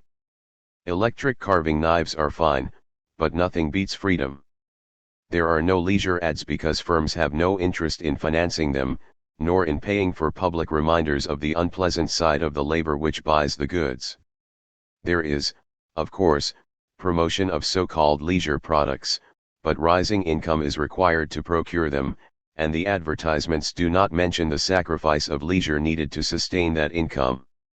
One can imagine someone saying, in an extreme case, I am taking a weekend job to maintain the payments on the snowmobile I use at weekends 45. Thus labor acquiescence in the bias is itself traceable to the bias, workers are influenced by its operation in the emphases promoted by the media. 46. The foregoing skepticism about the process of desire formation in capitalist society does not rest on a theory disclosing the optimal desire structure for human beings, that would be difficult to supply. It would, more particularly, be hazardous to attempt a realistic general statement of the relative merits of increments of consumption and leisure at varying levels of each. Such doctrine being forsworn, what are the principles behind the critique that was given? A distinction obtains between what a man is disposed to seek, and what would in fact afford him satisfaction. We can, on that basis, distinguish, more elaborately, between two schedules pertinently descriptive of a person's make-up and circumstances, his pursuit schedule and his satisfaction schedule. Each orders objects of his desire, but from different points of view. The pursuit schedule orders them by reference to the relative strengths of his dispositions to seek them. The satisfaction schedule orders them according to the amounts of satisfaction he would obtain from possessing them. We ignore, a. satisfactions he would obtain from objects he does not pursue, and, b. probabilities of attaining pursued objects, suppose that whatever is pursued is attained. These schedules are, of course, constantly changing with changes in information, taste, and external conditions, but we can say that a person's situation at a given time is likely to be unfortunate to the extent that objects are differently ordered in his two schedules. If the ordering in his satisfaction schedule differs from the ordering in his pursuit schedule, he is unlikely to be making optimal use of the resources available to him. Now if an agency increases a man's pursuit of an object, without commensurately increasing the satisfaction he would get from possessing it, then it probably produces the unwanted misalignment of schedules, and therefore has a negative effect on his welfare, unless his pursuit of the object increases because the agency supplies a more accurate account than he had before of the satisfaction it would give him, in which case, and in that respect improved alignment results. But the agencies in capitalist society which promote a preference for output over leisure cannot be credited with a comparable tendency to increase the satisfaction to be had from output as opposed to leisure, nor may they be said to provide a more accurate account than might otherwise be available of the relative values of the two. There is therefore a case for saying that they corrupt the individual's preference structure, a claim we can make without describing the content of an uncorrupted preference structure. We criticize capitalism not because it causes desires which might otherwise not have arisen, but because it causes desires the fulfillment of which does not afford an appropriate degree of satisfaction. The system requires the pursuit of consumption goods, it is indifferent to the quality of satisfaction which lies at the end of it, except in so far as high satisfaction might reinforce the pursuit. But it is naive to think that a particularly effective way of sustaining the commitment to consumption is to make consumption rewarding. On the contrary, there is reason to suppose, and here we approach the radical premise, p. 317, not used in our reply to the objection that the pursuit of goods will, in important ranges, be stronger to the extent that their power to satisfy the pursuer is limited. The system cannot abide consumers who are content with what they already have. As Baker says, while trying to increase sales and profits, a business enterprise will want to create tastes that are, 1. cheapest to develop or stimulate, and 2. for which palliatives can be produced, but 3. which are never completely satisfied and do not cause other desires to be satiated. 47. Business wants contented customers, but they must not be too contented. Otherwise they will buy less and work less, and business will dwindle. Finally, a reply to those who use their leisure time arguing that if people had lots of it they would not know how to use it. No well-confirmed propositions about human beings support this arrogant pessimism. It is, moreover, predictable that a society rigged up to maximize output will fail to develop the theory and practice of leisure. 48. And this further manifestation of the output bias adds to the explanation of general acquiescence in it. Free time looks empty when the salient available ways of filling it are inane. 8. The bias of capitalism and Max Weber. We have seen that in capitalist practice it is a mistake to reduce labor time when output can be raised instead. The same emphasis is unthinkingly taken for granted in much bourgeois ideology, and it operates as an unstated premise quite widely in academic analysis. 49. We limit ourselves to one instructive example. Max Weber did not welcome every aspect of capitalist civilization. But he did turn its pathetic preference for output into a canon of rationality. At the beginning of all ethics and the economic relations which result, is traditionalism, the sanctity of tradition, the exclusive reliance upon such trade and industry as have come down from the fathers. This traditionalism survives far down into the present. Only a human lifetime in the past it was futile to double the wages of an agricultural laborer in Silesia who mowed a certain tract of land on a contract, in the hope of inducing him to increase his exertions. He would simply have reduced by half the work expended because with this half he would have been able to earn as much as before. This general incapacity and indisposition to depart from the beaten path is the motive for the maintenance of tradition. 50. Weber regarded the laborer's response as other than rational, for he tendentiously contrasted traditional and rational behavior. Suppose we allow that contrast. Then Weber still fails to show that the peasant reacted traditionally and hence, on his view, non-rationally. For he did not continue to do what he had always done. He began to work a lot less than before. To cease to work from sunrise to sunset is to forsake tradition at least as much as to work no less hard, or harder, at twice the old wage rate. Only a fixation on material goods as against freedom from toil could incline one to think otherwise. Indeed, the laborer's choice was probably rational. He could not be certain what increase in consumption welfare would attend the rise in money income. Clearly it would not have doubled as a result. Reasonable conjectures regarding the marginal utility of goods and the marginal disutility of labor in his particular situation suggest that in opting for labor reduction he won a more substantial benefit. 51. 9. Obiter dicta. 1. We promised, p. 297, to ignore the inequality characteristic of capitalism, but two inequalities of real capitalist society will now be remarked. First, there is now among the higher echelons of the employed a considerable amount of what can be called job time leisure. This must modify our judgment, p. 305, of the degree to which the anti-leisure tendency has manifested itself in practice. Note, though, that the uneven distribution of agreeable working conditions receives less attention than it might, because the output bias makes off-work consumption levels the preponderant criterion of individual welfare. Turning to consumption, we confess our awareness that output under capitalism is shared very unequally. And that uneven distribution, reflecting differential class power, helps to sustain the output emphasis. Having overtaken the Joneses, the Smiths now set themselves to catch up with the Jacksons. The skewed distribution of the overvalued fruits of production reinforces the overvaluation. The structure of consumption under capitalism fosters a desire for goods which necessarily outruns the capacity of the average person to satisfy it. More reason to be skeptical about the contribution of consumption to personal well-being in capitalist society. 2. This chapter has made little reference to the grave problem of future provision of natural resources and energy. No one knows how big the problem is, but we may perhaps be guided by the mature judgment of the authors of Only One Earth 52, for whom it is great but soluble, if major changes are instituted in inherited patterns of production and consumption. An attempt will now be made to relate this important issue to the preceding discussion. Whatever the size of the problem would otherwise be, it is certain that capitalism aggravates it.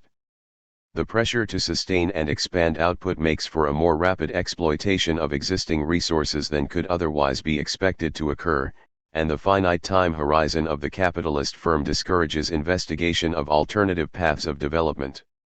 What is more, the consequent conditioning of society to forms of consumption which draw upon prodigious quantities of irreplaceable material makes new paths harder to embark upon. The longer capitalism and its bias prevail, the more difficult will be the transformation which appears to be necessary. The resources crisis, then, scarcely gives reason for tempering this chapter's critique of capitalism. But it could be thought that it makes the implied account of the post-capitalist prospect look naive. For if natural resources are to be used more sparingly, recourse to them must to some extent be replaced by continued reliance on human labor power, and it then might seem that the promise of increased leisure cannot be fulfilled. But those reflections depend upon a crude concept of leisure, quite different from the one defined on page 304 above. By leisure we have meant freedom from unwanted activity, not freedom from productive activity. That the two have gone together under capitalism does not mean that they are fated to coincide in the future. The rhythm of development of the productive forces in capitalist history has been heedless of the quality of the work experience, and the growing knowledge at the center of productive power has been objectified 53 in highly limited ways. Productive knowledge might now be objectified in civilized forms, even if repellent objectifications were unavoidable in the past. 54. It is possible to envisage creative labor processes which are less appetitive of scarce resources and which meet the concept of leisure as understood here. An enriched working day is not a second best to be embraced only if a contracted working day is impossible. That should be obvious, yet it runs against a deep current of thought in Marx, which finds its most articulate expression in the following passage, one which Marxists like to quote in evidence of Marx's lack of utopianism, but which may be too pessimistic. The realm of freedom actually begins only where labor which is determined by necessity and mundane consideration ceases, thus in the very nature of things it lies beyond the sphere of actual material production. Just as the savage must wrestle with nature to satisfy his wants, to maintain and reproduce life, so must civilized man, and he must do so in all social formations and under all possible modes of production. With his development this realm of physical necessity expands as a result of his wants, but, at the same time, the forces of production which satisfy these wants also increase. Freedom in this field can only consist in socialized man, the associated producers, rationally regulating their interchange with nature, bringing it under their common control, instead of being ruled by it as by a blind power, and achieving this with the least expenditure of energy and under conditions most favorable to, and worthy of, their human nature. But it nonetheless still remains a realm of necessity. Beyond it begins that development of human energy which is an end in itself, the true realm of freedom, which, however, can blossom forth only with this realm of necessity as its basis. The shortening of the working day is its basic prerequisite. Point 55. On this account, freedom inside socialist industry is regrettably limited, and Marx looks for what he calls true freedom beyond the economic zone. His idea is not that labor is no longer a means of life but life's prime want. 56, but that, being a means of life, it cannot be wanted, and will be replaced by desired activity as the working day contracts. This negative appraisal of future working conditions, however warranted it may be on other grounds, and we must hope that there are none, here rests on a fallacious conflation of distinct ideas. Granted, there will always be a set of operations on whose completion the provisioning of the race depends. But it does not follow, and it is not equally undeniable, that there will always be tasks which men perform against their inclinations because they have to. That a task must be and is fulfilled does not imply that the motive for its performance is that its performance is necessary. Some eating is enjoyable. But Marx asserts this implication when he says that the realm of freedom, first glossed as activity not determined by mundane requirements, must in the very nature of things lie beyond the sphere servicing those requirements. Up to now the character of the productive forces has imposed on work the property of not being performed for its own sake. Whether it must retain that property in future is a complex question of technology and psychology, not a matter of the manifest very nature of things. The possibility Marx swiftly excludes is that material necessities might be met, at least partly, by that development of human energy which is an end in itself. One cannot settle a priori the extent of compatibility between labor and creative fulfillment. Marx thought he knew the compatibility would always be small. Hence his need to forecast diminishing quantities of labor. It is not a prediction believers in human liberation are forced to accept. Chapter 12. Fettering. 1. I found a lot of ambiguity in traditional statements of historical materialism, and much of KMTH1 was, consequently, an exercise in disambiguation. But I have become aware, partly as a result of the large amount of excellent criticism to which the book has been subjected, that it contains at least as much ambiguity as it dispels. One important ambiguity was spotted by Richard Miller too. It is the vacillation, in KMTH, between contrasting conceptions of what it is for relations of production to fetter productive forces, conceptions which, following Miller, we can call those of absolute stagnation and relative inferiority. On the absolute conception, fettering relations prevent all further improvement in productivity. On the relative conception, they may or may not do so, and there is no reason to think that in general they do so, for on the relative conception there is fettering when different feasible relations of production would develop the productive forces faster, and not just temporarily, but over a considerable period of time. On the relative conception, fettering obtains when existing relations are not optimal for further development of the productive forces. It is natural, at this point, to try to choose between the two conceptions, but, as we shall see, it is difficult to favor either. An adequate conception of fettering must meet two constraints, imposed by the 1859 preface sentences which introduce the notion of fettering. At a certain stage of their development, the material productive forces of society come in conflict with the existing relations of production. From forms of development of the productive forces these relations turn into their fetters. Then begins an epoch of social revolution. Point 3. The first two sentences lay down what may be called the predictability constraint. It must be plausible to suppose that, under continued development of the productive forces, relations do, sooner or later, become fetters. The revolution constraint, which comes from the third sentence, is that it must be plausible to suppose that when relations become fetters they are revolutionized. Further sentences entail that productively superior relations of production are installed in the course of the epoch of social revolution. But that will not here figure as a constraint. For present purposes, it is possible that the revolution should prove abortive and induce no progress at all. An epoch of social revolution could be a struggle between socialism and barbarism, which barbarism wins. Let me say what is meant by calling the foregoing constraints on an adequate conception of fettering.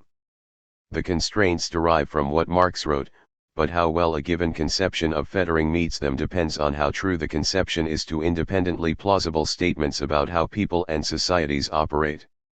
To illustrate for the case of the revolution constraint, since Marx said that fettering is followed by revolution, an adequate conception of fettering must make it likely, given how the world works, that fettering would indeed be followed by revolution.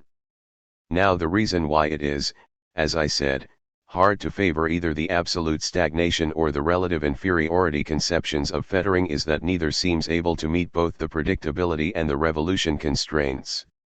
The absolute conception perhaps meets the revolution constraint, but I doubt that it meets the predictability constraint. Is there reason to think that, were capitalism, for example, to last forever, then the development of the productive forces would at some point entirely cease, even if there is abundant reason to think that, were their development to stop, an epoch of revolution would ensue.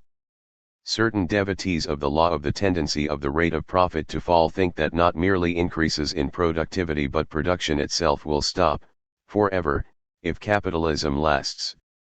They have no difficulty espousing the absolute conception of fettering, but non-communicants of their sect are not in the same position.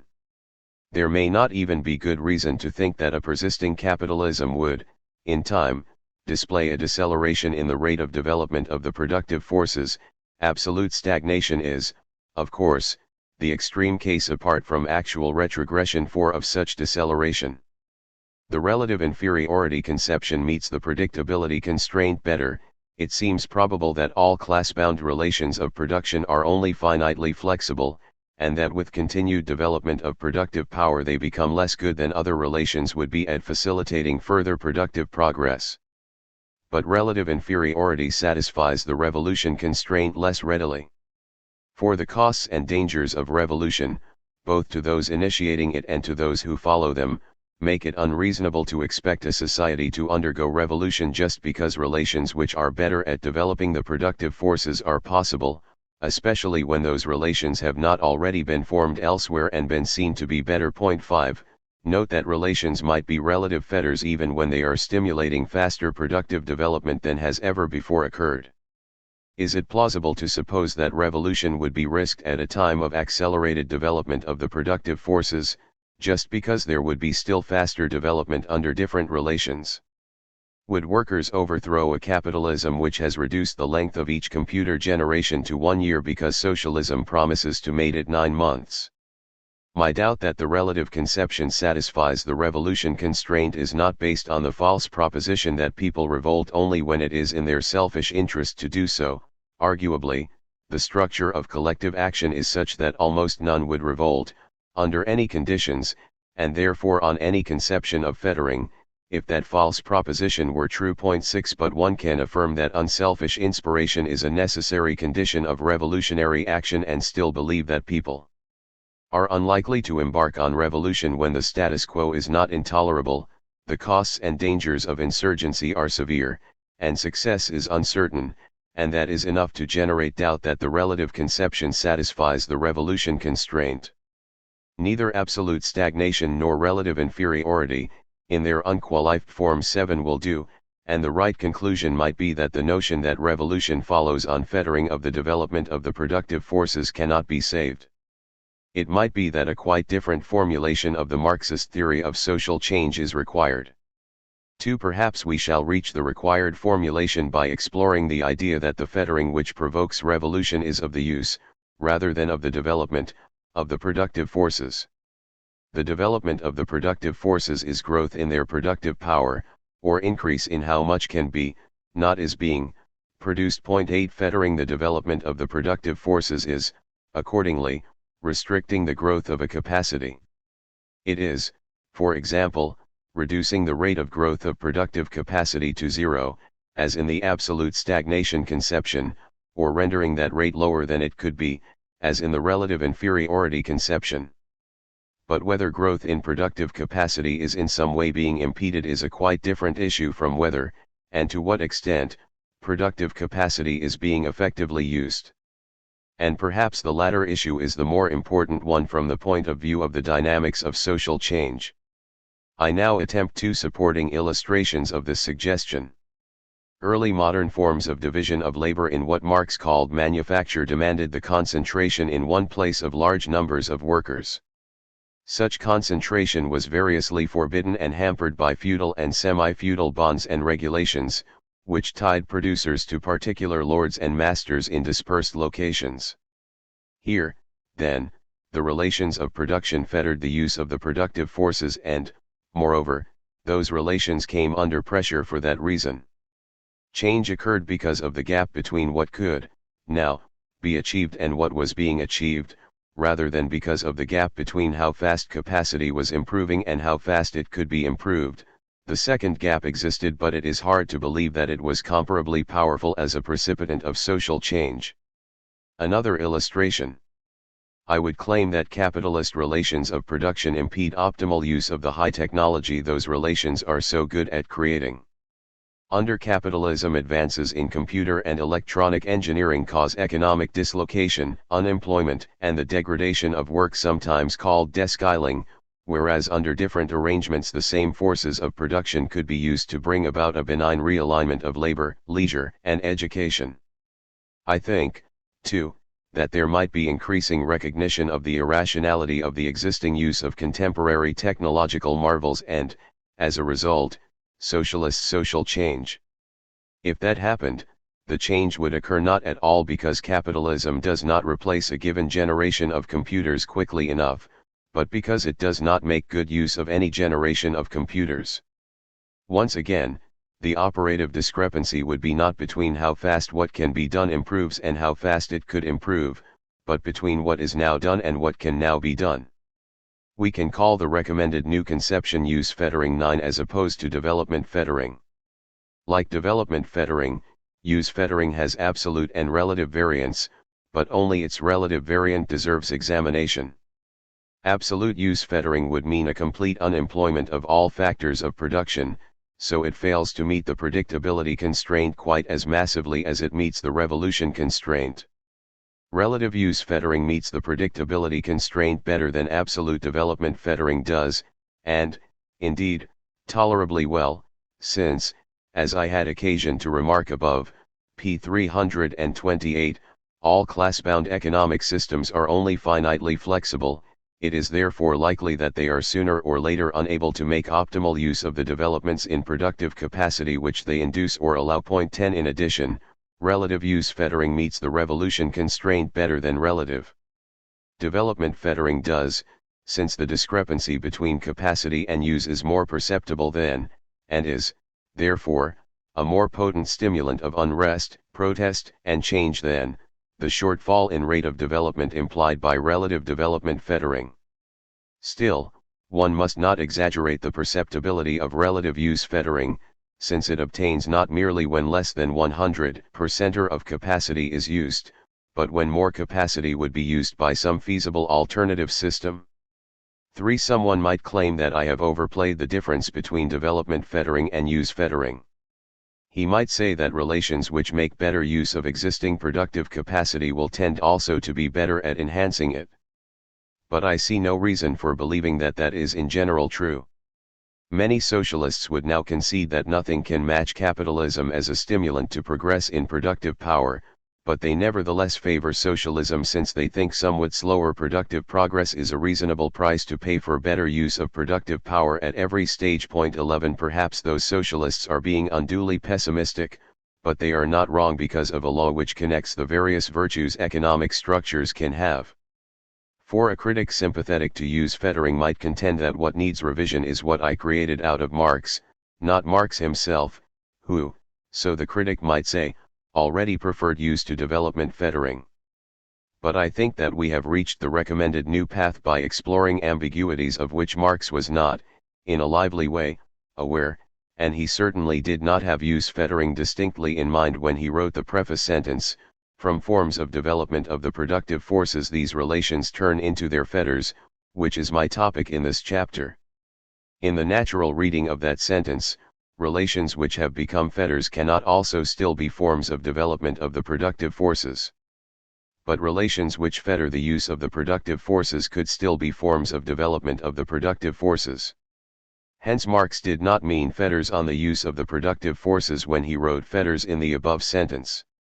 Now, while Marx did not mean fetters on use when he wrote fetters in the preface, he might, nevertheless, have thought that development fettering relations are, by their nature, also use fettering ones, and, even if he did not think that very strong thing, I am sure that he did think that use fettering often accompanies development fettering.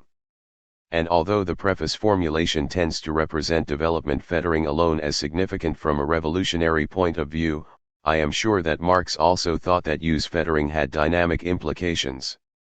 Sometimes, though not in the preface, Marx meant by the development of the productive forces a process which I would subsume under the concept of their use.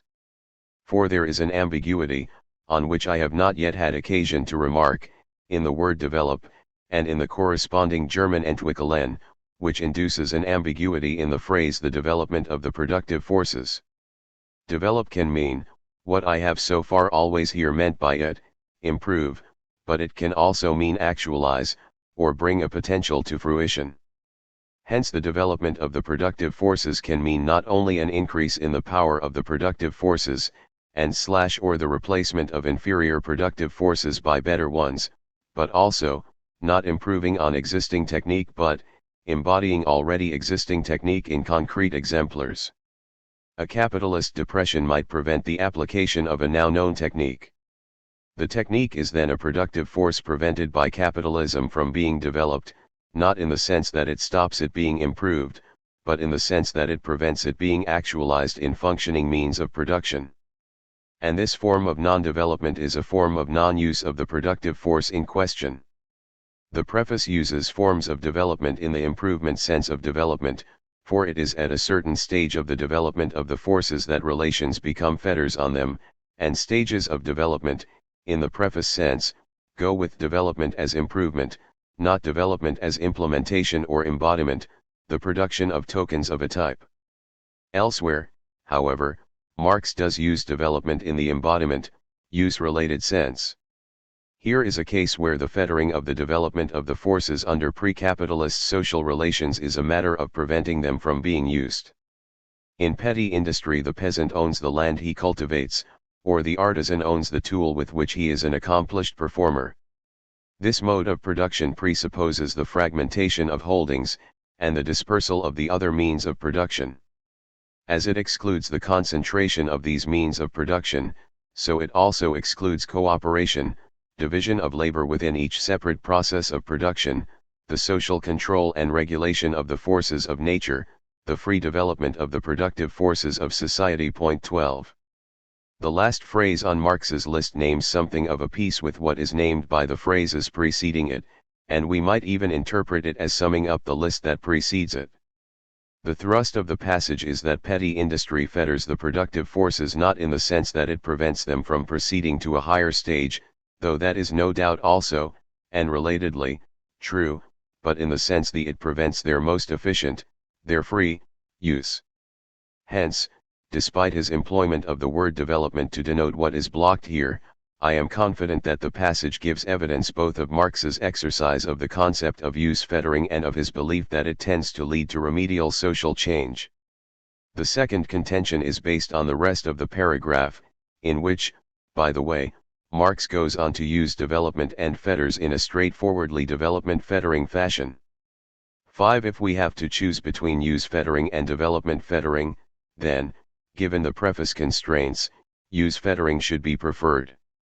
But there is a third conception of fettering which, for reasons to be given presently, I shall call net fettering, and which might well be thought preferable to each of the two conceptions which we have looked at so far.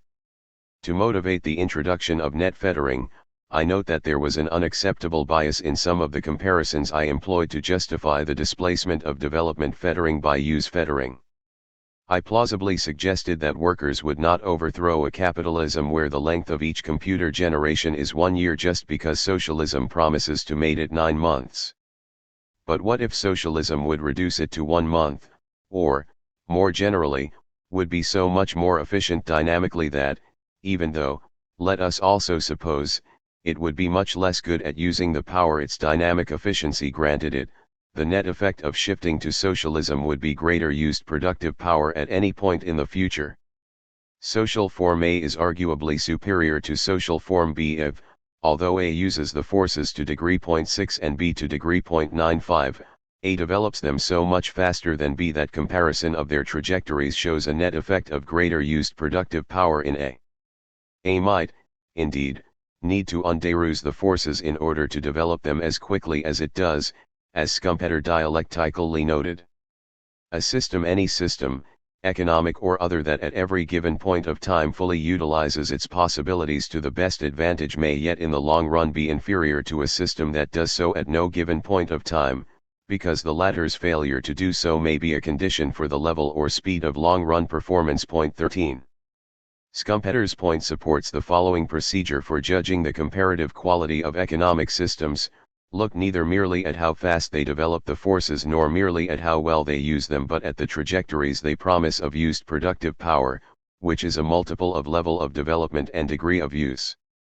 And call a system fettering if, given both the rate at which it develops the forces and how well it uses them, the amount of productive power it harnesses at given future times is less than what some alternative feasible system would harness.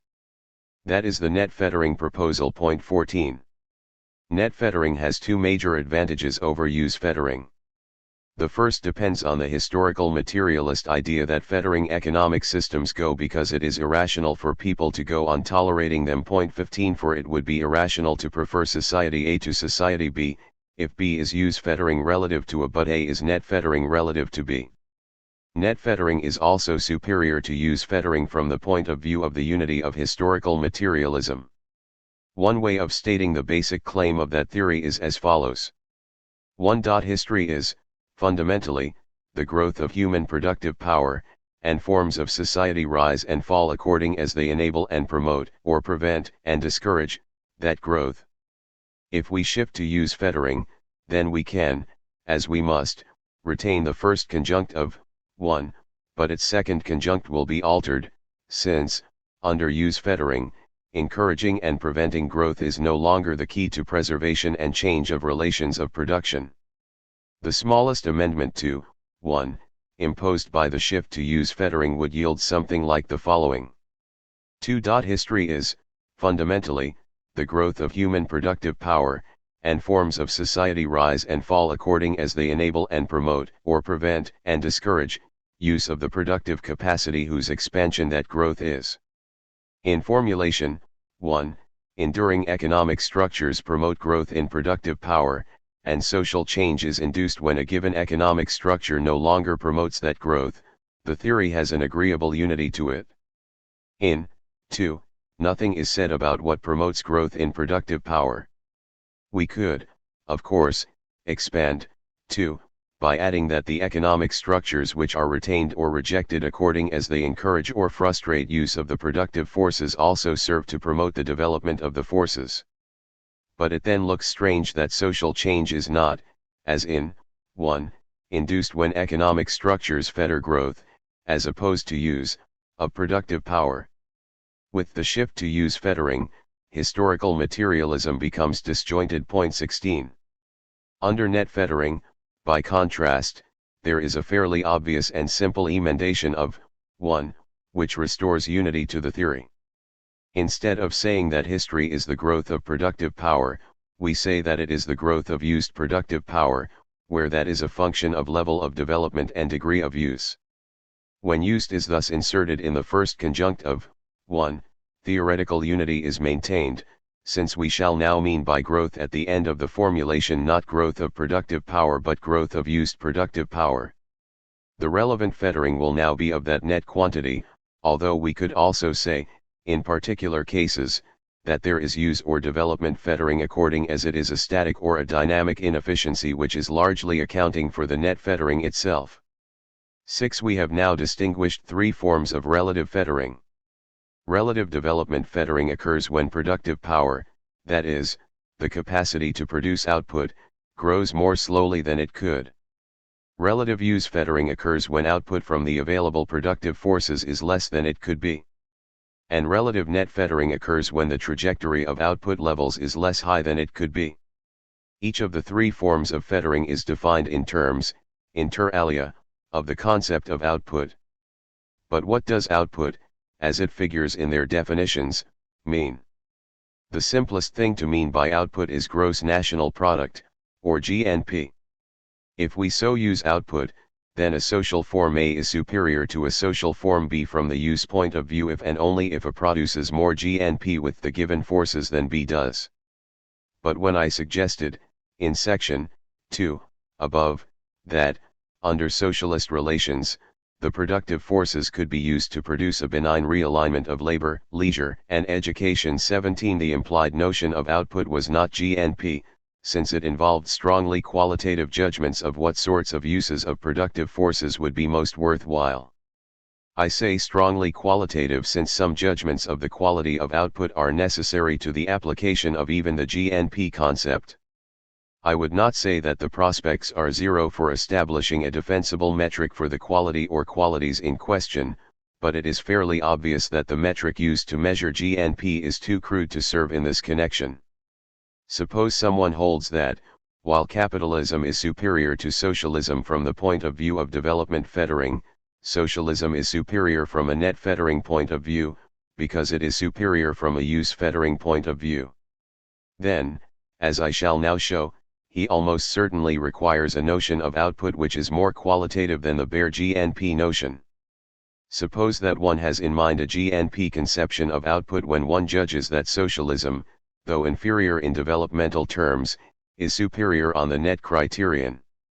Then one's judgment is unlikely to be true of anything but the present and the near future.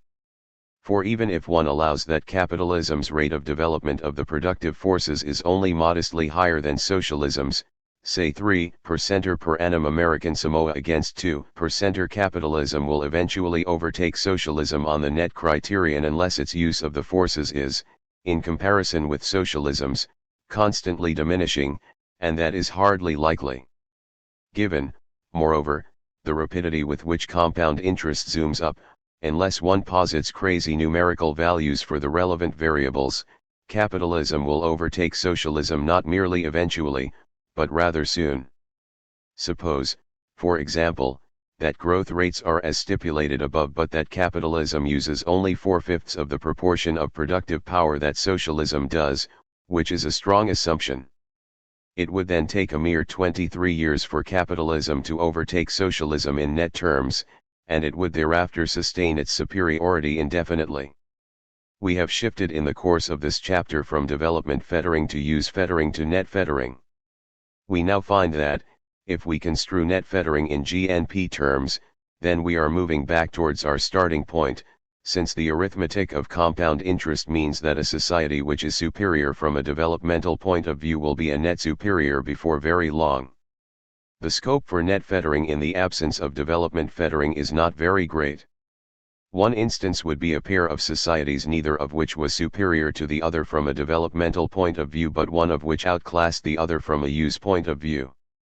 Suppose, now, that we abandon the GNP conception of output, and assess from a more qualitative point of view the standard of living that a set of productive forces is used to produce. Then we can indeed concede that capitalism develops the productive forces more quickly while insisting that socialism is an enduringly superior form of society. I conclude that socialists who accept the superiority of capitalism as a developer of productive power can defend their preference for socialism on the ground of how it uses productive power only by affirming that socialism offers a better way of life. That is not, of course, a paltry reason for preferring socialism. Note that I have not said that that is now the only reason one might have for favoring socialism. My argument is that, among the sorts of reasons discussed in this chapter 18, the claim that it offers a qualitatively superior way of life is the only one supporting socialism if one concedes that capitalism develops the forces more rapidly. 19. 7. Put in its most general form, the question I have addressed in this chapter is, what circumstance leads to the revolutionary displacement of existing relations of production? I have taken it for granted that the relevant circumstance is a fettering of the forces by the relations, and I have sought to understand what we should take such fettering to be. The preface sentences quoted near the beginning of this chapter amply support the view that the answer to the stated question is, fettering of some or other kind. Basing himself on different stretches of text, John McMurtry proposes a different answer to the general question. He says that revolution occurs when, unless it occurred, the existing level of development of the productive forces would be forfeited. This means that revolution occurs when, in its absence, the forces would not only not grow in power, but actually decline. 20. McMurtry rightly says that forfeiture, so defined, is a much stronger requirement than mere fettering. He does not claim that Marx relied unambiguously on forfeiture rather than fettering in his theory of revolution, for he says that in separating the two he is refining a distinction which is inchoate in Marx. 21. But McMurtry does think that the forfeiture notion is present, indistinctly, in Marx, and that it is the basis of a theory of revolution which has advantages over the notion of fettering supplies. In assessing McMurtry's proposal, we should separate the exegetical question of how attributable the forfeiture theory of revolution is to Marx from the substantive question of how tenable a theory of revolution it is. As to the substantive question, the forfeiture theory is certainly sensitive to the revolution constraint, and that, no doubt, was a large part of McMurtry's reason for favoring it. As he remarked, in correspondence on this chapter, people individually and collectively are by their nature moved by loss of the bird in the hand far more than by the lack of two in the bush. But does forfeiture meet the predictability constraint? 22. The best case for an affirmative answer, with respect to capitalism, would turn on the systematic pollution and depletion of resources induced by capitalist production. If the current reckless deforestation, exhaustion of water supplies, desertification, perforation of the ozone layer, dissemination of nuclear waste, and so on cannot be arrested except by supersession, as opposed to modification, of capitalist relations of production, then the forfeiture theory amply satisfies the predictability constraint. Planetary environmental degradation is, of course, consistent with continued progress in technical knowledge, but productive forces include not just knowledge but also the resource endowment to which it is applied, and the forfeiture theory might meet the predictability constraint because of that latter determinant of productive power. 23. I now turn to the exegetical question. Here are the principal texts on which McMurtry grounds his attribution of the forfeiture idea to Marx. As the main thing is not to be deprived of the fruits of civilization, of the acquired productive forces, the traditional forms in which they were produced must be smashed. 24. Men never relinquish what they have won, but this does not mean that they never relinquish the social form in which they have acquired certain productive forces. On the contrary, in order that they may not be deprived of the result attained, and forfeit the fruits of civilization, they are obliged, from the moment when their mode of intercourse no longer corresponds to the productive forces acquired, to change all their traditional social forms. 25. I concede that, when those texts are taken literally, and in isolation, they abundantly confirm McMurtry's interpretation. When I myself commented on the same texts, I hastily took for granted that forfeiture meant not, as McMurtry takes it, losing productive power itself, but losing the opportunity of further inroads against scarcity which their present level creates, but which only new relations would permit society to seize. 26. I associated the texts exhibited above with the capital passage which says that it is the fact that capitalism eventually excludes all rational improvement that destines it to go under. 27. The capital passage employs the absolute stagnation view of fettering. The McMurtry proposal goes beyond absolute stagnation to actual retrogression, cp. 327 above. In my unprovable opinion, Marx would have settled for absolute stagnation rather than the more demanding McMurtryan forfeiture had he been asked to choose between them, whatever choice he would have made between absolute stagnation itself and the other fettering notions reviewed in this chapter.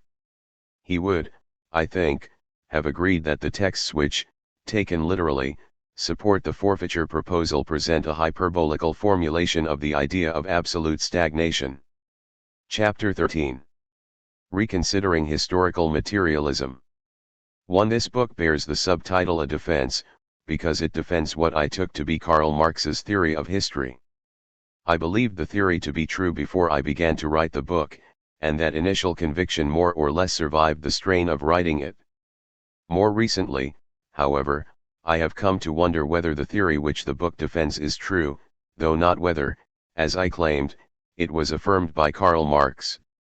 I do not now believe that historical materialism is false, but I am not sure how to tell whether or not it is true. Certain considerations, to be exhibited below, constitute a strong challenge to historical materialism, but while they do plainly represent a serious challenge to the theory, it is unclear what kind and degree of revision of it, if any, they justify. 1. That is unclear because we still have only a rather crude conception of what sort of evidence would confirm or disconfirm historical materialism.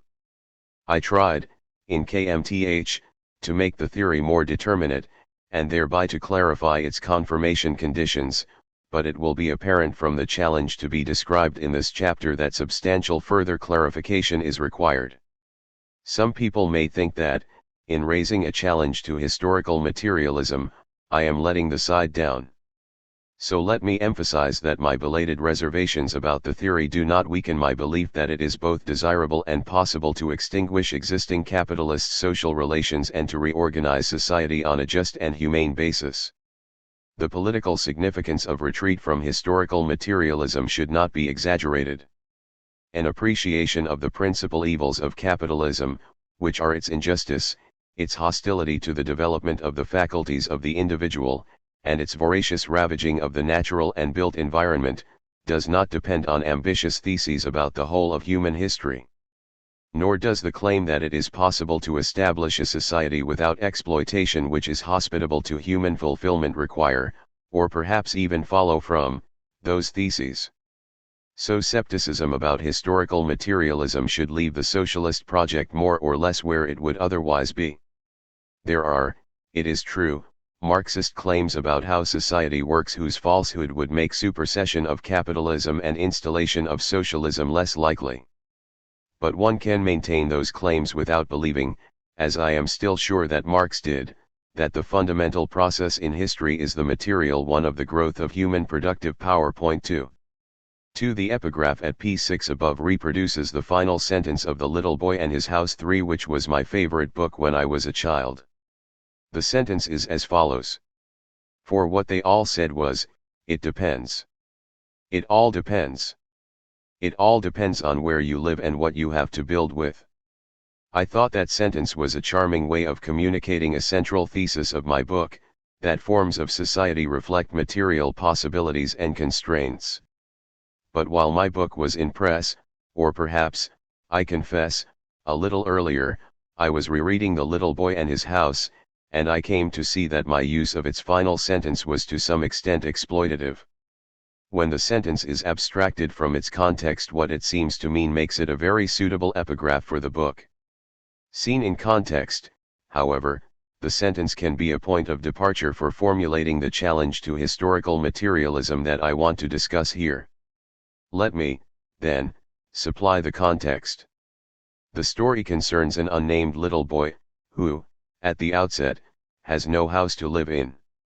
In winter he is too cold, in summer he is too hot, when it rains he gets wet, and when it is windy he is nearly blown away. So he goes to see his uncle, who is sympathetic.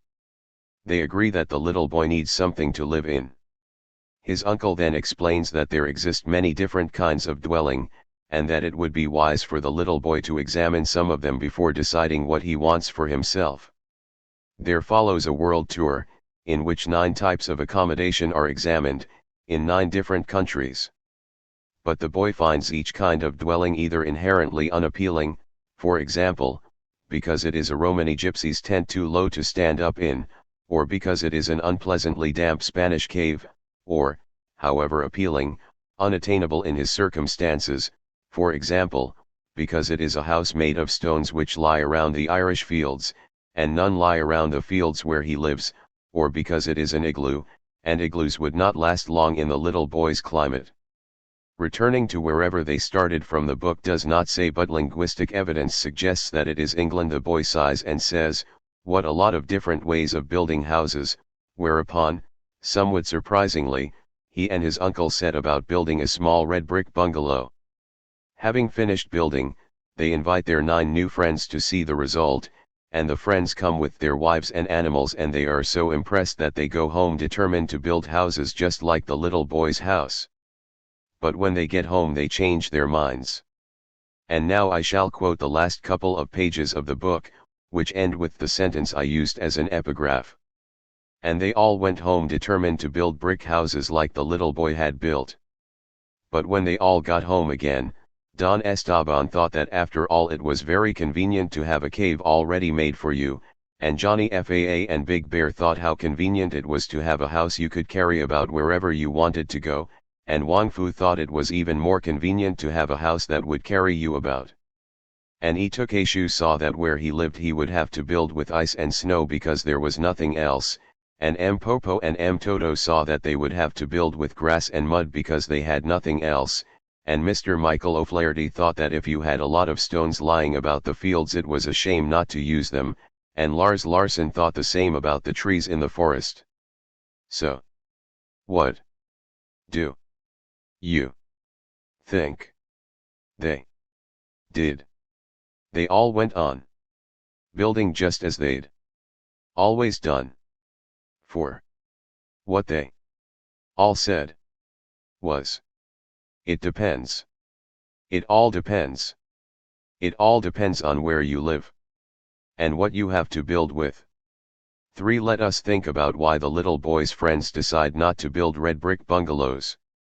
In at least most cases, they are said to change their minds for reasons which appear accessible to historical materialism. They reject bungalow building after reflecting on features of their physical circumstances. But their reasons for carrying on as before could appear favorable to historical materialism without actually being so. The next to last sentence says, "They all went on building just as they'd always done." And I now see that, notwithstanding their sincere materialist-sounding avowals, they went on building as they'd always done partly just because they had always built in that way, and they consequently recognized themselves in the ways of life that went with their dwellings. This is a non-materialist reason for architectural conservatism, but it can come to appear materialist, because one way that a culture consolidates itself is by misrepresenting the feasible set of material possibilities as being smaller than it is in fact. Culturally disruptive material possibilities are screened out of thought and imagination. In certain contexts people prefer to think that they have no choice but to take a course to which there are, in fact, a number of alternatives. Big Bear thought it convenient to have a house, i.e., a teepee, that he could carry about, whereas Wang Fu thought it more convenient to have one, i.e., a houseboat, that would carry him about, but I do not think they reached these contrasting judgments because they made different technical calculations. I think they were led to them by the potent force of familiarity, which determined where they felt at home, and to be at home, unlike to be housed, is not a materialist property. It is the dialectic of subject finding itself in object that explains, at least in part, why Big Bear and Wang Fu conceived convenience differently. I say at least in part because I need not deny that houseboats are more likely to appear in territory dense with waterway, and teepees are more likely on riverless plains. But even if their respective ancestors developed their different housings under pressure of such material determinations, it is entirely implausible to think that Big Bear and Wang Fu stuck to custom not at all because it was custom, but just because the plains remained riverless and the rivers hadn't dried up. If, then, it all depends on where you live and what you have to build with, the importance of where you live is not purely materialist. The way of life where you live counts, as well as what you have to build with there. And people's need for shelter is in no clear sense greater than their need for traditions which tell them who they are. And now I shall leave the story behind, but I shall presently return to the issue which I think it raises. For Marx produced at least 4 sets of ideas: a philosophical anthropology, a theory of history and economics, and a vision of the society of the future. There are connections among these doctrines, but before we consider some of them, I would like to point out that, despite great differences in their domains of application, the 4 doctrines have something important in common. In each doctrine the major emphasis, albeit in a suitably different way, is on the activity of production, and each of the 4 is, partly for that reason, a materialist doctrine. The philosophical anthropology says that humans are essentially creative beings, or, in standard sexist Marxist language, man is an essentially creative being, most at home with himself when he is developing and exercising his talents and powers. According to the theory of history, growth in productive power is the force underlying social change. In the economic theory, magnitude of value is explained not, as in rival accounts, at least partly in terms of desire and scarcity, but wholly in terms of labor, and labor is essentially the expenditure of human brain, nerves, muscles, etc. for the using up of a certain amount of human material substance, labor time, the immediate determinant of value, is but a measure of, or a proxy for, the quantity of living matter consumed in the process of production. Finally, the main indictment of capitalism is that it crushes people's creative potentials, and the chief good of communism is that it permits a prodigious flowering of human talent, in which the free expression of the powers inside each person harmonizes with the free expression of the powers of all. Communism is the release of individual and collective productive capacity from the confinement of oppressive social structure. 5. I now believe that the philosophical anthropology suffers severely from one-sidedness. This has evident consequences for the vision of the desirable future, since that vision comes from the anthropology, see section 8. It should have no consequences for the economic theory, which answers questions about which the anthropology should be silent. Its consequences for the theory of history are, as we shall see, in sections 9 to 11, hard to judge. 6. My charge against Marxist philosophical anthropology is that, in its exclusive emphasis on the creative side of human nature, it neglects a whole domain of human need and aspiration, which is prominent in the philosophy of Hegel. In KMTH I said that for Marx, by contrast with Hegel, the ruling interest and difficulty of men was relating to the world, not to the self. 5. I would still affirm that antithesis, and I now want to add that, to put it crudely, Marx went too far in the materialist direction. In his anti-Hegelian, Feuerbachian affirmation of the radical objectivity of matter 6, Marx focused on the relationship of the subject to an object which is in no way subject, and, as time went on 7, he came to neglect the subject's relationship to itself, and that aspect of the subject's relationship to others which is a mediated, that is, indirect, form of relationship to itself. He rightly reacted against Hegel's extravagant representation of all reality as ultimately an expression of self, but he overreacted, and he failed to do justice to the self's irreducible interest in a definition of itself, and to the social manifestations of that interest. I refer to the social manifestations of the interest in self-identification because I think that human groupings whose lines of demarcation are not economic, such as religious communities, and nations, are as strong and as durable as they evidently are, partly because they offer satisfaction to the individual's need for self-identification. In adhering to traditionally defined collectivities, people retain a sense of who they are. I do not say that Marx denied that there is a need for self-definition. 8. But he failed to give the truth due emphasis, and Marxist tradition has followed his lead. The interest in defining or locating oneself is not catered for by the development of human powers as an end in itself. 9. Which is the good Marx and Marxist emphasize. 4. To begin with, the creative activity characterized by the quoted phrase need not provide a sense of self, and it is thought of as good in large part independently of any self-understanding it may afford. The perfection and employment of a person's gifts is an attractive idea apart from any grasp of himself that may result. And even when a person does gain an understanding of himself through creative activity, because, as Marxist tradition says, he recognizes himself in what he has made, then he typically understands himself as possessed of a certain kind of capacity. He is not necessarily thereby able to locate himself as a member of a particular human community. A person does not only need to develop and enjoy his powers. He needs to know who he is, and how his identity connects him with particular others. He must, as Hegel saw, find something outside himself which he did not create, and to which something inside himself corresponds, because of the social process that created him, or because of a remaking of self wrought by later experience. He must be able to identify himself with some part of objective social reality. Spirit, as Hegel said, finds itself at home with itself in its otherness as such. Point 10. A word about how the need for identity asserts its causal power. Whereas the need for food has causal importance because it drives people to seek to acquire food by producing or by appropriating the fruits of production, the impact of the need for identity on action is more indirect. The need for identity does not, standardly, drive people to seek to achieve an identity, and that is so for two reasons. The first is that people do not usually lack an identity, they receive an identity as a byproduct of the rearing process. The right thing to say, in most cases, is not that people are motivated by their need for identity, but that they are motivated by their identity, for which they have a strong need, and the motivating power of identity reflects the strength of the need identity fulfills. Québécois do not have a need for identity which drives them to become Québécois. Since they are raised as Québécois, their need for identity is readily satisfied.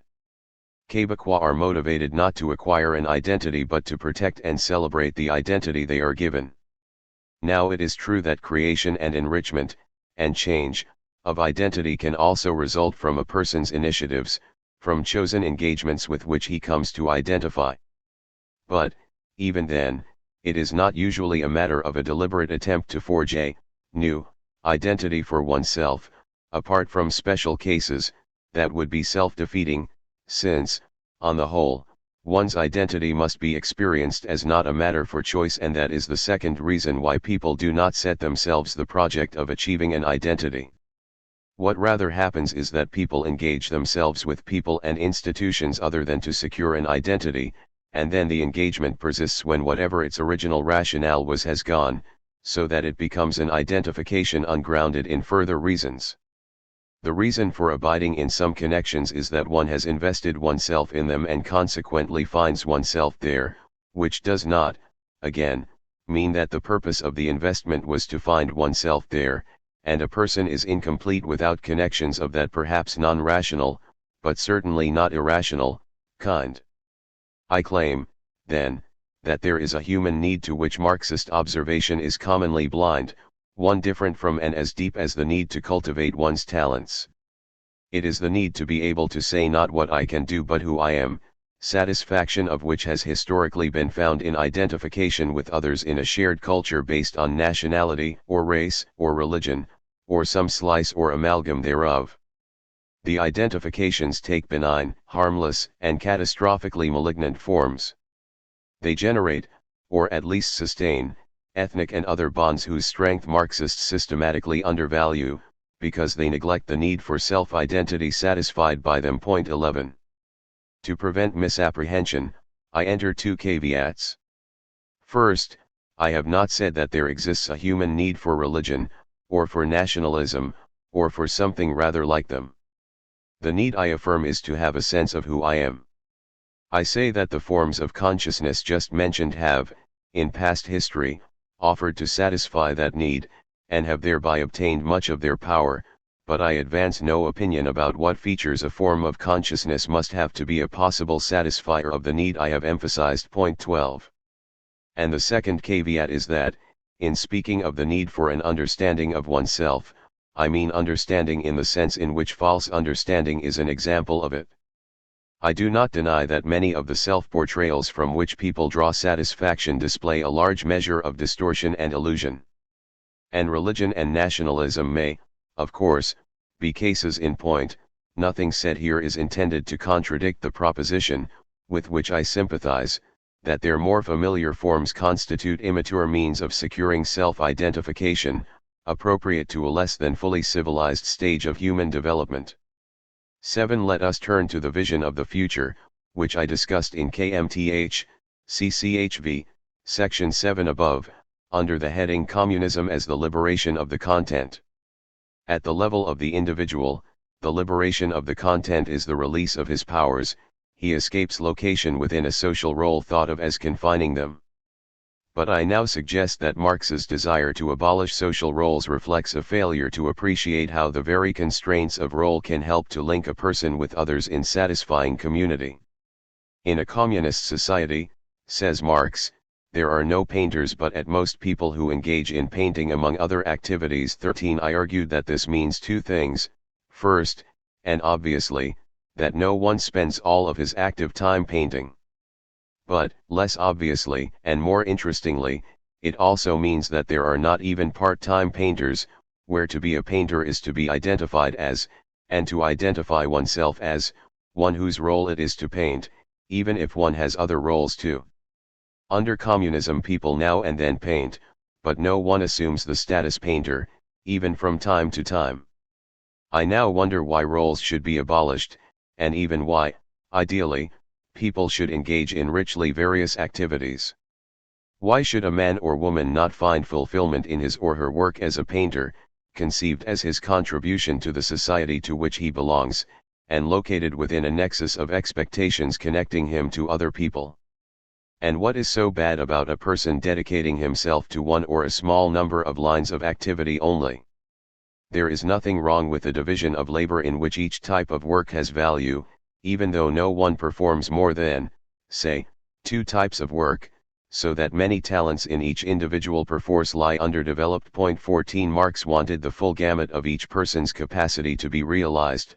Free activity, he said, is for the communists the creative manifestation of life arising from the free development of all abilities. 15 Now, whether or not that ideal is desirable, it is certainly unrealizable, as you will see if you imagine someone trying to realize it, in a single lifetime. But it is not even desirable, in every case, to realize it as much as possible.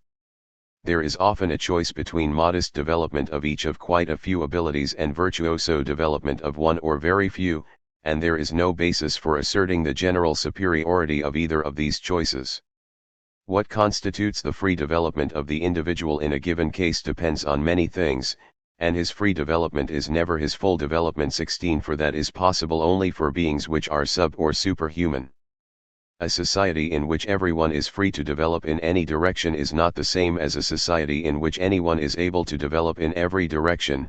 That kind of society will never exist, because there will never be people with that order of ability. 17 Marx's ideal is properly called materialist because of its demand that the living substance within the individual be allowed to grow and emerge in, as he puts it in the phrase just quoted, a creative manifestation of life.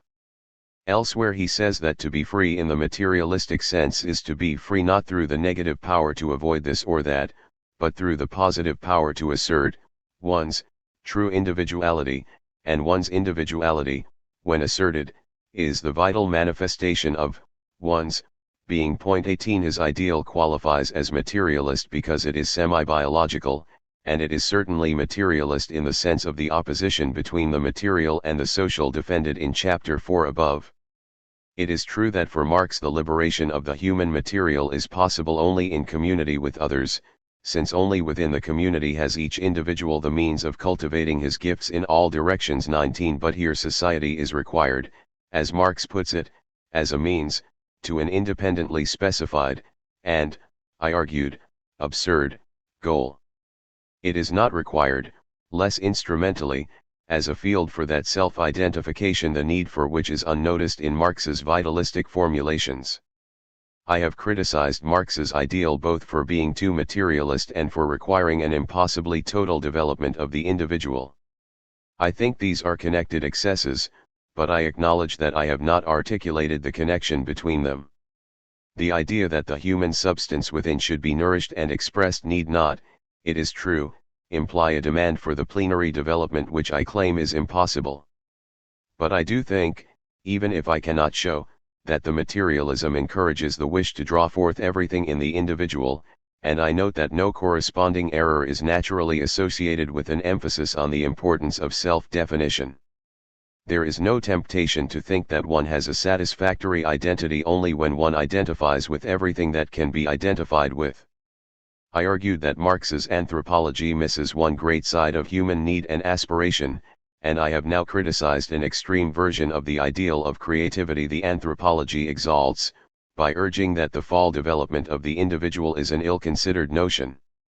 To prevent misunderstanding I should therefore add that I do not, of course, reject the ideal of creativity as such, which remains a valuable part of the Marxist inheritance and which has, as we shall see in section 12, important political applications. 8. The vision of the future inherits the one-sidedness of the anthropology, but the limitations of the anthropology should not influence one's attitude to the labor theory of value, which should never have been defended, as it sometimes has been, on anthropological grounds. The question persists of the bearing of the anthropology on the theory of history, and it is a particularly difficult one. Now there are phenomena, such as religion and nationalism, whose importance historical materialism seems to underrate, and which are intelligible in the light of the self's need for definition.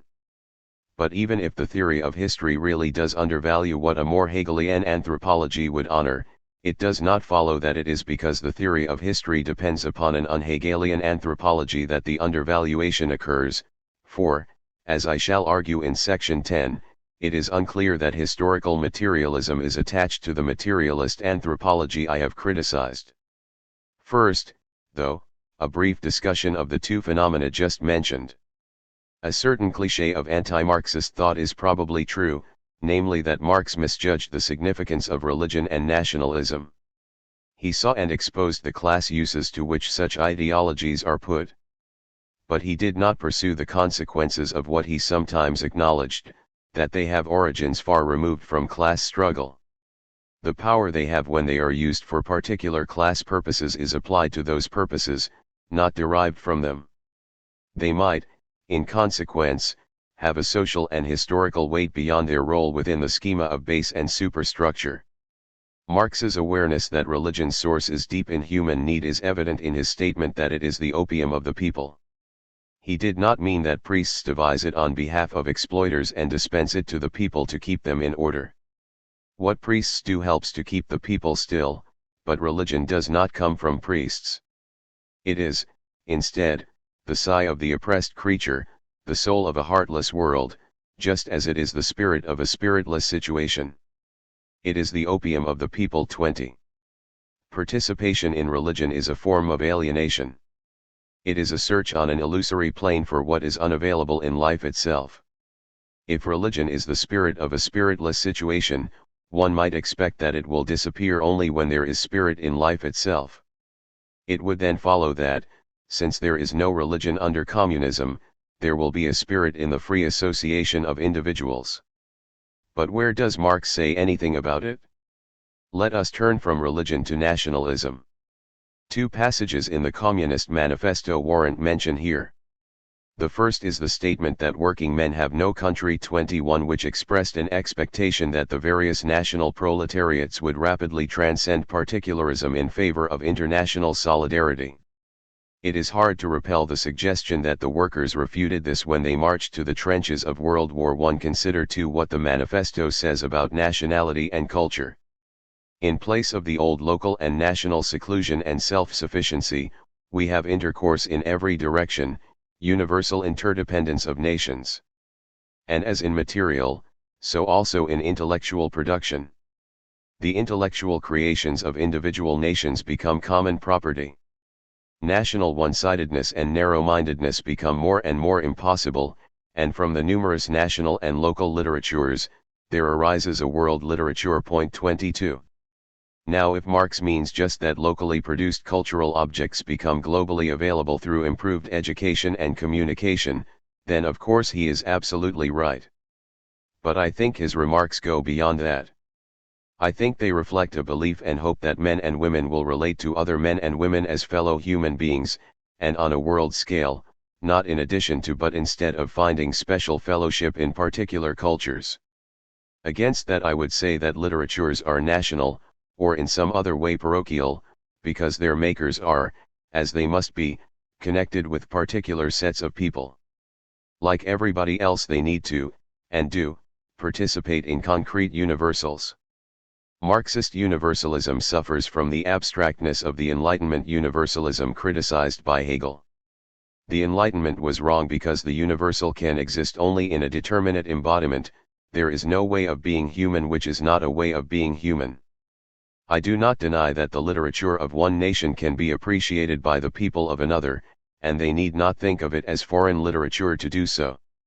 When people from different cultures meet, they get things they do not get at home. But I think Marx is guilty of the different idea that people can, should, and will relate to each other just as people, an idea that ignores the particularization needed for human formation and human relationship. He complained that in bourgeois society a general or a banker plays a great part, but man pure and simple plays a very mean part. 23. I am not on the side of the generals and bankers, but I do not think they are unattractive because the characterizations they satisfy are too specific, and that man pure and simple is what everyone should try to be. I have expressed a positive attitude to ties of nationality, so I had better add that I lack the Hegelian belief that the state is a good medium for the embodiment of nationality. 24 It is probably true that whenever national sentiment fixes itself, as it usually does, on the state, there results a set of preposterous illusions and infantile emotions on which manipulating political rulers opportunistically play. But even if that claim is too strong, it is evident that, unlike literature, the state is a terribly dangerous vehicle of self-expression, and it is a good thing that in our own time people are developing identifications of more local kinds, and also international ones, identifications which cut within and across the boundaries of states. 25. 2 questions remain, only the second of which will be pursued in this chapter, in sections 10 and 11. The discussion of the chapter to follow is to a large extent a response, if not precisely an answer, to the first question. That first question is, how much damage to historical materialism is caused by the fact that the phenomenon of attachment to ways of life that give meaning to life is not materialistically explainable? Is the force of that attachment great enough to block or direct the development of the productive forces, or influence the character of economic structures in ways and degrees which embarrass the theory of history? This is the question I said at the outset I found it hard to answer, because the confirmation conditions of the theory of history remain unclear. It may seem obvious that the human interest I have emphasized makes historical materialism unbelievable, but it is not obvious in fact. That people have goals that are as important, or even more important, to them than development of the productive forces need not contradict historical materialism, since even if people have other goals which are always preferred to productive development whenever they conflict with it, the conflict might never determine the direction of events at critical junctures and might therefore never assume pivotal significance. 26. 10. The second question is whether Marxism's one-sided anthropology is the source of historical materialism's lack of focus on the phenomenon referred to in the first question, however damaging or otherwise to historical materialism that lack of focus may be. It is natural to think that the anthropology and the theory of history are closely related, since each has the activity of production at its center. Yet they seem on further, if not, perhaps, in the final analysis, to have little to do with one another. Hence, although I think that the anthropology is false, and also that historical materialism may be false because it neglects what the anthropology cannot explain, I also think that if historical materialism is false then we probably have parallel errors here, rather than one error giving rise to another, although historical materialism does not depend on the philosophical anthropology. Considerations which appear to refute the anthropology might also, but independently, refute historical materialism. Production in the philosophical anthropology is not identical with production in the theory of history. According to the anthropology, people flourish in the cultivation and exercise of their manifold powers, and they are especially productive, which in this instance means creative in the condition of freedom conferred by material plenty. But, in the production of interest to the theory of history, people produce not freely but because they have to, since nature does not otherwise supply their wants, and the development in history of the productive power of man, that is, of man as such, of man as a species, occurs at the expense of the creative capacity of the men who are the agents and victims of that development. They are forced to perform repugnant labor which is a denial, not an expression, of their natures. It is not the free play of their own physical and mental powers. 27. The historically necessitated production is transformation of the world into a habitable place by arduous labor, but the human essence of the anthropology is expressed in production performed as an end in itself, and such production differs not only in aim, but, typically, in form and in content, from production which has an instrumental rationale. 28. When Marx says that people have history because they must produce their life. 29. The must derives not from their creative natures but from circumstances. The necessity to produce in history is not the necessity to produce under which Marx thought Milton wrote Paradise Lost, for the historical necessity to produce is not at all a necessity to express one's being. Marx said that Milton produced Paradise Lost for the same reason that a silkworm produces silk. It was an activity of his nature. 30 But the necessity under which people produce their lives goes against, not with, the grain of their natures. If people have history because they must produce their life, it follows that there will be no history when they do not have to produce their life, because, for example, their natural environment is unusually hospitable.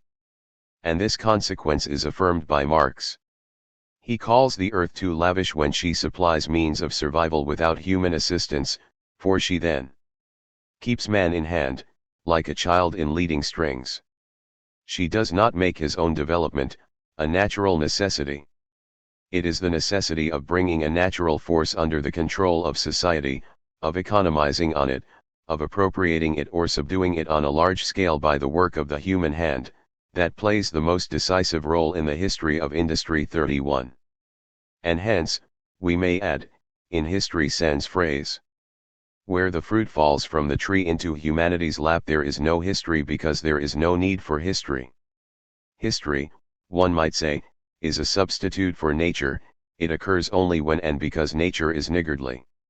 If people produce, historically, not because it belongs to their nature to do so, but for the almost opposite reason that it is a requirement of survival and improvement in their inclement situation, then it follows that the Marxist theory of human nature is, as I contend, an inappropriate basis on which to found historical materialism.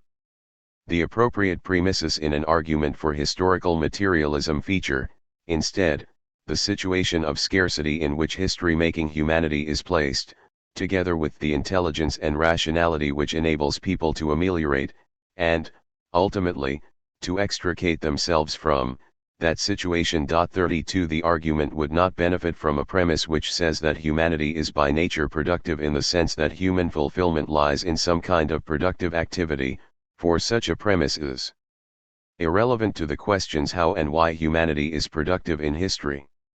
To show how easy it is, and how wrong, to elide the distinction between historical materialism and the Marxist conception of human nature, I quote and criticize Alan Wood. Historical progress consists fundamentally in the growth of people's abilities to shape and control the world about them. This is the most basic way in which they develop and express their human essence.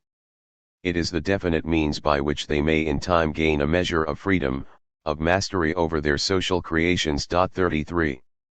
Wood's first sentence is ambiguous, because of the phrase people's abilities, which may denote either abilities inherent in individuals or the ability of man, of humanity as such, and only under the latter interpretation is the sentence true to Marx, who thought that the growth of the productive power of humanity proceeded in tandem with confinement of the creative capacity of most humans. It follows that Wood's second sentence is false. People do not develop and express their human essence in activity which thwarts that essence. The third sentence, taken out of context, might still be true, since an essence-frustrating cause could have essence-congenial effects, but if we take it to mean that humanity engages in self-denying labor in order in time to achieve self-fulfillment, then it is false. Since it is false, it could not be true that the whole of history has a purpose which humanity sets and pursues, and in his more sober moments Marx ridiculed just such claims. 34. In the most ambitious of those readings of historical materialism in which humanity is an agent with a purpose, the historical production whose character is dictated by circumstance is undertaken in order to realize a conquest of nature after which production need no longer be dictated by circumstance. Under communism, essence-governed creativity is possible for the first time. 35. In a slightly less extravagant reading, there exists no purpose of facilitating creative expression independently of and prior to history, but once production begins under the imperative of survival, the latent powers of humanity are roused. 36. And the project of attaining a creative existence is founded. Since the production of history frustrates human nature, it does not occur because it is human nature to be productive. The theory of history does not, accordingly, derive from the anthropology. But the two doctrines do not contradict one another. 37. And since, as I noted a moment ago, essence-frustrating causes can have essence-congenial effects, it is possible to conjoin the two theories, one could say that humanity is essentially creative, but that its historical creativity, this side of communism, is governed not by its essence but by its circumstances, so that there is a frustration of the human essence which only communism, the ultimate result of essence frustrating activity, will relieve. The feasibility of this conjunction throws no doubt on the separability of historical materialism and Marxist anthropology. What we have here is truly a conjunction, rather than, as it were, a fusion. It is the anthropology, and not historical materialism, which grounds the description of historical production as essence frustrating, that being a notion foreign to the historical materialist vocabulary. And the independent contribution to the conjunction of the theory of history is plain from the coherence of the following fantasy. One might, at a pinch, imagine two kinds of creature, one whose essence it was to create and the other not, undergoing similarly toilsome histories because of similarly adverse circumstances. In one case, but not the other, the toil would be a self-alienating exercise of essential powers.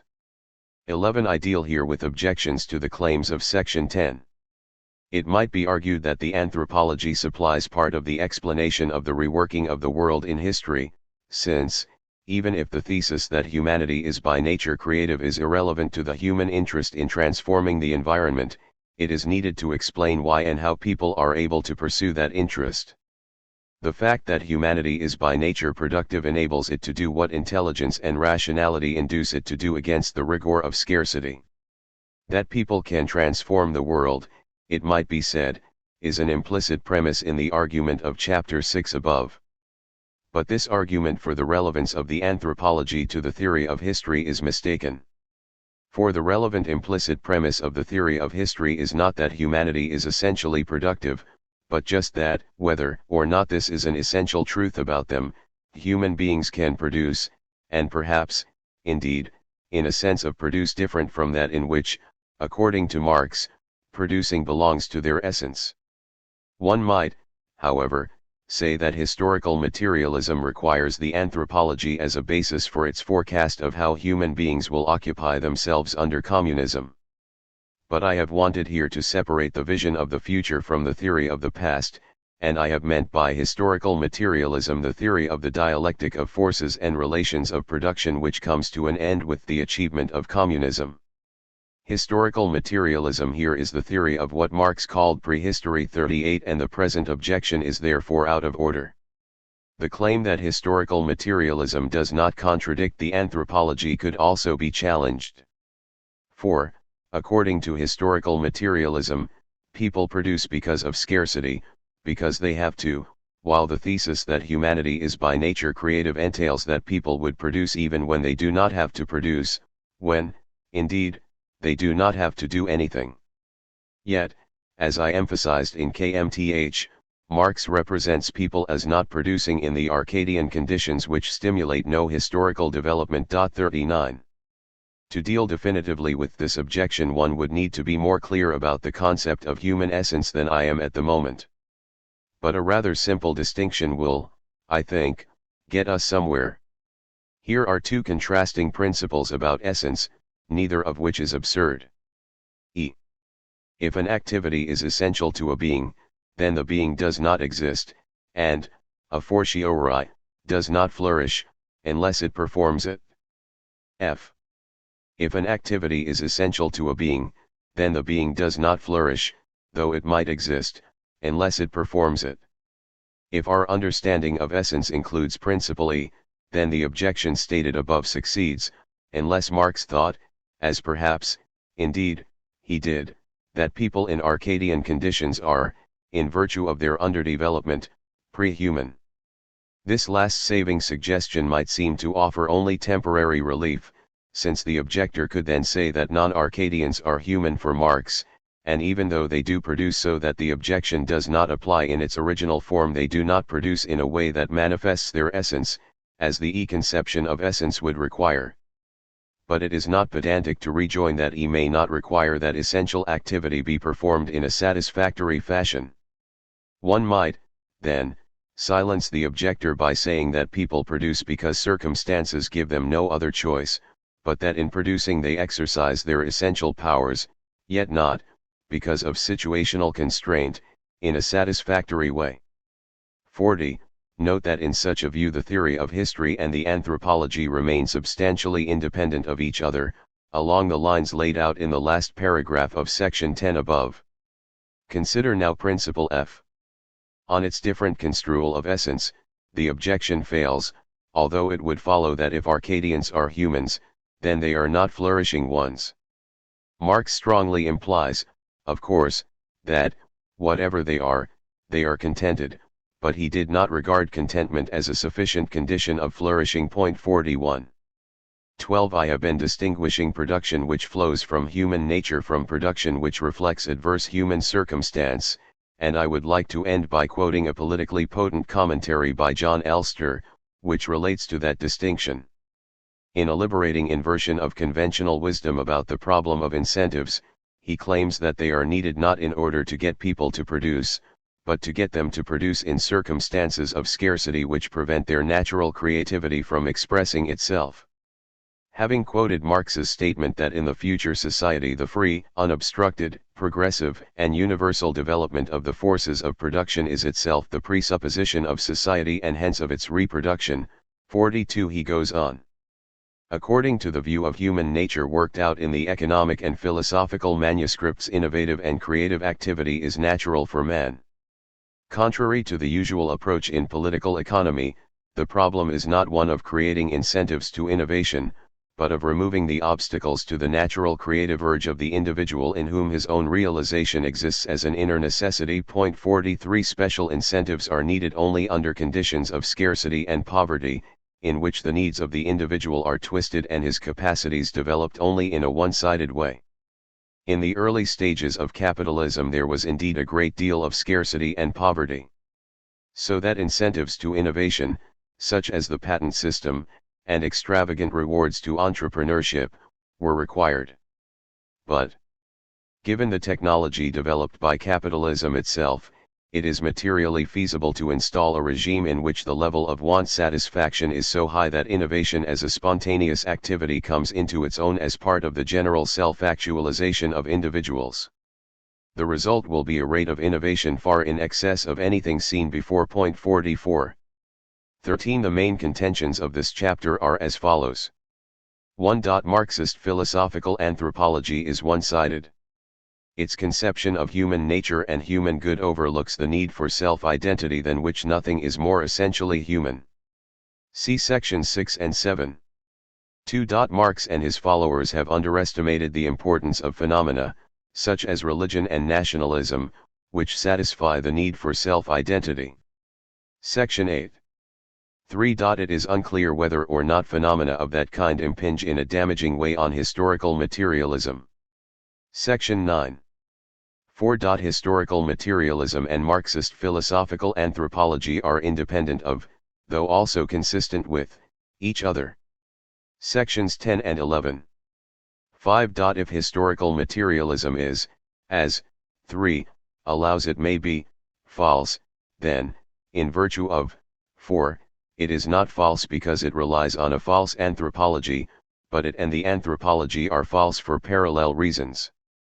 Is historical materialism false? Some distinctions which are relevant to the task of answering that question are provided in the following chapter. Chapter 14. Restricted and inclusive historical materialism. 1. Marxism is not one theory, but a set of more or less related theories. And two members of the set seem especially closely connected. I have in mind, on the one hand, the Marxist theory of history, which is also called historical materialism, and, on the other, the Marxist conception of human nature, which we can also call Marx's philosophical anthropology. Historical materialism seems to be founded on the Marxist view of what people essentially are. The heart of historical materialism is the thesis that there is, throughout history's course, a tendency towards growth of human productive power, and that forms of society, or economic structures rise and fall when and because they enable and promote, or frustrate and impede, that growth. Human productive activity increases in potency as history unfolds, and social forms accommodate themselves to that material growth process. They flourish to the extent that they help to raise the level of development of the productive forces, and they decline when they no longer do so. It is controversial what the various levels of productive power and associated forms of society are supposed to be. I have argued too that the most defensible periodization is a four-stage story. At the first stage, productive power is too meager to enable a class of non-producers to live off the labor of producers. The material position is one of absence of surplus, and the corresponding social, or economic, form is a primitive classless society. In the second stage of material development, a surplus appears, of a size sufficient to support an exploiting class, but not large enough to sustain a capitalist accumulation process. The corresponding social form is, accordingly, a pre-capitalist class society, one, that is, in which the producers do not enter a contract to supply their labor power, as they do under capitalism, but are forced, independently of contract, to yield it in the service of slave owner, feudal lord, or other non-capitalist superior. At stage 3 the surplus has become generous enough to make capitalism possible. It then grows still further under the impetus of capitalist competition, until it becomes so massive that capitalism becomes untenable. 3 and the fourth and final social form, which is non-primitive communism, the modern classless society, emerges. And that is the story of humankind, according to historical materialism, in my reading of the doctrine. It is a story which, you will have noticed, makes large and controversial claims, but, as I shall later emphasize, a number of what are commonly thought of as historical materialist theses are not entailed by what has just been said. A word, now, about the Marxist conception of human nature. It is a conception which represents men and women as essentially creative beings, who are only truly themselves when they are developing and exercising their productive faculties. Marxist philosophical anthropology perhaps allows that a human being can exist without in some important sense being a producer, but it certainly denies that he can be fully and distinctively human without being productive. For Marxism's theory of human nature therefore appears to be, part of, the basis of Marxism's theory of history. It is natural to attribute to Marxism the thought that human history is a history of growth in productive power because humans are by nature productive beings. The impression that historical materialism rests upon the Marxist conception of human nature is encouraged by a well-known passage in the German ideology of 1846, which may reasonably be regarded as the founding document of historical materialism. People can be distinguished from animals by consciousness, by religion, or by anything else you please. They themselves begin to render themselves different from animals as soon as they begin to produce their means of subsistence. Point 5. In a natural reading of that passage, it suggests that history begins when productive activity begins, and that this originating breakthrough also marks the beginning of humanity's acquisition of a distinctively human nature, beyond the animal.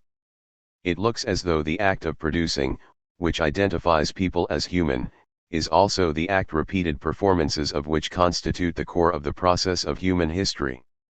2. I argued in section 10 of the foregoing chapter that the appearance described in the immediately preceding pages is a false one, and that historical materialism is not, in fact, grounded in Marxian philosophical anthropology.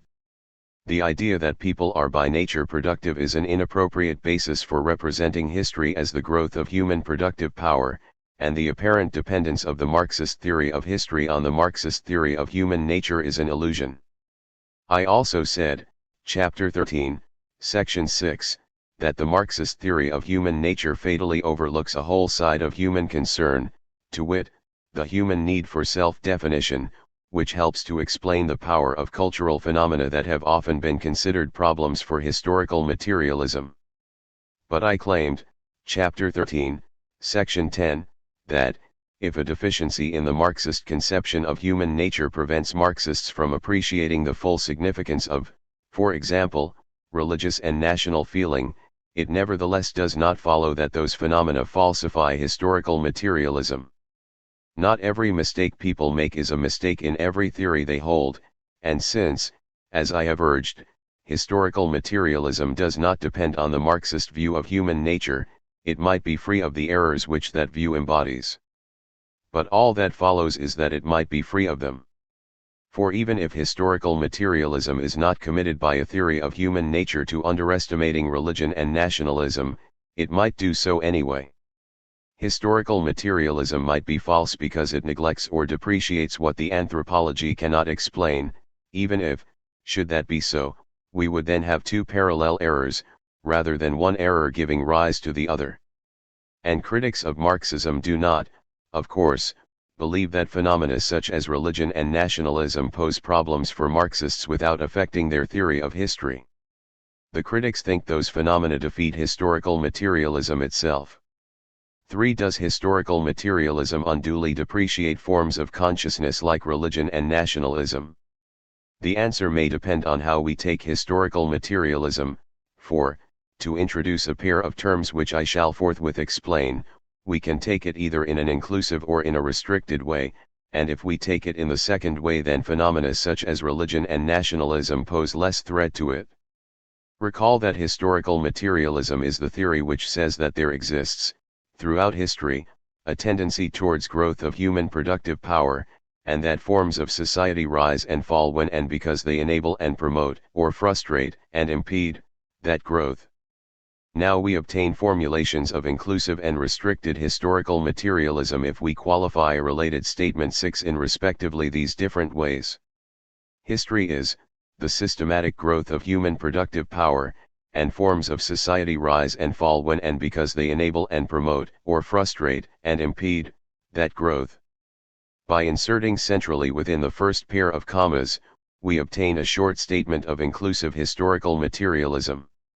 By inserting inter alia, we obtain a short statement of restricted historical materialism.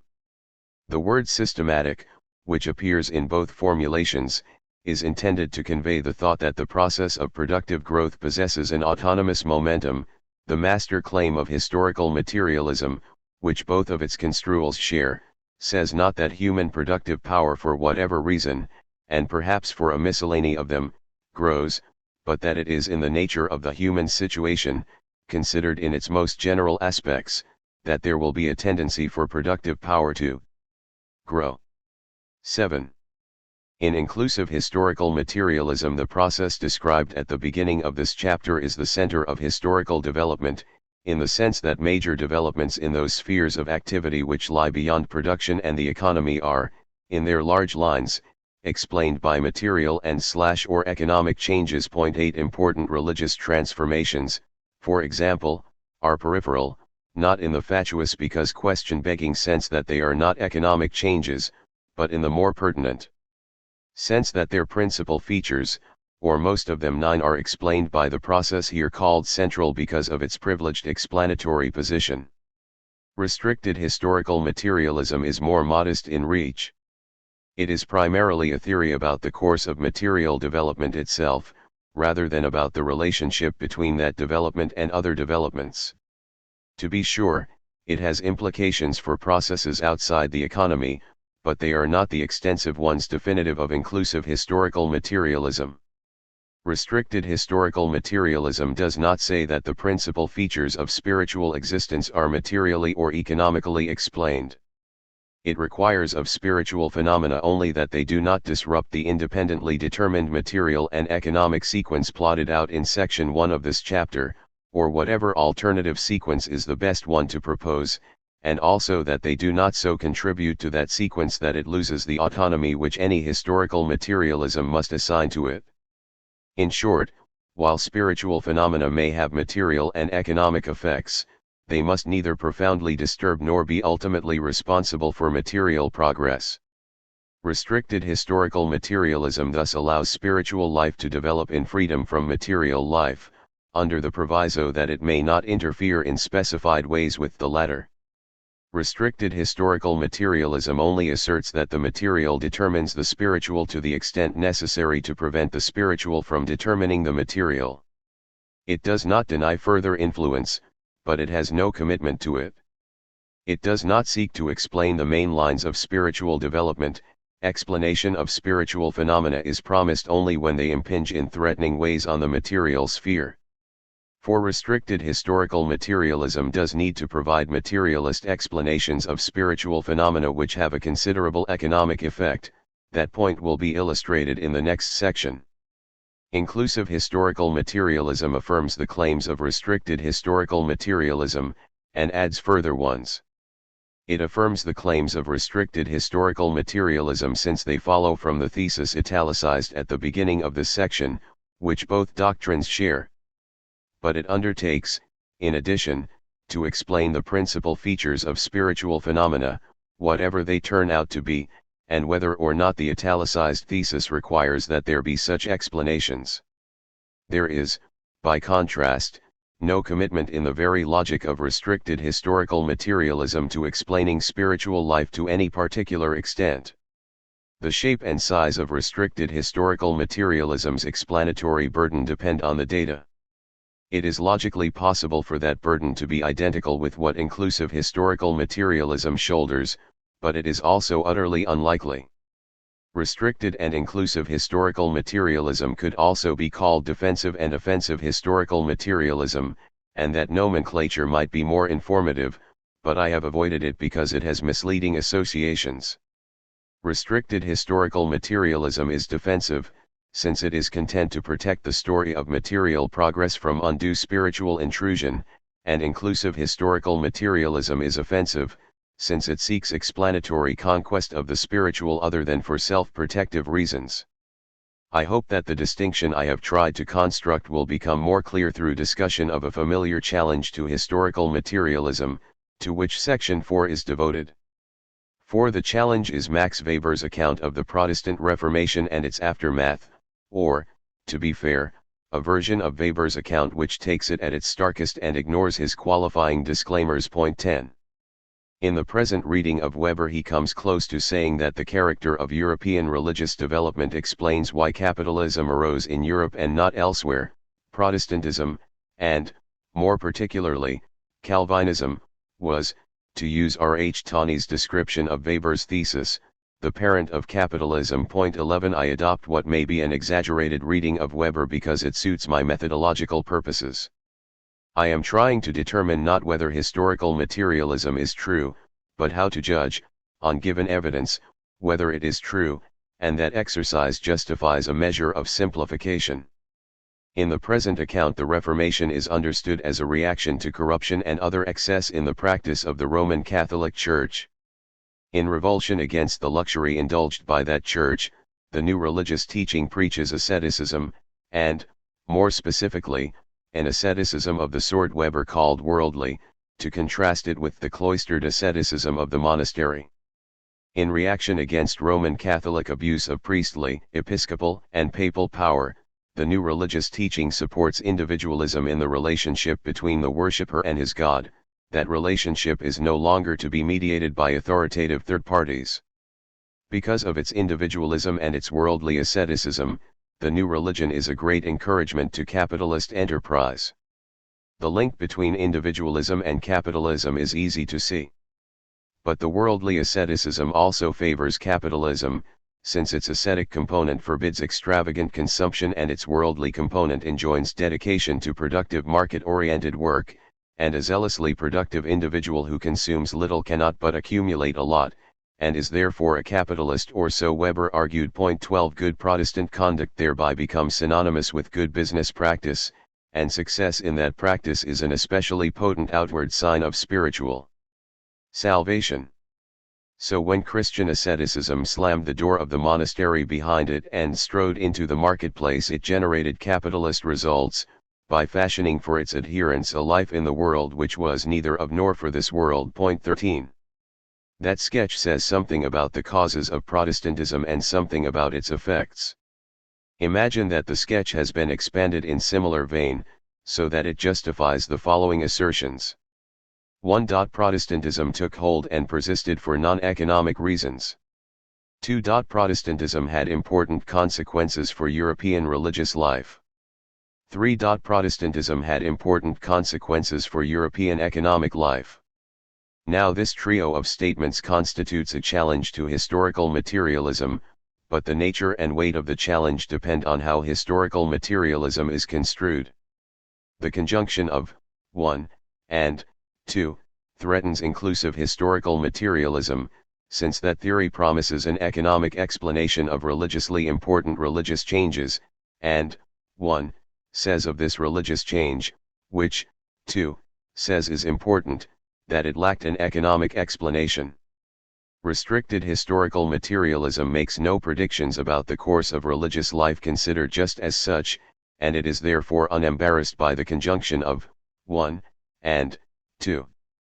It is, however, in common with inclusive historical materialism, challenged, though not, I think, refuted, by the addition of 3, since 3 suggests that Protestantism substantially changed the trajectory of economic development, and restricted historical materialism does deny that religion can do that. I now want to indicate how 3's challenge to both historical materialisms might be neutralized, so that the rise and career of Protestantism would embarrass only inclusive and not also restricted historical materialism. To this end, I shall expound some claims of the British historian H. M. Robertson, whose aspects of the rise of economic individualism was an extended polemic against Weber's Protestant ethic. Robertson's critique of Weber bears on 3 in at least two ways. In some parts of his book he expresses doubt that Protestantism ever had the impact on economic life that Weber said it did. That part of Robertson's polemic, which tends towards a denial of 3, does not interest me here. I want, instead, to draw attention to passages in which he more or less accepts 3, but contrives to neutralize its anti-materialist power. He does so particularly effectively by arguing that Weber committed an important procedural error when he assembled evidence for his claim that the Reformation generated the spirit of capitalism. According to Robertson, Weber's more impressive textual citations came not from early Protestant doctrine but, as Weber himself often failed to remark, from late writings which differed significantly from the early ones, for the amount of commerce-favoring injunction in a text tended to be greater the later was its date. In one instructive instance, the original edition of a text had little capitalist spirit, and a rather later edition much more, and Weber had used the later edition only, without noting its differences from the earlier 1.14. Now since the economy was, of course, becoming more capitalist as time went on, and since it would be implausible to suppose that it was becoming more capitalist because religion was for independent reasons becoming more favorable to capitalism, Robertson was able to conclude that it was only because religion was adapting itself to a climate of capitalist enterprise that it, in turn, encouraged such enterprise. The doctrine of the calling, which was central to Weber's case, did not breed a spirit of capitalism. The spirit of capitalism was responsible for a gradual modification and attrition of that doctrine. 15 And Robertson also made the 3 neutralizing claim that not all Protestantism, and not even all Calvinism, favored capitalism, and that not all non-Protestantism, that is, Catholicism, disfavored it. On the whole, each variant of Christianity favored capitalism where capitalism was for other reasons strong, and not otherwise. Now Robertson's critique does not touch our propositions 1 and 2, and it therefore does not counter the full Weberian challenge to inclusive historical materialism. It does, however, reduce the force of 3 as a counterexample to both historical materialisms. For, even if we continue to accept 3, we can now hypothesize, in the light of Robertson 16 that, if Protestant teaching indeed had substantial economic effects, then the features of Protestantism in virtue of which it had those effects appeared in Protestantism because the religion was adapting itself to the economy. We can plead that, even if the commerce-favoring religious changes were essential to continued capitalist development, restricted historical materialism is as yet undefeated, since it is a credible hypothesis that those changes occurred because they favored the development of commerce. Someone might say that it is unnecessary, in order to save restricted historical materialism, to neutralize 3 in and such way. For in our Weberian sketch spiritual phenomena do not impede or divert, but encourage, the course of material and economic development which historical materialism postulates. But this suggestion embodies a misunderstanding of the master claim of historical materialism which, as I indicated in section 3, lays down that it is a result of extremely general material features of the human situation that there is a persistent tendency for productive power to grow. If, therefore, the rise of capitalism, and the growth of productive power it promoted, were assignable to the Protestant influence, then the master claim of historical materialism would, in its requited reading, be false. The consequences mentioned in Proposition 3 do, therefore, challenge historical materialism, despite the fact that they were materially progressive in bearing. A neutralizing explanation of spiritual phenomena which have such substantial economic effects is required to meet the challenge they pose. And that challenge is not met by assigning to the economically consequential spiritual phenomena just any economic cause, no matter what it may be. The relevant spiritual phenomena must, instead, be seen to occur because of their tendency to have the economic effects they do. Economic explanations of them which lack that property which are not, that is, functional explanations 17 are consistent with a merely interactionist view of the relationship between the economic and the spiritual, and on such a view there is no reason to suppose that the prescribed line of material and economic advance will be maintained. It would be an accident if it was. To preserve that line we must say that, in virtue of the existing economic situation, the religious change to be explained would stimulate economic progress, and that the change occurred because it would stimulate that progress. When we explain spiritual phenomena in this fashion, we can, if need be, concede that they are necessary and sufficient, in the circumstances, to keep material development on its theoretically mandated course. The concession does not contradict historical materialism, as long as the state of the economy was itself sufficient for the emergence and/or persistence of the given spiritual phenomena. But to repeat the point made above, if it were sufficient for their persistence, but did not also functionally explain them, then it would be an accident that their impact on the economy kept it on course, and that is something which could not be an accident for historical materialism. I think that many Marxists would, in practice, be content with the Robertson refutation of Weber. They would not be disturbed by propositions 1 and 2, cp 371 above, until proposition 3 had been added to them. And, if that is so, then many Marxists are in practice restricted historical materialists, even if, when offering a brief statement of their Marxism, they are disposed to utter inclusivist formulations. 5. Having distinguished between restricted and inclusive historical materialism, I now ask, in which of these two ways did Karl Marx construe his doctrine? Part of the answer is that he never contemplated the distinction which I have tried to draw, and he therefore never knowingly chose between the two theories.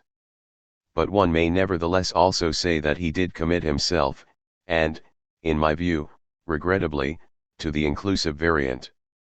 One proof of his commitment to it is the German ideology, which abounds in inclusivist formulations. 18. But possibly more revealing still of his inclusivist leaning is the argument for historical materialism at which he hints in various places. 19. It is an argument which he never himself expressly stated, but it was propounded forthrightly and lucidly by Friedrich Engels, in his speech at Marx's graveside. 20. The conclusion of that argument is that the nature of, what I have here called, spiritual existence is to be explained by the character of material production, instead of vice versa. That is a claim which restricted historical materialism does not make. It is an inclusivist claim, since the explanatory priority which it assigns to the material side of life means that spiritual life is, on the whole, to be materialistically explained. The argument's conclusion is consonant with the following inclusivist formulation, which is due to Engels, but which there is every reason to think that Marx would have endorsed. I hope even British respectability will not be overshocked if I use, in English, as well as in so many other languages, the term historical materialism, to designate that view of the course of history which seeks the ultimate cause and the great moving power of all important historic events in the economic development of society. Point 21. My own argument for historical materialism 22, by contrast with that of Marx and Engels, accords with a restricted construal of the doctrine, and provides no reason for affirming an inclusivist one. For my argument, whatever may be its value, is supposed to show only that there exists a tendency for productive power to grow, and for forms of society consequently to adjust themselves accordingly. The implications of that contention for the non-economic domain are just those of restricted historical materialism. 6. Now, although Marx and Engels thought inclusively about historical materialism, it does not quite follow that the theory itself must be taken in that way. In this section I argue that it need not be so taken, and in the next I argue that Marx and Engels had no good reason to be inclusivist, and some good reason to adopt the restricted interpretation. The German ideology certainly cannot be recovered for restricted historical materialism, but the more precise and circumspect statement of the theory in the preface of 185,923, which, like so many other commentators on Marx, I have always regarded as canonical, nearly can be. The apparent obstacle to a restricted construal of the preface is its set of statements about ideology and the superstructure. Because of their presence, the preface seems, on an initial reading, to assert a more extensive control of society by economic reality than restricted historical materialism requires. The preface seems to support the judgment that, while what Marx says about the dialectic of forces and relations of production may admit of restricted construal when it is considered apart from the rest of what he says, restricted construal is impossible when one examines the connections he asserts between the forces/relations dialectic and the domains of politics, law, religion, culture, and social consciousness in general. Before I respond to that contention, a word about the boundaries of the superstructure, and of ideology. I take ideology to consist of forms of consciousness, and I take the superstructure to be institutional. I therefore regard neither as including the other, which is a mildly controversial view. Since I do hold that view, I treat the problems posed by ideology and the superstructure separately, but nothing of substance for our purposes turns on this method of treatment. There is, I shall argue in a moment, no statement in the preface about the superstructure which resists restricted construal, but the document does, I concede, contain one unambiguously inclusivist sentence about consciousness, which says that it is not the consciousness of men that determines their being, but, on the contrary, their social being that determines their consciousness. Point 24. If that sentence is removed, what remains is, I would claim, open to restricted construal. I regard the quoted sentence as a flourish, Marx's own inclusivist comment on the doctrine he is setting out, and not a comment which that doctrine, as otherwise set out, requires. I do not contend that he did not mean what he said when he wrote the quoted sentence, and I accept that its presence colors the rest of the preface. My claim is that the rest of the preface may be seen as having a different color when the quoted sentence is removed. Point 25. The result of such excising surgery can be read as a statement of restricted historical materialism, the theory which, so I claim, many Marxists have in practice 26 favored. Even when its inclusivist sentence has been deleted, the preface does, of course, offer economic explanations of spiritual developments, and notably of the ideological forms in which men become conscious of the conflict between forces and relations of production and fight it out. But such explanations leave unanswered the question how much of social consciousness is controlled by material and economic existence, and they are therefore consistent with restricted historical materialism. I turn from consciousness to the superstructure. In section I of chapter 8 above I distinguished between two ways of using the term superstructure, and I expressed a preference for one of them. The term could be used, as it commonly is 27, to denote all non-economic institutions, or, instead, as I recommended, to denote just those non-economic institutions whose character is explained by the economic structure. I argued that the second and less usual characterization was preferable, and that it did not prevent one from asserting what I then took to be the principal Marxist theoretical claim about non-economic institutions, namely, that their character is largely explained by the nature of the economic structure. On the definition of superstructure which I favored, that inclusivist claim could be put by saying that non-economic institutions are largely superstructural, rather than by saying, as one must on the more usual definition, which I disfavored, that the character of the superstructure is largely explained by the nature of the economic structure. I think that I was more or less 28 right to insist that the superstructure be thought of as composed, by definition, of institutions explained by the economic structure, but it now seems to me unnecessary to add the inclusivist claim that most non-economic institutional reality is superstructural. The preface says that a legal and political superstructure rises on the real basis of the economic structure. The use of a, rather than the, allows the interpretation that what is said to rise on the economic basis is not all legal and political reality, as that is antecedently understood, but just such legal and political reality as is specially relevant economically, and there is no need to add that most legal and political reality does have special economic relevance. 7. In the contention of Section 6, the historical materialism of the 1859 preface is open to a restricted construal, after one imposing sentence in it has been set aside. I do not say that an inclusivist reading of what then remains is impossible, and it is, of course, the reading which Marx himself favored. But I now want to argue that he should not have favored it, since some of his own views tell strongly against it. Though inclining towards inclusivism, Marx never maintained what even inclusivism does not entail, that all spiritual phenomena are ideological or superstructural, and he thought of part of culture as expressing something other than the material needs of humanity and the interests of particular classes.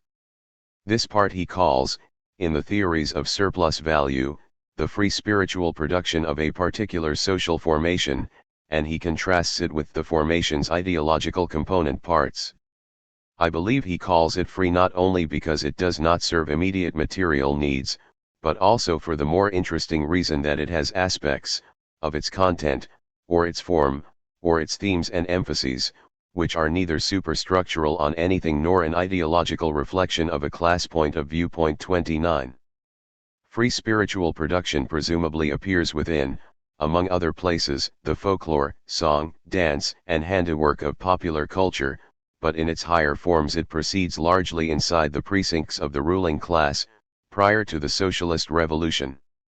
It is only within that class that human capacities can develop freely, and in that development the working class serves merely as a basis. 30. So there is, in class history, a limited prefiguration of the general liberation of essential human creativity which is promised for the communist future. It would, indeed, be absurd to think that there is no pre-communist anticipation of the human flourishing which becomes unconstrained after it.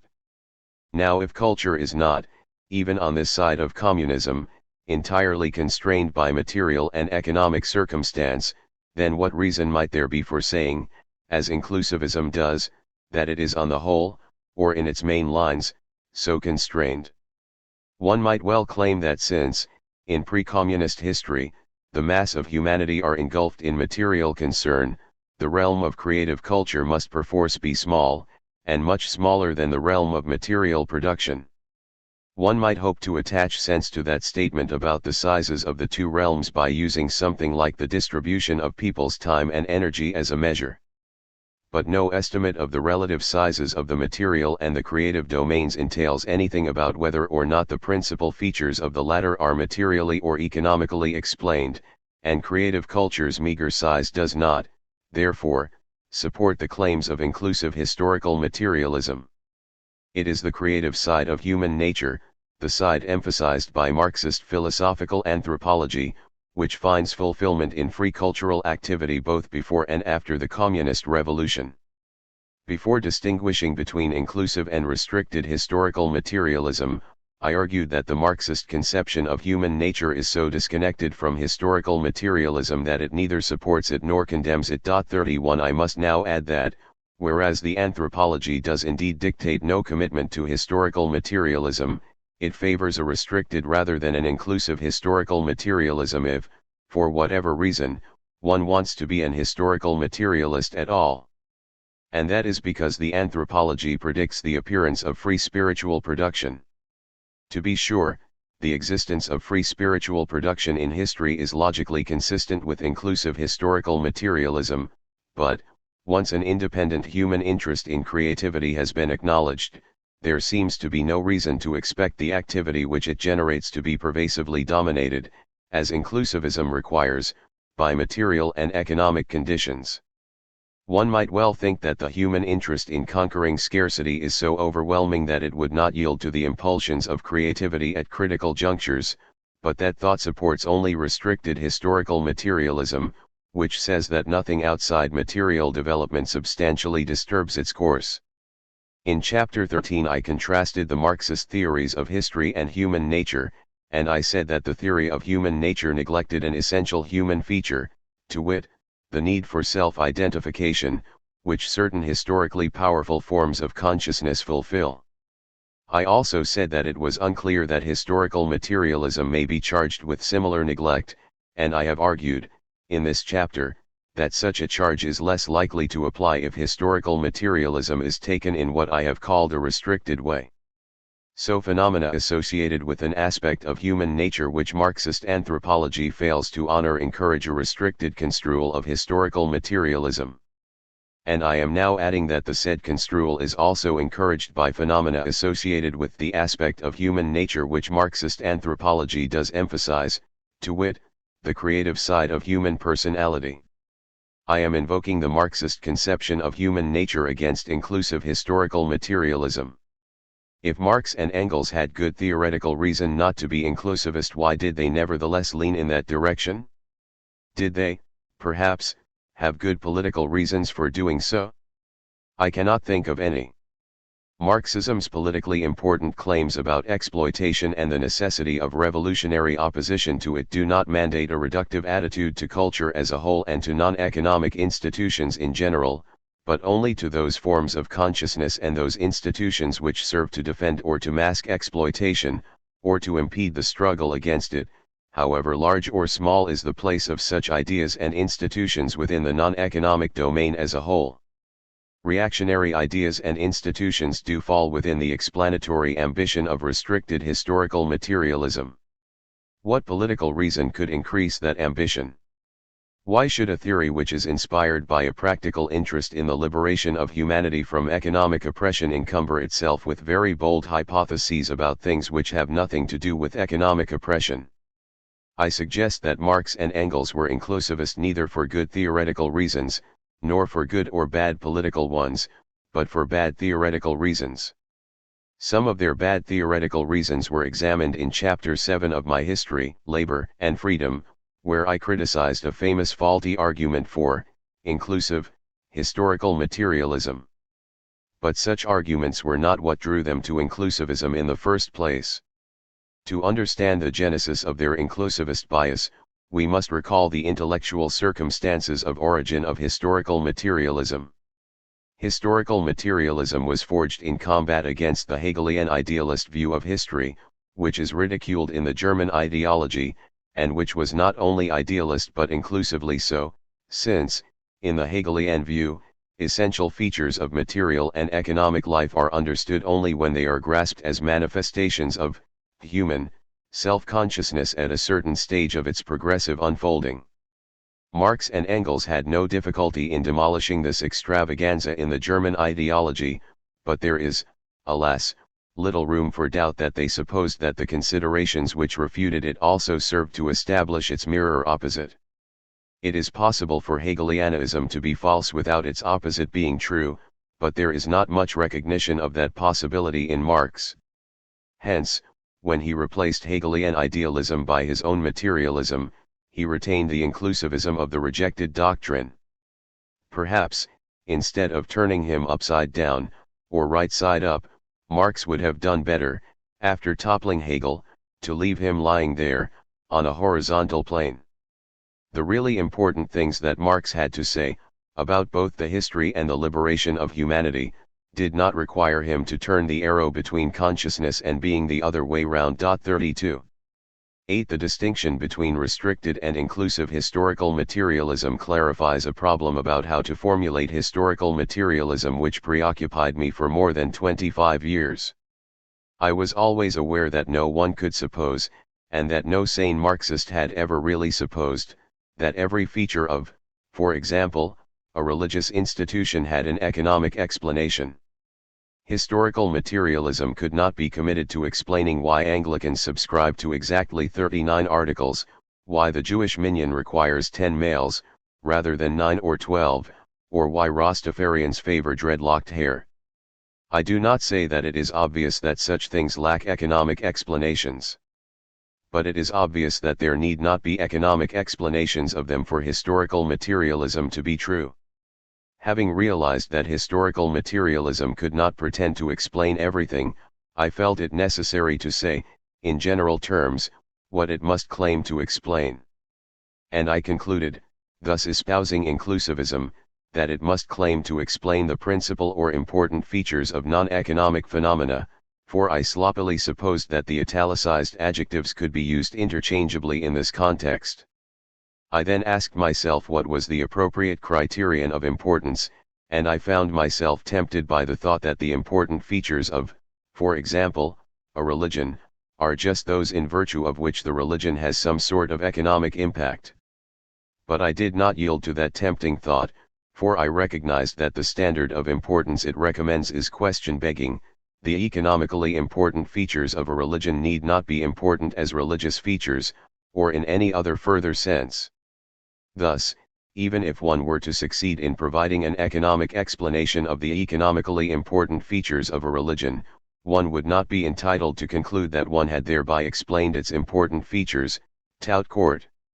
I nevertheless remain tempted to embrace the stated criterion of importance, out of what I now see was an obscure awareness that historical materialism need not occupy itself with economically inconsequential religious features.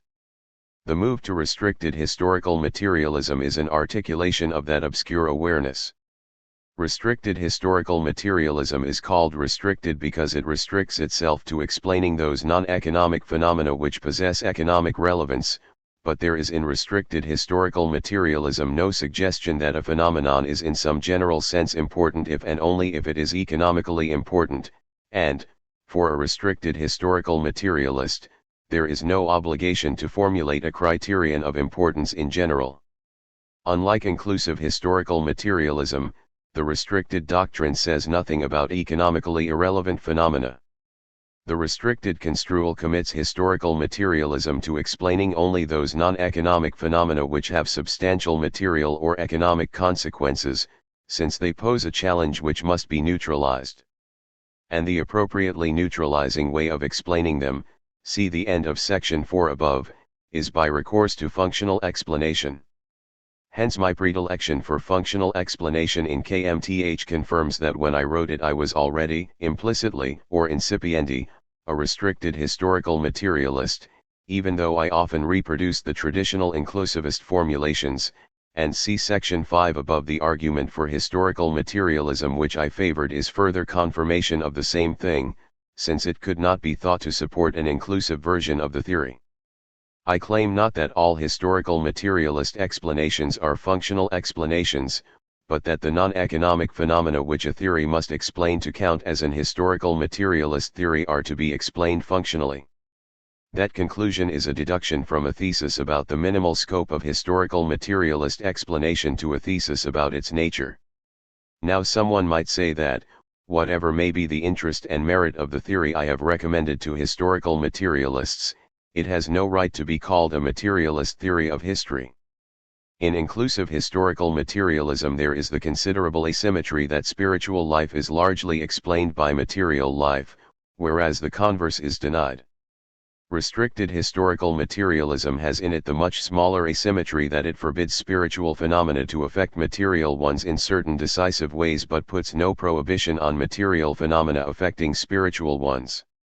And it might be claimed that lesser asymmetry is not enough to qualify restricted historical materialism as a materialist theory of history, as opposed to a theory of material history. My entirely tentative response to this difficulty, if, indeed, it is a difficulty, is as follows. Restricted historical materialism assigns a certain direction to material development, which it forbids spiritual phenomena to upset. To decide whether the restricted doctrine is truly a materialism, we have to ask whether it is compatible with the claim that spiritual life too has an inherent direction with which material phenomena cannot interfere. If that compatibility obtains, then there is indeed no reason to call restricted historical materialism a materialism. But the extent and nature of the interaction between material and spiritual phenomena make it likely that prohibiting spiritual life from redirecting material life is, in the end, incompatible with an opposite prohibition forbidding material life from redirecting spiritual. The interaction between the two ensures that material life would have to redirect spiritual in crucial ways in order not to be redirected by it. That being so, restricted historical materialism does assign to material life a kind of priority, and one which justifies its designation as a materialism. 9. I summarize here the main claims of the foregoing sections of this chapter. A. The Marxist theory of history seems to be founded on the Marxist conception of human nature. It is plausible to say that Marxism sees history as a process of growth in human productive power because it regards humans as by nature productive beings. B. But historical materialism does not in fact rest upon the Marxist philosophical anthropology since, although both theories emphasize production, they do so for different reasons, and the productions they emphasize consequently differ in character.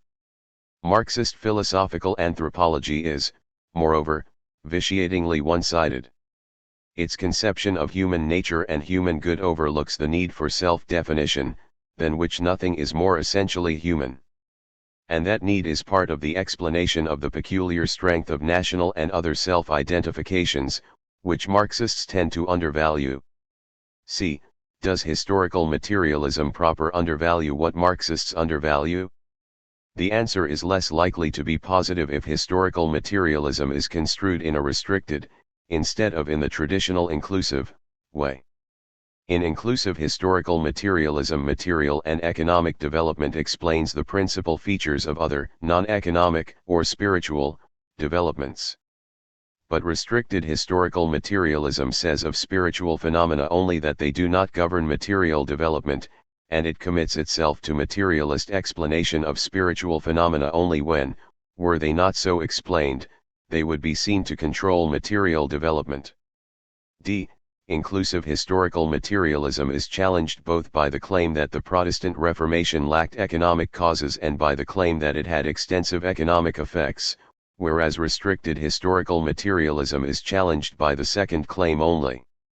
That challenge collapses if the features of Protestantism in virtue of which it had economic effects arose because of their tendency to have such effects. E. It is evident from the way Marx and Engels formulated, and argued for, historical materialism that they favored an inclusive construal of it. F. Even so, the theory stated in the 1859 preface is open to a restricted construal, once a certain inclusivist flourish has been excised from it. G. Both features of human nature which Marxists neglect, cb, and features which they emphasize, ca, tell against inclusive historical materialism.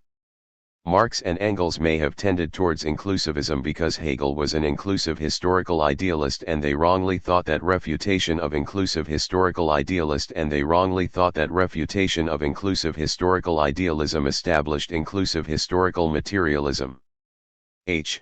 Restricted historical materialism arises naturally out of reflection on the question which features of non-economic phenomena historical materialism is committed to explaining, and the appropriate way of explaining such features is by recourse to functional explanation. 10. Eric Wright has helped me to see that the distinction between restricted and inclusive historical materialism is better understood in the light of a prior distinction between Marxist theory of history and Marxist sociology. In this different and, as it now seems to me, superior approach to the issues under discussion in this chapter, the Marxist theory of history is identified with what I considered a merely restricted variant of it, and the familiar Marxist theses which that doctrine refrains from asserting are allocated to Marxist sociology. Marxist sociology is a set of theses not about how social formations succeed one another, but about how the elements within a given social formation are related. Its central claim is, if you like, that social being determines consciousness, or, in the language of the present chapter, that material and economic existence explains the main lines of spiritual existence. The central claim of the sociology is not or so, in effect, I have argued at length above, required by the central claim of the theory of history, which is that changes in relations of production comply with and serve an autonomous development of the productive forces across history. The latter claim does not entail that non-economic structures and modes of consciousness are, in their broad lines, to be explained in material and economic terms. Nor does the converse entailment hold.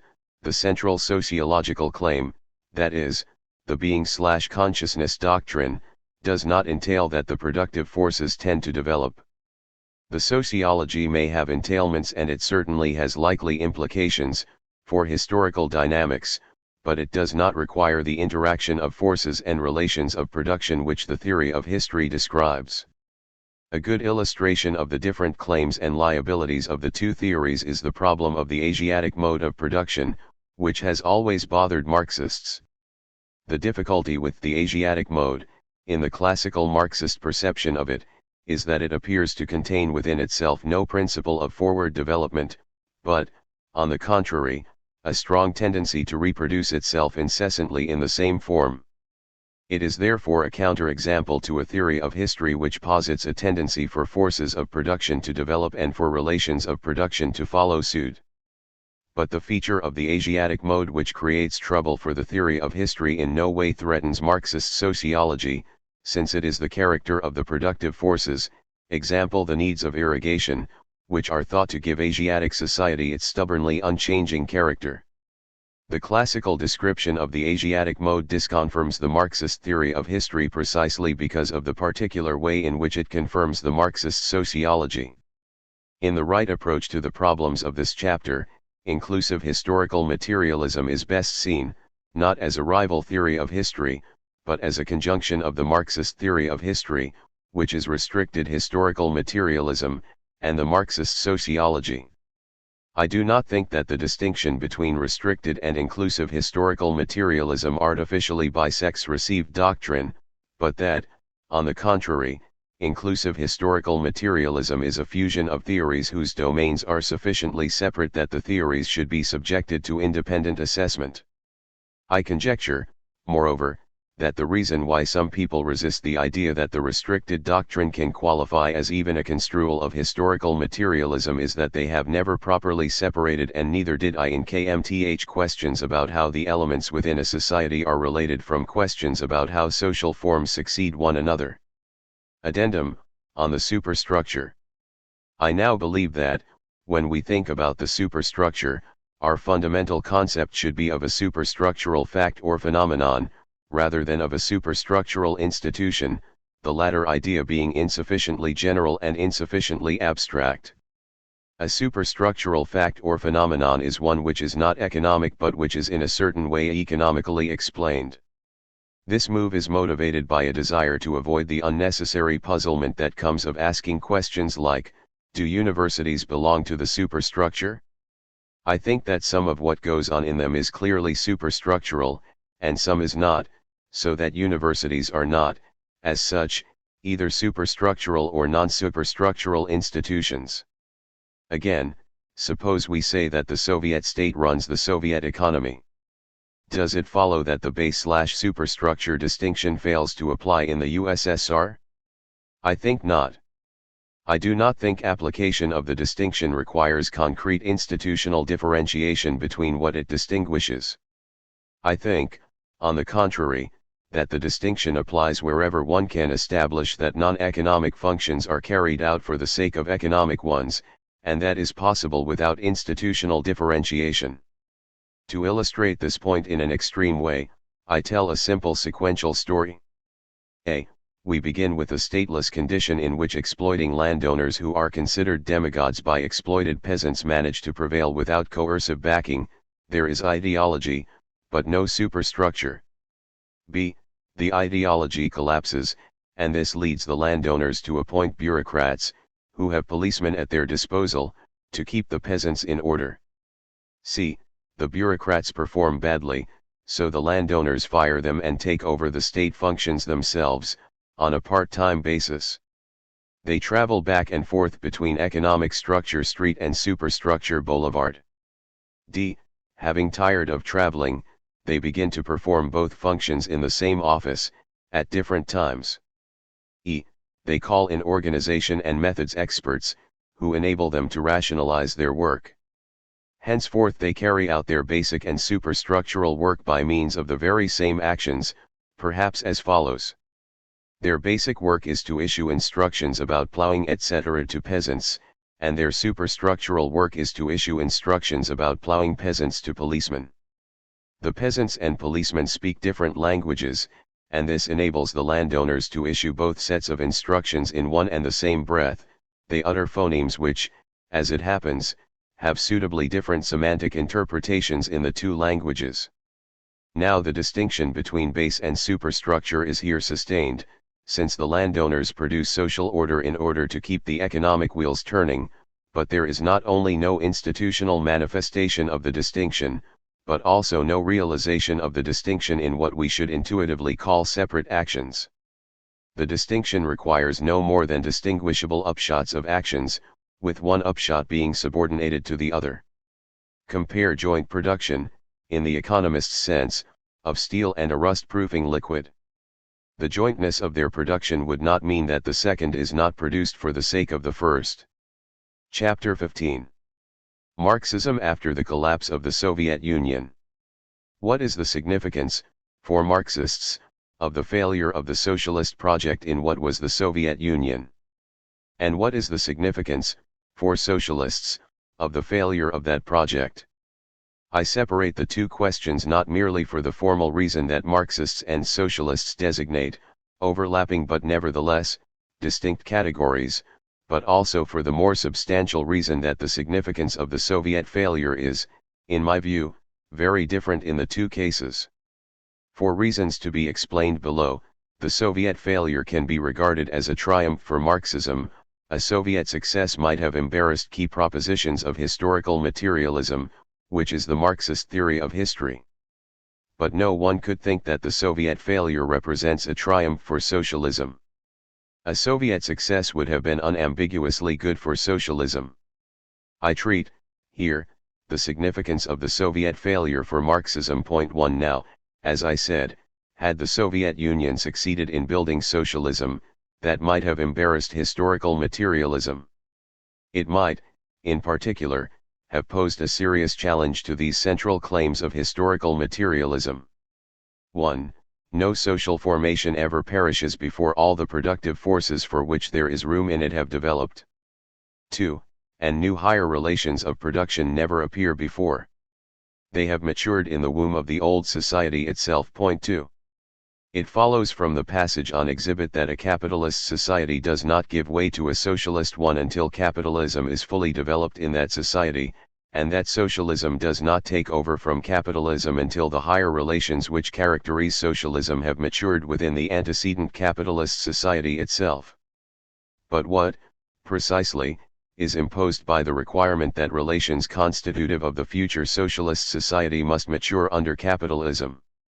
A complete answer to that question might be difficult to supply, but, whatever else is required for such relations to have matured within capitalism, there surely must exist, for such relations to have matured, a large proletariat within the capitalist society in question. 3. It must be false that the great bulk of immediate producers are peasants, rather than industrial wage workers.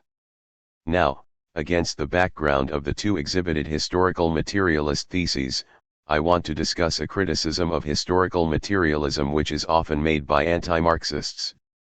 I draw attention to this criticism because I believe it to be instructively incorrect. The criticism is that, whereas Marx predicted that socialist revolution would first break out in advanced capitalist countries, it in fact occurred first in a relatively backward one so backward that one might even refuse to call it a capitalist country. And this predictive failure was not just of the man Karl Marx himself, but of historical materialism, because of its commitment to theses 1 and 2 above. For here was a socialist revolution in an incompletely capitalist country in which further development of the productive forces, under a capitalist aegis, was surely possible, so that 1 stands falsified, and in a country which had not generated much of a proletariat, so that 2 also stands falsified. Before indicating why I think that this criticism is misguided, I should address a standard reply to it, in defense of 2, which I think unsound. The standard reply, against the charge that the 1917 revolution occurred without the existence of a developed proletariat, and, therefore, in contradiction of 2 above, is that there was a highly developed and concentrated proletariat in the huge factories of Petrograd itself, where the leading revolutionary events occurred, and where power was seized. But, while an ample local proletariat may help to explain, and may even have been crucial to, Bolshevik political success, theorem 2 is, in my view, supposed to be true not because of the exigencies of politics but because of what a socialist form of economy requires for viability. So this way of protecting, 2, against the threat posed to it by the Russian Revolution fails. Despite the failure of the Petrograd proletariat gambit, I do not think that the 1917 revolution falsifies thesis 2. The reason why I think it does not is that it would do so only if what occurred in 1917 was indeed a socialist revolution, one which, by definition, ushered in a truly socialist society, in which class division is abolished under the rule of the associated producers themselves. I do not believe that Soviet society had such a socialist character. It was not ruled by the associated producers, but by the leaders, and sometimes just the leader, of the Bolshevik Party. Indeed, those who criticize historical materialism in the stated fashion would be the last to grant that the 1917 revolution succeeded in establishing what Marxists would regard as a truly socialist society. They should therefore be the last to lodge the criticism of historical materialism that they do lodge. They may think that the Russian Revolution produced the only sort of socialism that is possible, but they should not, as they do, expect others, who may not agree with that further claim, to accept that the Russian Revolution falsifies, 2. In a word, the 1917 revolution and its aftermath offer no difficulty for proposition 2, since appropriately higher relations of production did not supervene. But, all the same, the Russian Revolution might still be thought to refute proposition 1, the principle that no social order ever perishes before all the development for which it supplies room has been completed, for capitalism surely showed room for fuller development in Russia in 1917. Thus, someone might say, the problem the 1917 revolution poses for historical materialism is not that it caused socialism to succeed prematurely but that it caused capitalism to fail prematurely. But I believe that that judgment is also ill-considered. For historical materialism does allow for the possibility of a premature revolution against capitalism, provided that it is not successful in the medium or long run. Only because historical materialism does allow for such a thing could Marx have warned, in the German ideology, that, if there were an attempt to install socialism on the basis of an incomplete development of the productive forces, then all the old filthy business would begin again. 4. Now, I am confident that the Russia of 1917 was indeed characterized by an incomplete development of the productive forces, in the sense Marx intended. He undoubtedly thought, in the early 1880s, that Russia was very backward, and I am sure that he would still have thought it backward, if not very backward, in 1917. Accordingly, under a reasonable interpretation, which I shall presently give, of the aforequoted German ideology passage, the restoration of capitalism in the Soviet Union confirms the truth of that passage in particular and of historical materialism in general. The restoration shows that no social order perished here before all of its possibilities of productive development were exhausted. Capitalism receded, but receding, temporarily, is not the same thing as perishing.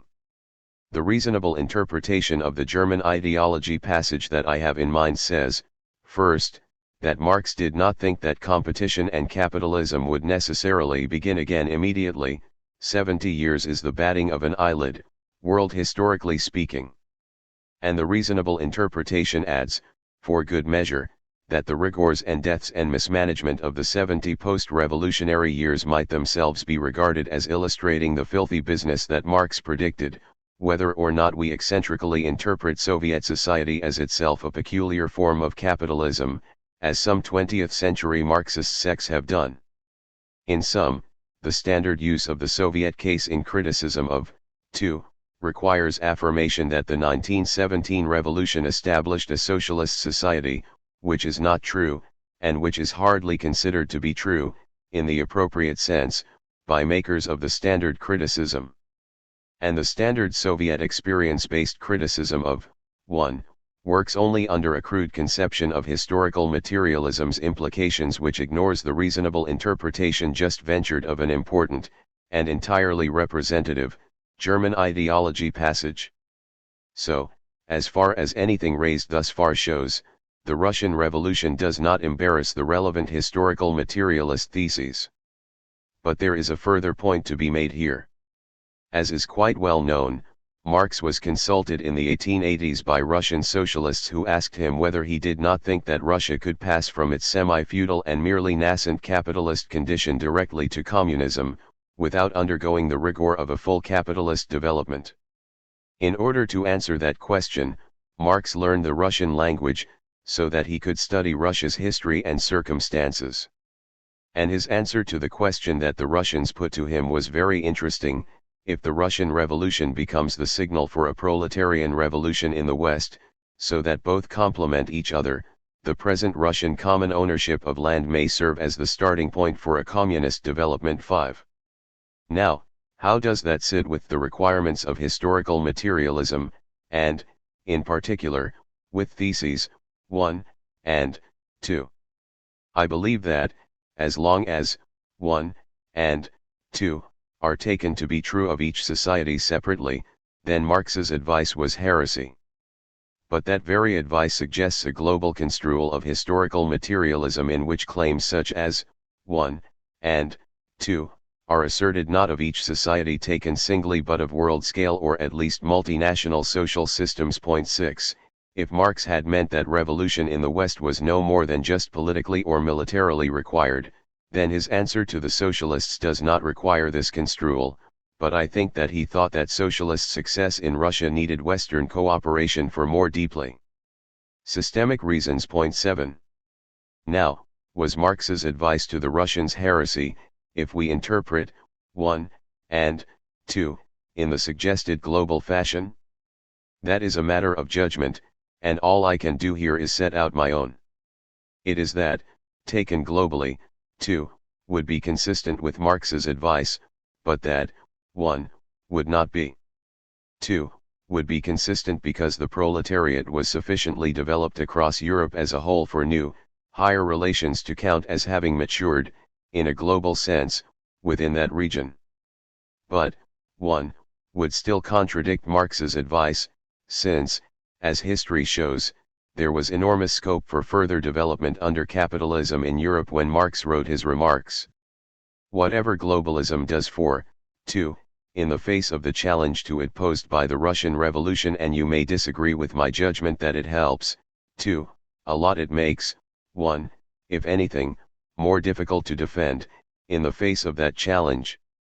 Lenin was, of course, an erudite student of Marx, and he did not imagine that the 1917 Russian Revolution would stand alone and succeed. He thought that it would succeed, but only because he thought that there would be the responsive workers' revolution in the West that Marx laid down as a requirement of a Russian success. The needed support from afar would be forthcoming.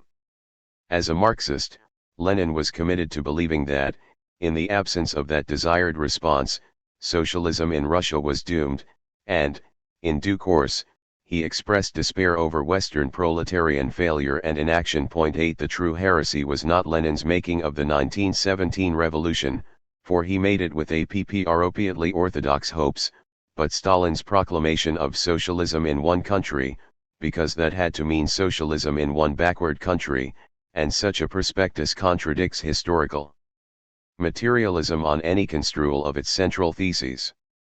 I do not thereby commit myself to Trotskyism. 9. But perhaps I do commit myself to the view that one must choose between denial of key historical materialist theses and affirmation of some Trotskyist ones.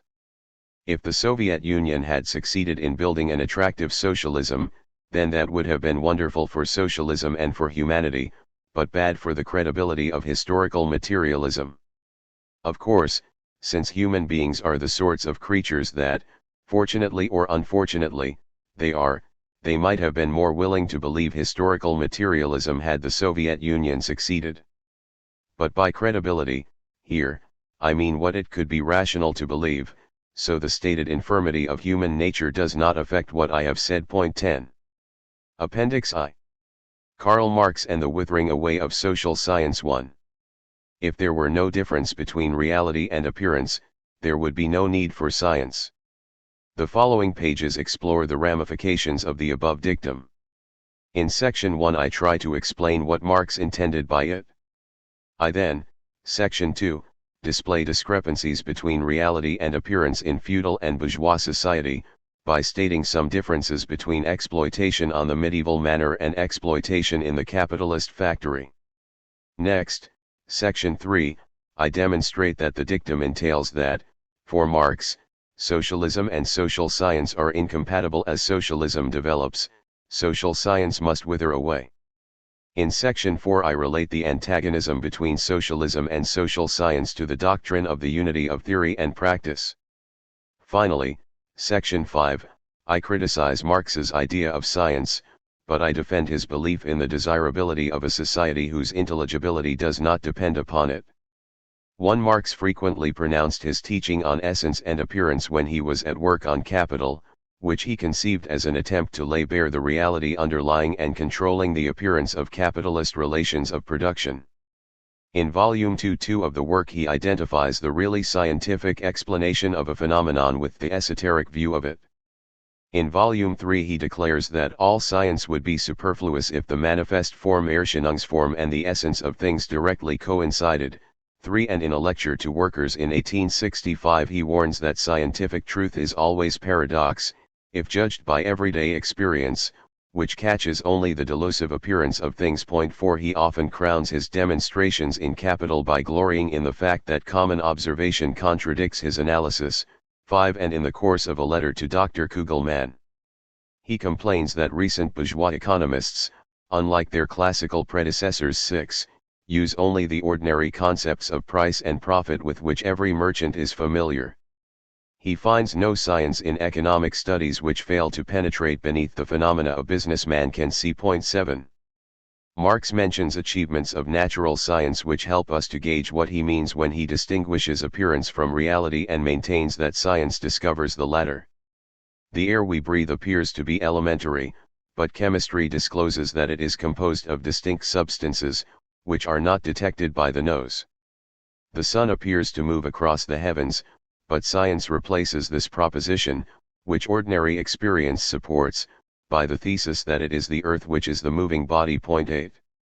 These cases are intended as analogues of the relation between capitalism as Marx analyzes it and capitalism as it appears to those who live inside it. It is a cardinal tenet of Marx's theory that only the expenditure of labor creates economic value, and in proportion to the amount of labor that is expended. It follows that because workers do not receive the whole value of what they produce, they are not paid for all the labor they have performed. It also follows that capital investment enables the creation of profit only to the extent that it is investment in labor power.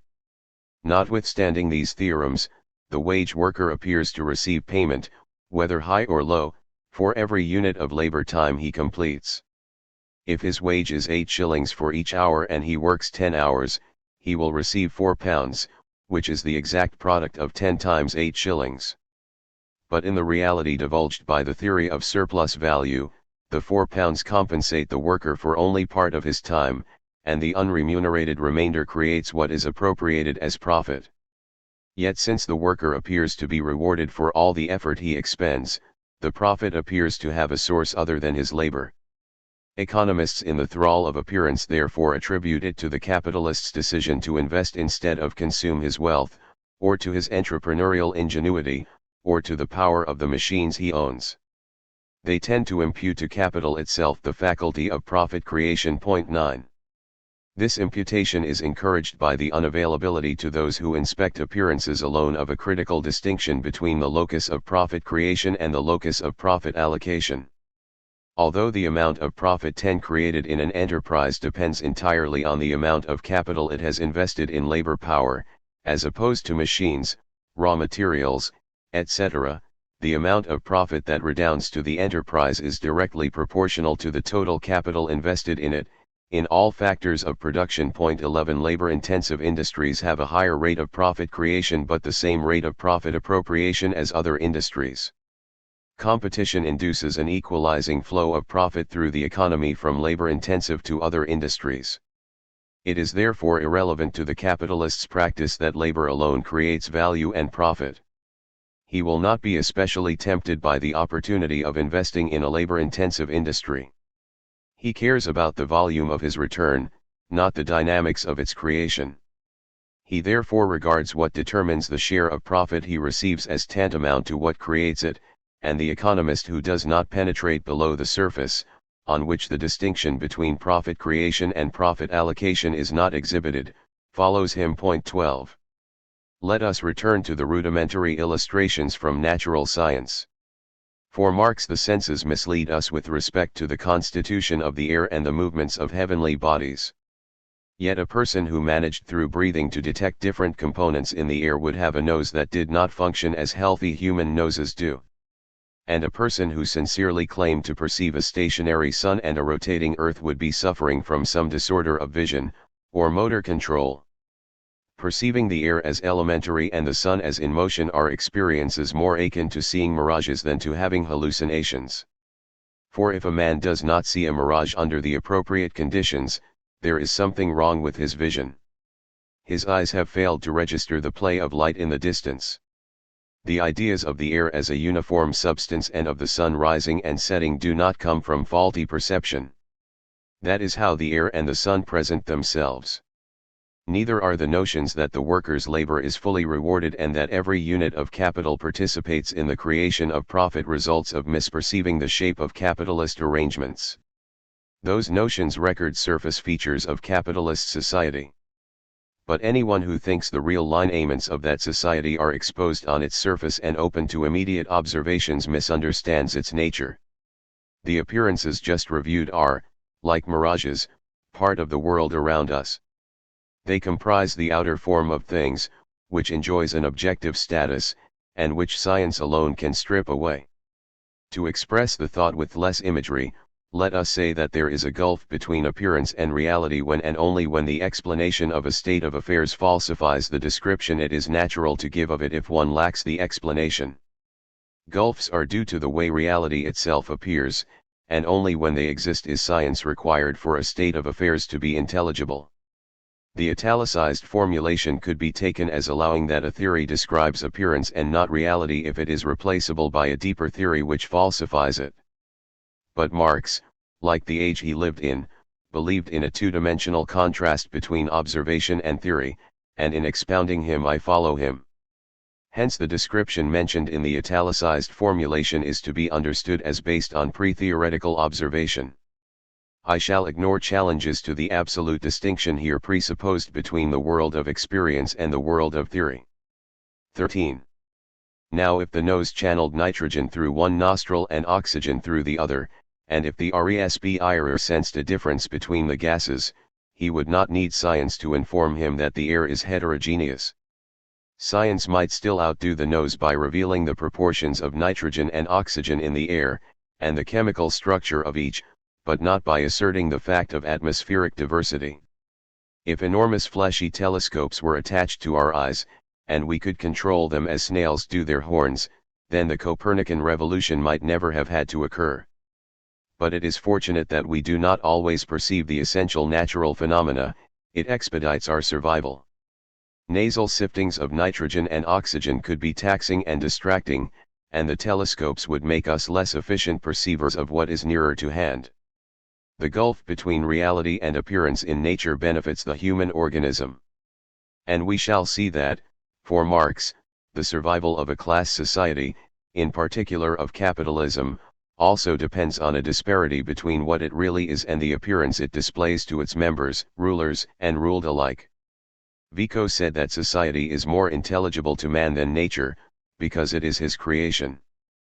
But according to Marx, this creation is riddled with mystery. Curious theoretical constructions are required to understand the setting in which men act, and, consequently, what they are doing. The schism between reality and appearance in society could well provoke disquiet. It is not hard to appreciate the desire to establish a social order in which things are as they appear to be. We shall see that socialism is expected to satisfy that desire. But first we must ask why class societies present themselves in a guise which differs from the shape correct social theory attributes to them. Part of the answer is that they rest on the exploitation of man by man. If the exploited were to see that they are exploited, they would resent their subjection and threaten social stability. And if the exploiters were to see that they exploit, the composure they need to rule confidently would be disturbed. Being social animals, exploiters have to feel that their social behavior is justifiable. 14 When the feeling is difficult to reconcile with the truth must be hidden from them as well as from those they oppress. Illusion is therefore constitutive of class societies. I say constitutive because more is claimed than that the members of a class society acquire false beliefs about it.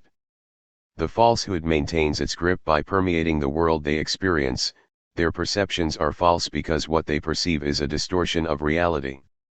According to Plato, on some interpretations, men observing the material world are under illusions not because their thoughts fail to correspond to it, but because they faithfully reflect what is an illusory world. Marx was not untouched by the philosophical tradition Plato began, and when he writes that workers take seriously the appearance, shine, that their labor is fully rewarded, the phrasing 15 shows that he thinks of the appearance as an attribute of the reality. It is only derivatively a reflection of reality in men's minds. Hence the discovery of the labor theory of value does not dissipate the mist 16 through which commodity relations are observed. Those who know the theory continue to move about in forms of illusion. Gestaltungen des Scheins. 17 Things do not seem different to a worker who knows Marxism. He knows they are different from what they continue to seem to be. A man who can explain mirages does not cease to see them. The table on page 333 purports to display what is obvious and what is hidden under two regimes of exploitation, feudalism and capitalism. Before turning to the table, a brief exposition of two analytical constructs which enable us to identify some general differences between the societies. 19th century German sociology, drawing on Marx and Hegel and Sir Henry Maine, established a distinction between two ideal types of human society, the Gemeinschaft and the Gesellschaft. No pair of English nouns adequately conveys the intended contrast, but we may translate Gemeinschaft as community and Gesellschaft as association. 18 They are distinguished by the different relations between people characteristic of each. In an association, men connect with one another only when each expects private advantage from the connection. Links between people are impersonal and contractual. The perfect capitalist market embodies this idea. But the feudal manner looks 19 more like the opposite social type, a community, with personalized relations. The bond between lord and serf does not derive from contract, it is conceived in the imagery of kinship. The lord fights for the sake of his monoreal dependents. He is their paternal protector. The serf labors in a spirit of filial homage to provision the lord's household. Ties between master and servant, it seems, are not utilitarian, not rooted in prudential calculation. Each appears concerned for the welfare of the other, not interested in the other merely as protector or as provider of consumables. 20 The incursion of commerce dissolves these bonds and reduces human contact to patently cash-determined transactions. A man is merely a means to another man under capitalism, but in the Gemeinschaft, and, to all appearances, under feudalism, his position is respected by his fellows. It restricts the uses they are prepared to make of him, and the uses he is prepared to make of them. Now neither a Gemeinschaft nor a Gesellschaft is of necessity exploitative. To be sure, in a market society, or pure association, men make use of one another, but mutual use is not exploitation unless it yields unequal rewards. 21 What Marx called simple commodity production could constitute a Gesellschaft which is not exploitative. In simple commodity production men meet at a market to exchange their wares, but the marketeers themselves produce the commodities they bring. No one is subordinated to them in the productive process. The simple commodity market may not be an enthralling ideal of social organization. 22 But where it prevails there need be no systematic injustice. Again, the idealized manner sketched a moment ago, though it involves exploitation in the technical Marxian sense, a surplus product is extracted, contains no serious unfairness. My neighbor does not exploit me if in friendship I dig his garden for him, particularly if he stands ready to defend mine against marauders. If capitalism were simple commodity production, and if feudalism had measured up to its Gemeinschaft-like ideology, then neither could be deemed exploitative, if exploitation entails oppression. But both societies are in fact oppressively exploitative, because the stipulated conditions are not fulfilled. Capitalism is not simple commodity production. Its propertied marketeers exert power over propertyless producers. And feudalism, according to Marx, is not the intimate community it presents itself as being. The relation between lord and serf is utilitarian in basis, however much the parties to it are unaware of the fact. The following table captures some differences between the two societies. Under feudalism. Under capitalism. That surplus product is extracted. Is evident. Is concealed. That human relations are utilitarian. Is concealed. Is evident. Both societies really have the two features noticed in the table, but in each society only one of them is readily observable. Consider the first feature. It is obvious to all concerned that the serf spends a part of his time working for the benefit of his lord. If labor rent is exacted, that part is spent tilling the lord's domain, instead of his own plot. Alternatively, or in addition, some of the effort the serf expends on his own and on the common land is directed to raising produce he will deliver to the lord's table, or sell to provide money for the lord's coffers. Nothing is more obvious than that a definite quantity of the fruits of his labor goes to his master. 23 But under capitalism the manner in which a portion of the product of the worker's toil is retained by the capitalist obscures the fact that he keeps it. The working day and the working year are not manifestly divided into stretches of time for which the worker is compensated and stretches for which he is not. It is false that at any given moment the worker is either producing the product equivalent of wages or producing the product equivalent of profit, yet theory enforces a division of his total time into those two segments. 24 Nor is the palpable physical product divided between capitalist and worker. They share only the money it fetches on the market, and this mystifies the transaction between them. So what feudal rent reveals, the wage system conceals. 25 A child could tell the sources of wealth of an ancient slaveholder or medieval feudal baron. Not so with our non-producing classes. The sources of the wealth of our merchant princes are shrouded in mystery. 26. Now consider the second feature. Under capitalism, production relations are obviously utilitarian. Capitalists pretend no affection for their workers, and the indifference is reciprocated. 27 But, Marx believed, monoreal relations only appear to be otherwise. Though men seem bound by non-economic ties of tradition and loyalty, historical materialism entails that it is really economic necessity that glues them together. The level of productivity characteristic of the medieval period made the monoreal scheme an appropriate device for provisioning the species. A patina of Gemeinschaftlichkeit is required to reconcile men to the scheme, whose ground is utilitarian. If the members of the manor knew that its ideological ratification was a sham, the peasants would not serve their lord, and the lord could not maintain his patriarchal posture. In his early manuscripts Marx goes so far as to treat the fact that feudalism is a Gesellschaft masquerading as a Gemeinschaft as the reason for its demise. The economic reality underpinning the superstructure of quasi-familial relations must reveal itself. Capitalism supersedes feudalism because the truth must come into view. 28 Marx later abandoned this Hegelianizing explanation of the transition to capitalism, but he retained the contrast on which the explanation relies. 29. To conclude, feudalism and capitalism have two features. One is veiled under feudalism, the other under capitalism. It is a plausible suggestion that in any society qualified by those features, social stability requires that one of them be concealed. 30 If serfs knew that the communality of the manor was a sham, they would not do what they in fact do, for they knowingly surrender a part of their produce to the Lord. If factory workers knew that they were not recompensed for all of their labor, they would resist working for capitalists. 31 Since their sole motive for doing so is self-interest, no traditional bonds inhibit them from revolting against the system, so when they become apprised of the truths of Marxist science they do revolt. But they must learn those truths to become revolutionaries. They must penetrate through the mirage of the wage form. It might be objected that even if historical materialism committed Marx to the thesis that economic necessity generated the monoreal structure, there is no evidence that he accepted it. I therefore offer some documentation. According to the Communist Manifesto, only capitalism compels man to face with sober senses his real conditions of life, and his relations with his kind. 32 The relations obtained under feudalism, but men were blind to them because they did not surface.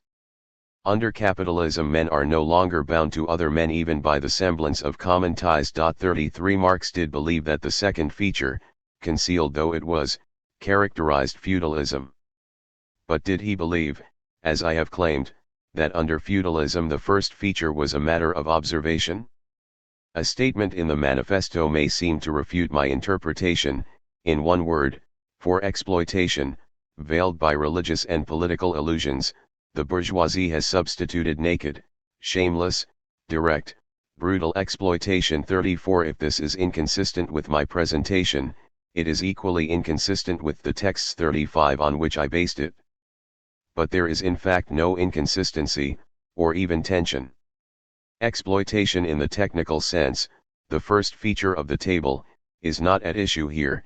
It is not asserted that the extraction of surplus product was made more evident by the bourgeoisie. The passage patently means that capitalism made the utilitarian treatment of men by their masters more obvious, and that is something I affirm. 36. Marx also contrasted the illusions of capitalism and slavery.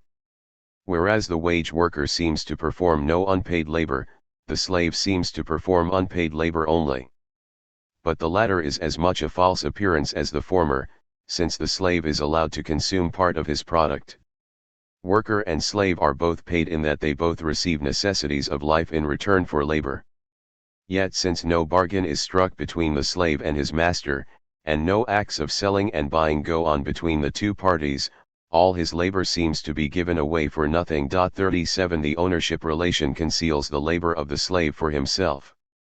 The money relation conceals the unrequited labor of the wage laborer. 38. 3. One corollary of the dictum on reality and appearance is that science may study a social formation only if it is held together by mechanisms that disguise its basic anatomy. The true content of social interaction must be hidden for social science to assume a role. When a capitalist hires a worker, each, in a flourishing capitalism, is typically unaware of the nature of the exchange they enact. The worker lacks the facilities needed in a market society to produce and sell goods. These are monopolized by the capitalist class.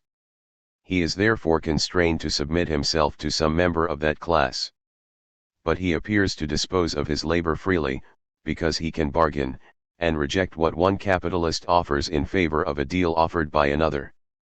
In essence bound to capital, he appears to be a free agent. This appearance, generated by the opportunity to bargain, is the form his bondage takes, and under which it is concealed. 39. One more example. According to Marxian theory, the market values of commodities are determined by the quantities of socially necessary labor time required for their production. But those values appear to be independent of human effort. The capitalist can reason that because a commodity has a high market value, it is worth hiring a large number of workers to produce it, whereas in reality it is because a large amount of labor is needed to produce it that its value is high. But again, the idea that economic values are unrelated to the expenditure of energy by human beings is nourished by ordinary experience. For in the day-to-day flux of supply and demand, 40 prices do vary independently of expended labor time, and their ultimate determination by it is concealed from those who do not reach beyond daily experience to theory. Now Marx says that relations between human beings under socialism are transparent and intelligible. Economic agents whose actions are integrated by a democratically formulated plan understand what they are doing. The rationale and the import of economic activity are then publicly manifest. If we conjoin Marx's conceptions of socialism and science, we obtain the conclusion that socialism renders social science superfluous.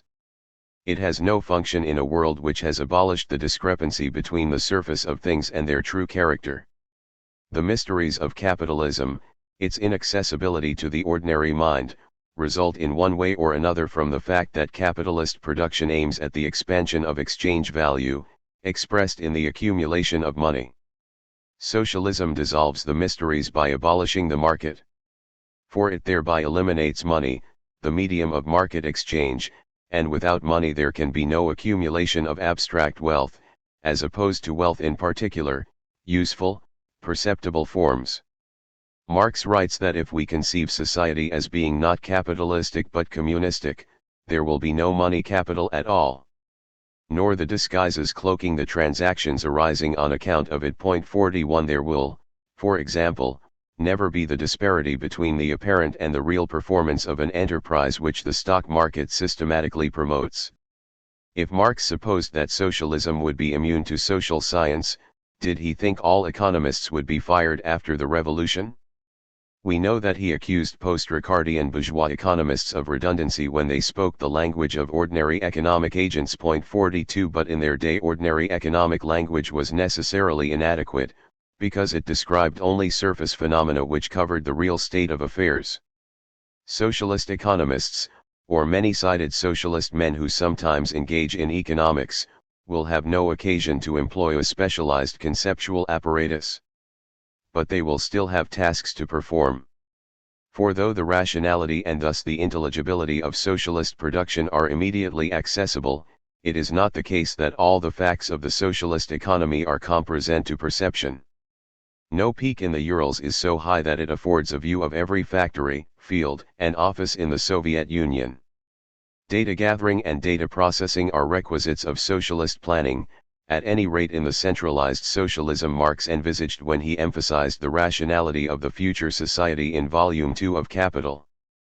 But while the findings of socialist economics will exceed those of unaided observation, there is no reason to think they will subvert them. They will therefore not constitute science, if Marx's account of science is correct. For Marx, socialist economics is not science because it does not use specifically scientific concepts, which are needed to make capitalism intelligible. Above all, it dispenses with the concept of value, which is heavily impregnated with theory. It needs the concept labor time, but that is different. Labor time is not a theoretical entity, and calculations of it are performed in all economies, including Robinson Crusoe's 43, according to principles derived not from theory but from common sense.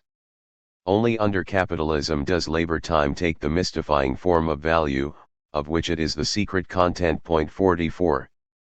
By unifying social theory and social practice, socialism suppresses social science.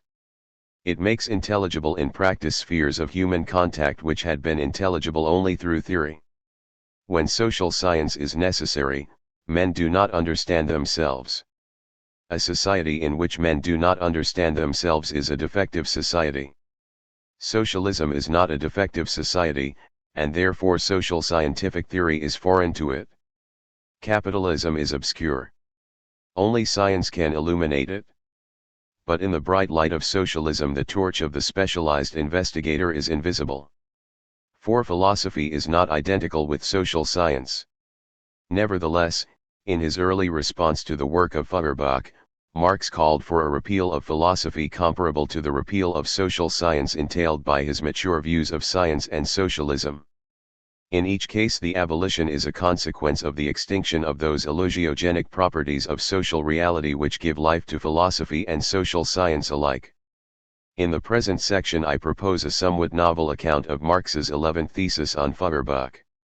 It suggests a close connection between the dictum on reality and appearance and the Marxist emphasis on the unity of theory and practice. The concept of the unity of theory and practice has borne a number of meanings in Marxist theory and practice.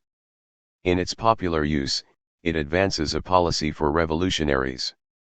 In its crudest accentuation, it enjoins the revolutionary to spend half his day up in the library, and the rest down at the docks or the factory gates. But this lifestyle does not in itself deserve the description unity of theory and practice, for it is merely their juxtaposition. A further demand is that the teaching of the library be carried into the docks and the experience of the docks be applied at the library desk. And still more sophisticated recommendations regarding correct revolutionary conduct are available. But the unity of theory and practice may also refer not to a policy, but to a feature of an established socialist society. The integration of intellectual and manual labor is one such feature, but I have in mind something of a higher metaphysical grade, which may be expressed as a supplement to Marx's last thesis on Feuerbach. He wrote that the philosophers have only interpreted the world, in various ways, the point is to change it. I suggest that we may add, to change it so that interpretation of it is no longer necessary. When Engels opined that the German working class movement was the rightful heir to German philosophy 45, he intended that the proletariat would fulfill in practice the project of making the world intelligible which the philosophers had attempted within theory. The unity of theory and practice as a policy relates to the task of instituting a rational world. The unity of theory and practice in the present sense is a constituent of the revolutionized rational world that policy achieves. It is a world in which the theory explaining the practice of socialist man appears in his practice, and needs no separate elaboration in a theorist's head. A certain line of reflection underlies a 46 conception of the unity of theory and practice in Marx's contribution to the critique of Hegel's philosophy of right and theses on Feuerbach. It runs as follows: theory aims at the production of thoughts which accord with reality. Practice aims at the production of realities which accord with thought. Therefore, common to theory and practice is an aspiration to establish congruity between thought and reality. Now, a person might consider himself as fundamentally neither a theorist nor an activist, but as primarily dedicated to arranging a correspondence between thought and reality, by theorizing or by action or by both. He might say, the method of securing the correspondence is a secondary question. It is whatever, in the given circumstances, eliminates illusion. It was from this, unstated, point of view that Marx judged Feuerbach's program for rescuing men from illusion to be inadequate. In certain domains, thought could maintain a correspondence with reality only if reality were changed. Feuerbach demanded that people give up their illusions about their condition. He should have demanded that they give up the condition which continues to produce illusions, even after they have been theoretically exposed. Point 47. When social circumstances inevitably generate discord between thought and reality, the enemy of illusion must operate on reality, not in thought alone. There are certain problems which only practice can solve. Point 48. Consider the fourth thesis on Feuerbach. Feuerbach starts out from the fact of religious self-alienation, the duplication of the world into a religious, imaginary world and a real one. His work consists of the dissolution of the religious world into its secular basis. He overlooks the fact that after completing this work, the chief thing still remains to be done. 49. It is superficial to read Marx as expressing an activist's impatience with the analytical response to illusion. He is not merely announcing his unwillingness to rest content with intellectual victories. It is false that whereas Feuerbach's concern is theory, his is practice. Their primary interest is the same. Both want to suppress illusion, and Marx's complaint is that theory alone will not do so. 50 The goal with respect to which the chief thing still remains to be done is to secure intelligibility. 51 Only by bearing in mind that common aim can we understand the critique of Feuerbach as motivated by something beyond a difference of temper. There is a genuine disagreement with Feuerbach, arising out of a shared desire to destroy illusion and initiate a harmony between reality and thought. The illusions occupying both thinkers survive theoretical exposé because theory does not cure the conditions which produce them. And that is because they are not, in the first instance, errors of thought, but distortions in the world, which theory is impotent to rectify. Marx thought social conditions must themselves be conflicted to be capable of generating a conflict between reality and appearance. And as long as society remains riven, the rift between reality and appearance will persist too. There appears to be a straightforward clash between the 11th thesis on Feuerbach and the counsel of passivity Hegel dispensed to philosophers in the preface to his Philosophy of Right. Philosophy, he said, is unable to contribute actively to history. It is its office to discern the rationale of historic endeavor in the afterglow of the fire of events. The owl of Minerva, emblem of wisdom, flies in the evening, when the day's work is over. 52 The 11th thesis sets the tasks of a new day.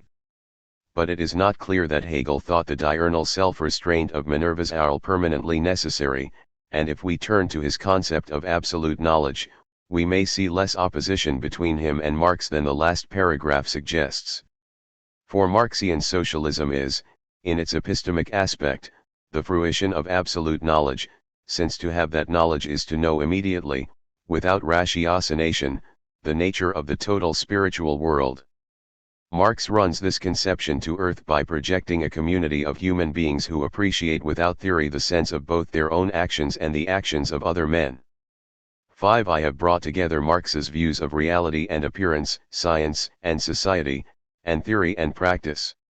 I shall now criticize Marx's conception of science, but I shall defend his belief in the desirability of a society immune to social science. We saw that Marx's concept of a gulf between appearance and reality depends upon an unrefined distinction between observation and theory. I shall continue to accept the distinction in its naive form. I shall not challenge the concept of a theory-free observation report, which, moreover, counts as an observation report no matter what its context of utterance is. I shall also not question the coherence of the characterization of discrepancy between reality and appearance provided earlier. To repeat it, there is a gulf between appearance and reality when and only when the explanation of a state of affairs falsifies the description that it is natural to give of it if one lacks the explanation, this description being based purely on observation and committing the observer to no theoretical hypotheses. These concessions do not save the thesis that all 53 scientific discoveries reveal a gulf between reality and appearance. Science sometimes expands pre-scientific information without prejudicing it, and sometimes confirms it without expanding it. The claim that the work of socialist economics does not embarrass pre-theoretical belief simply does not entail that it is not science. Some of the examples Marx uses in support of his dictum, rather than illustrating it, confirm the point just made. While it may be a paradox that the Earth moves around the Sun, it is no paradox, in the required sense, that water consists of two highly inflammable gases. 54 It is true that we do not expect it to be so composed, but the discovery warrants no revision of our belief that water quenches fire, and therefore involves no gulf between appearance and reality. Even one who insists that reports of experience can be free of theoretical commitment must grant that the statement what extinguishes fire is not composed of inflammable substances is not a record of experience but a piece of elementary theory. The scientific picture of the solar system arguably did subvert beliefs which were innocent responses to observation. The discovery of the constitution of water did not. 55. Marx's dictum must be abandoned.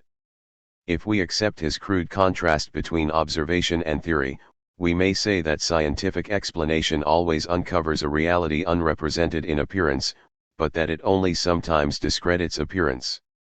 Let us call science subversive when it does the latter, and neutral when it does not. Now, presumably, there is a need for a science of society when and only when central social processes require theoretical explanation. I shall now maintain that it is reasonable to find the need for a science of society intrinsically regrettable. The claim will be made first for subversive, and then for neutral social science. The thesis is easier to defend with regard to subversive social science. A gulf between social reality and its appearance is surely an unfortunate state of affairs. But we must distinguish this contention from others with which it might be confused. One might deplore the gulf just because it means that theory is required to reveal reality. Then one is not deploring the gulf as such but the fact that reality is not pre-theoretically available. This is also true when neutral science is needed. Therefore this response to the gulf is not directed specifically against subversive science. Suppose the gulf exists because it is necessary to conceal exploitation. Or suppose that explanation of the gulf is false, but that it does conceal exploitation. In either case one might lament the gulf because by hiding exploitation it protects it. It is more difficult to wage battle against it when it is hard to see. This again is no objection to the gulf as such. We may also set aside objections to the gulf on the ground that it leads men into error. For we have seen 56 that it can persist after they have been enlightened. Is the gulf still objectionable, once we ignore unhappy conditions which may be associated with it? After all, mirages, which instantiate the gulf in nature, make desert journeys more interesting. But it seems unacceptably frivolous to excuse major gulfs between appearance and social reality on similar grounds. It is surely reasonable to regret the fact that experience induces a propensity to believe falsehoods about important social matters, even when the propensity is restrained by theoretical knowledge. But suppose Marx agreed that he was wrong to think that science is necessarily subversive. Would he continue to desire that socialism reduce the role of theoretical understanding, including neutral social science? I think he would, and reasonably so. I believe that it is desirable for a person to understand himself without relying upon theory. For there is a sense, difficult to make clear, in which I am alienated from myself and from what I do to the extent that I need theory to reach myself and the reasons governing my actions. Point 57. The need for a theory of the social processes in which I participate reflects a similar alienation from those processes. Hence a reduced reliance on social science is desirable. This does not, of course, make it possible.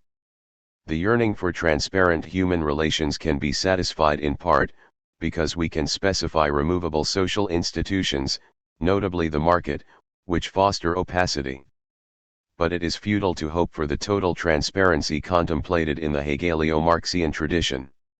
Recent developments in linguistics, in communication theory, and in realms of economics which will outlive the market are sufficient proof of this. One cannot hope to eliminate neutral theory of human phenomena, though one can understand the desire to do so. The strongest realistic hope is that subversive theory will be unnecessary and that neutral theory will be generally accessible. Point 58. Many would contend that if theory became generally accessible, observation statements would come to be cast in the theoretical vocabulary. I shall not explore that suggestion. Its formulation violates the crude distinction between observation and theory which has framed our discussion. Appendix 2. Some definitions. The following definitions purport to codify Marx's usual conceptual practice, but they do not accommodate his every employment of the terms defined. Marx used terms clearly, yet not so carefully as to determine unique definitions of them. These aim to be simple and precise and generally faithful to his ideas. Use value. The term use value denotes a power, and, derivatively, things which have that power, so that what has, one use value is a use value. The use value of a thing is its power to satisfy, directly or indirectly, a human desire. It satisfies a desire indirectly when it is used in the production or acquisition of another use value. Otherwise it satisfies a desire directly.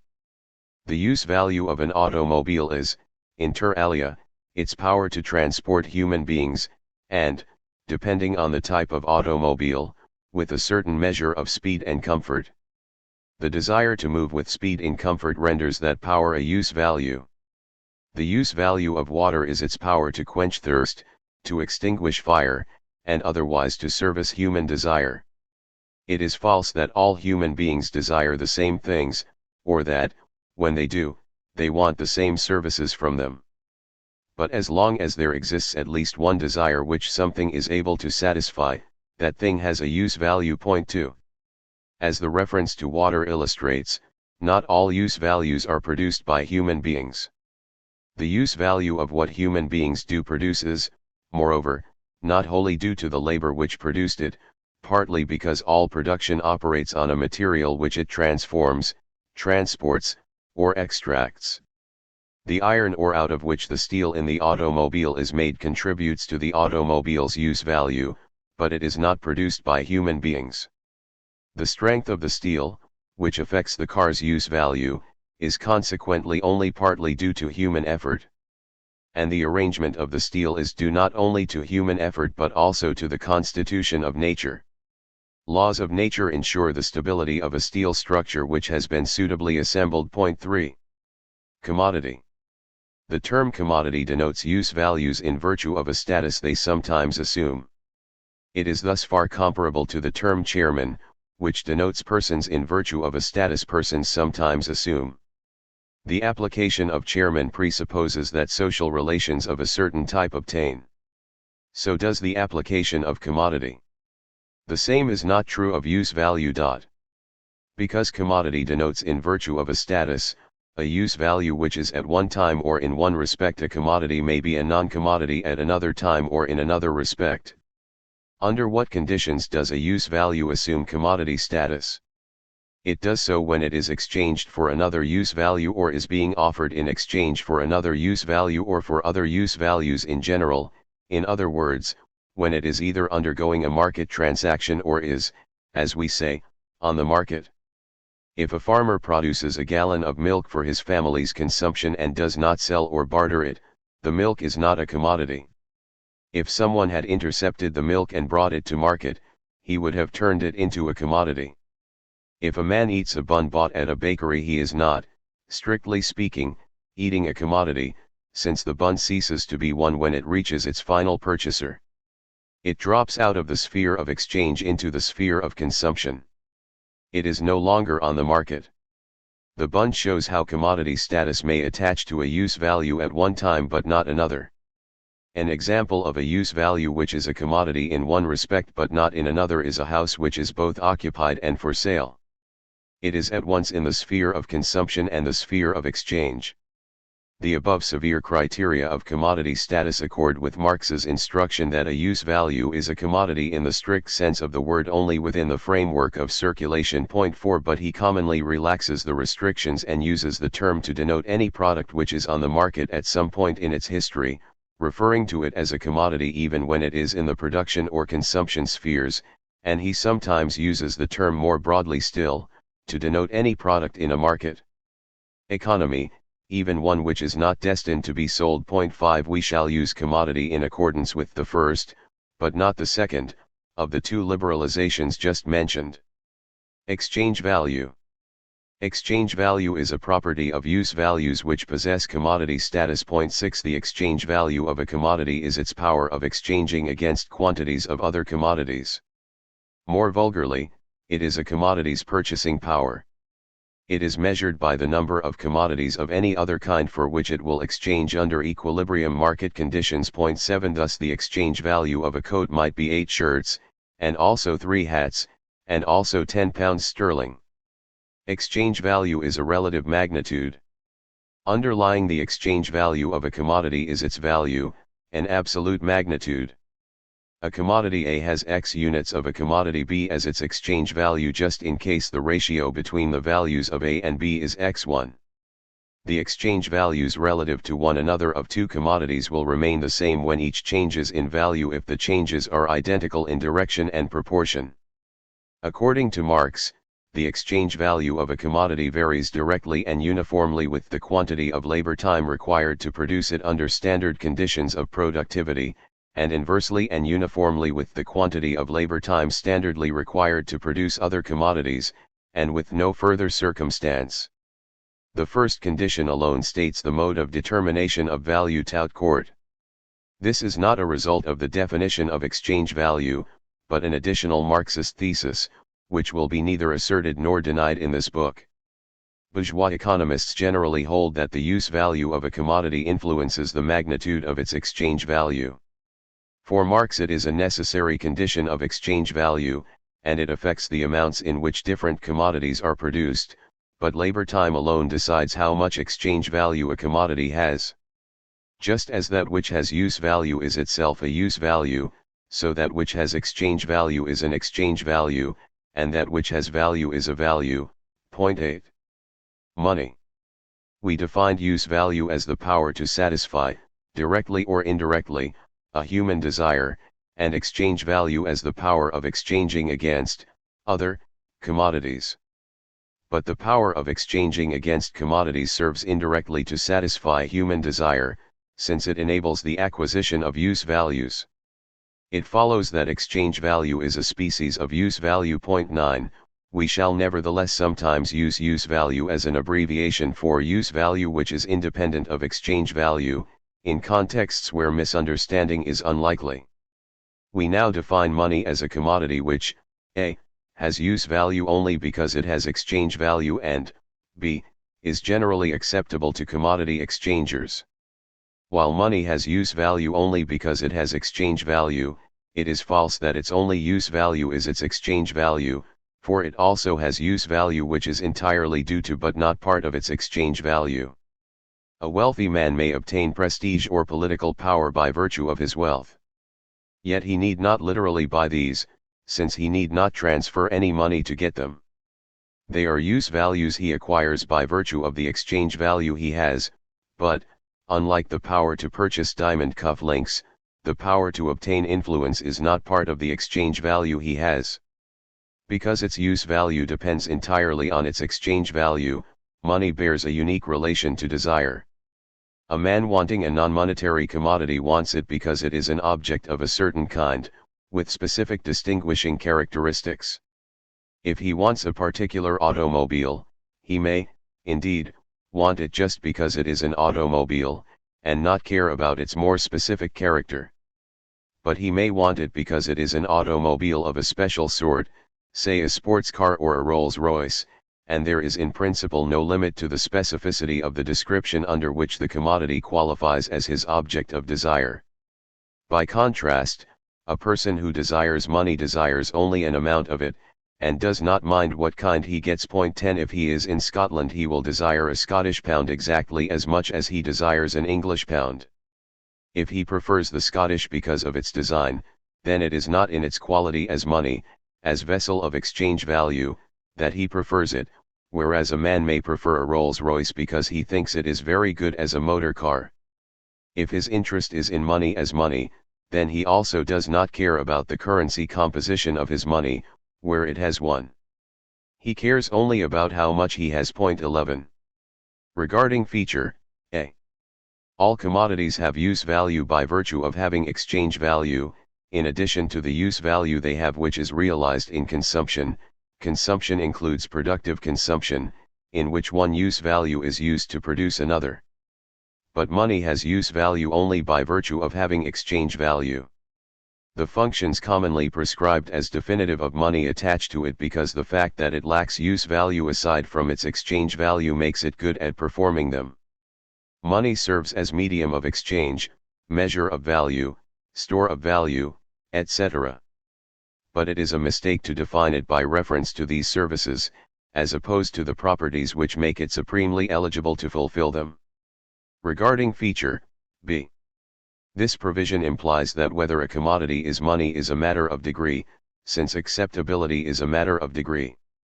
By demanding that acceptability be general, we exclude such objects as stock certificates, bonds, railway tickets, etc. These and similar non-monetary documents have no use value apart from their exchange value, and they discharge some of the functions of money, but within restricted spheres of circulation, they cannot buy virtually anything from virtually anybody. The definition supports a distinction between money and what is used as money. Non-money is used as money when it fulfills functions of money but lacks one or both of money's defining properties. The items mentioned 2 paragraphs back lack the second property. Certain primitive media of exchange, e.g. wheat, cattle, lack the first property. They occur in the sphere of consumption as well as in the sphere of exchange. Finally, any commodity can, at times, perform some of money's functions, even if it lacks both of the defining properties. The definition has a certain peculiarity. Little in the world satisfies it completely, since almost nothing is capable of monetary use only. Coins can pry open tins of tobacco and notes can feather a bed. But the exchange value of coins and notes will normally exceed that of non-monetary objects which perform similar consumption services only. It would be pointless to spend a penny or more on a tin opener which is no better than a penny at the job, does no other job better, and is not prettier. In general, money will be worth more than a cognate non-monetary material object, for otherwise it will be taken out of circulation.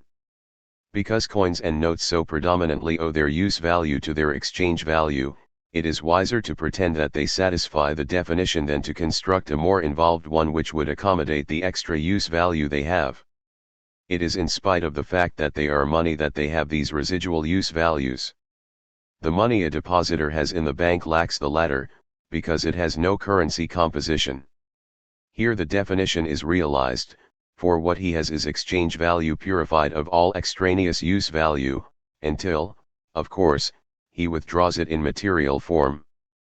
The residual utility and disutility of money also makes it necessary to modify the claim, p. 349, that currency composition is unimportant. 100 pennies are for most purposes less convenient than a $1 bill. But such facts impose only very minor qualifications on what was said. Finally, a word about the use of coins as tokens. This is not a monetary use. The authority, running a subway system, or in charge of parking meters, confers non-monetary use value on a coin by so designing a machine that the coin will make it work. Here money as money buys money as non-monetary use value via a deftly arranged short circuit in the process of exchange. Currency preferences arise, and a person might give more than 10 cents for a much-needed dime, but these phenomena are not serious counterexamples to important claims. Capital. Capital is a form of exchange value. We introduce the concept by describing some varieties of market exchange. An exchanger can offer either money, M, or a non-monetary commodity, C. And he can take either M or C. One kind of exchange is barter, whose schematic representation 12 is ICC1. In I, a person brings AC to market and returns with AC of another kind. It might be a pair of trousers which he exchanges for a bushel of wheat. He does not want the trousers, or he wants them less than the wheat, so he surrenders them in favor of the wheat. In another kind of exchange money appears, mediating the transaction. 2CMC1. Here the man exchanges the trousers for money, with which in turn he buys the wheat. In a third kind of exchange money functions as capital. 3MCM1. In 3 a man acquires, say, trousers, by paying money, and sells them for a larger sum of money than he paid. He seeks M1 not because it differs in kind from M, for it does not, but because it exceeds M in quantity. Bad luck or commercial ineptitude may lead him to accept an M1 smaller than M, but a reduction of M is not the purpose of 3. A man wanting to diminish his stock of money will give or throw some of it away rather than engage in 3.13. In exchange circuit 3M is capital, because it is exchange value exchanged with a view to increasing the amount of exchange value possessed by its owner. A merchant capitalist proceeds as in 3, by buying and selling the goods he buys. Another way money may take the form of capital is by being loaned at interest. 4M, T, M1, T plus N. The parenthesized expressions denote times when the money is transferred. The capitalist does not by definition employ money, as opposed to a non-monetary exchange value. A man who lends 10 cows on condition of receiving 15 at the end of 5 years may be using them as interest-bearing capital. A merchant might repeatedly exchange one non-monetary commodity for another. If he does so because later commodities in the series have more exchange value, then he acts as a capitalist, despite the fact that his transactions take the form of barter, and may be represented as I repeating itself, thus, C1 C2 C3 Cn. For functional reasons capitalist dealing normally involves money. But capital is by definition a species not of money but of exchange value. Point 14. A third form of capitalist exchanges is M for AC, which consists of the requisites of production, labor power, LP, and raw materials, tools, premises, etc., collectively known as means of production, MP, with a view to combining them in a productive process whose result, C1, can be marketed for more than M. This operation may be schematized as follows.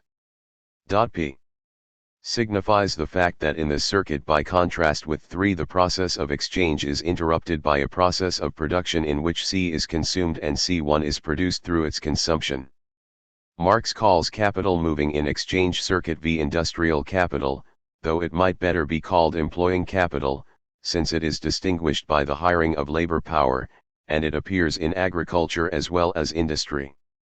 Society counts as capitalist when its production is predominantly inside circuit V, and there is a class of hirers of labor power distinct from the class of laborers. The first provision does not entail the second 15, and we have occasion in chapter 11, pages 314 to 15, to describe 3 social forms whose production is capitalistic but which are not capitalists since they lack class division. 2 characterizations of capital common in Marxist circles do not qualify as definitions. Capital is not a relationship between purchaser and vendor of labor power. Point 16. Rather, it promotes that relationship and is reproduced by it.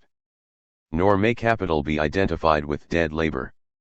Dead labor is capital under certain social conditions, when it enters as MP in circuit V. Point 17. Capital may be used to denote machinery, labor power, as in variable capital, money, etc., but only if what is so called is an exchange value employed with a view to expanding exchange value. Thus Marx uses the phrase commodity capital to denote consumables which are CS in the industrial capitalist circuit. Point 18. Capital takes many forms because exchange value can increase only through undergoing changes of form. For this reason Marx sometimes says that capital is not a thing, but a process. The motivation for that assertion may be appreciated, but it is more perspicuous to represent capital as a species of exchange value, as exchange value subject to a certain use. How is capital accumulation possible? How do the various types of capitalist emerge with more exchange value than they had initially? The Marxist answer comes from the labor theory of value. All exchange value is created in the productive process, none by the exchange of goods. Therefore those who acquire exchange value by exchanging commodities always do so at the expense of producers. This thesis does not enter the definition of capital we have given. Acceptance of that definition is compatible with rejection of the substantive claims of Marxian economics. Note too that schema V is an uncontroversial, albeit illuminating, representation of how an industrialist proceeds. The schema does not imply that it is the presence of LP in the circuit which brings it about that M1 exceeds M. The theses of the labor theory of value are not presupposed or entailed by any contentions advanced in this book.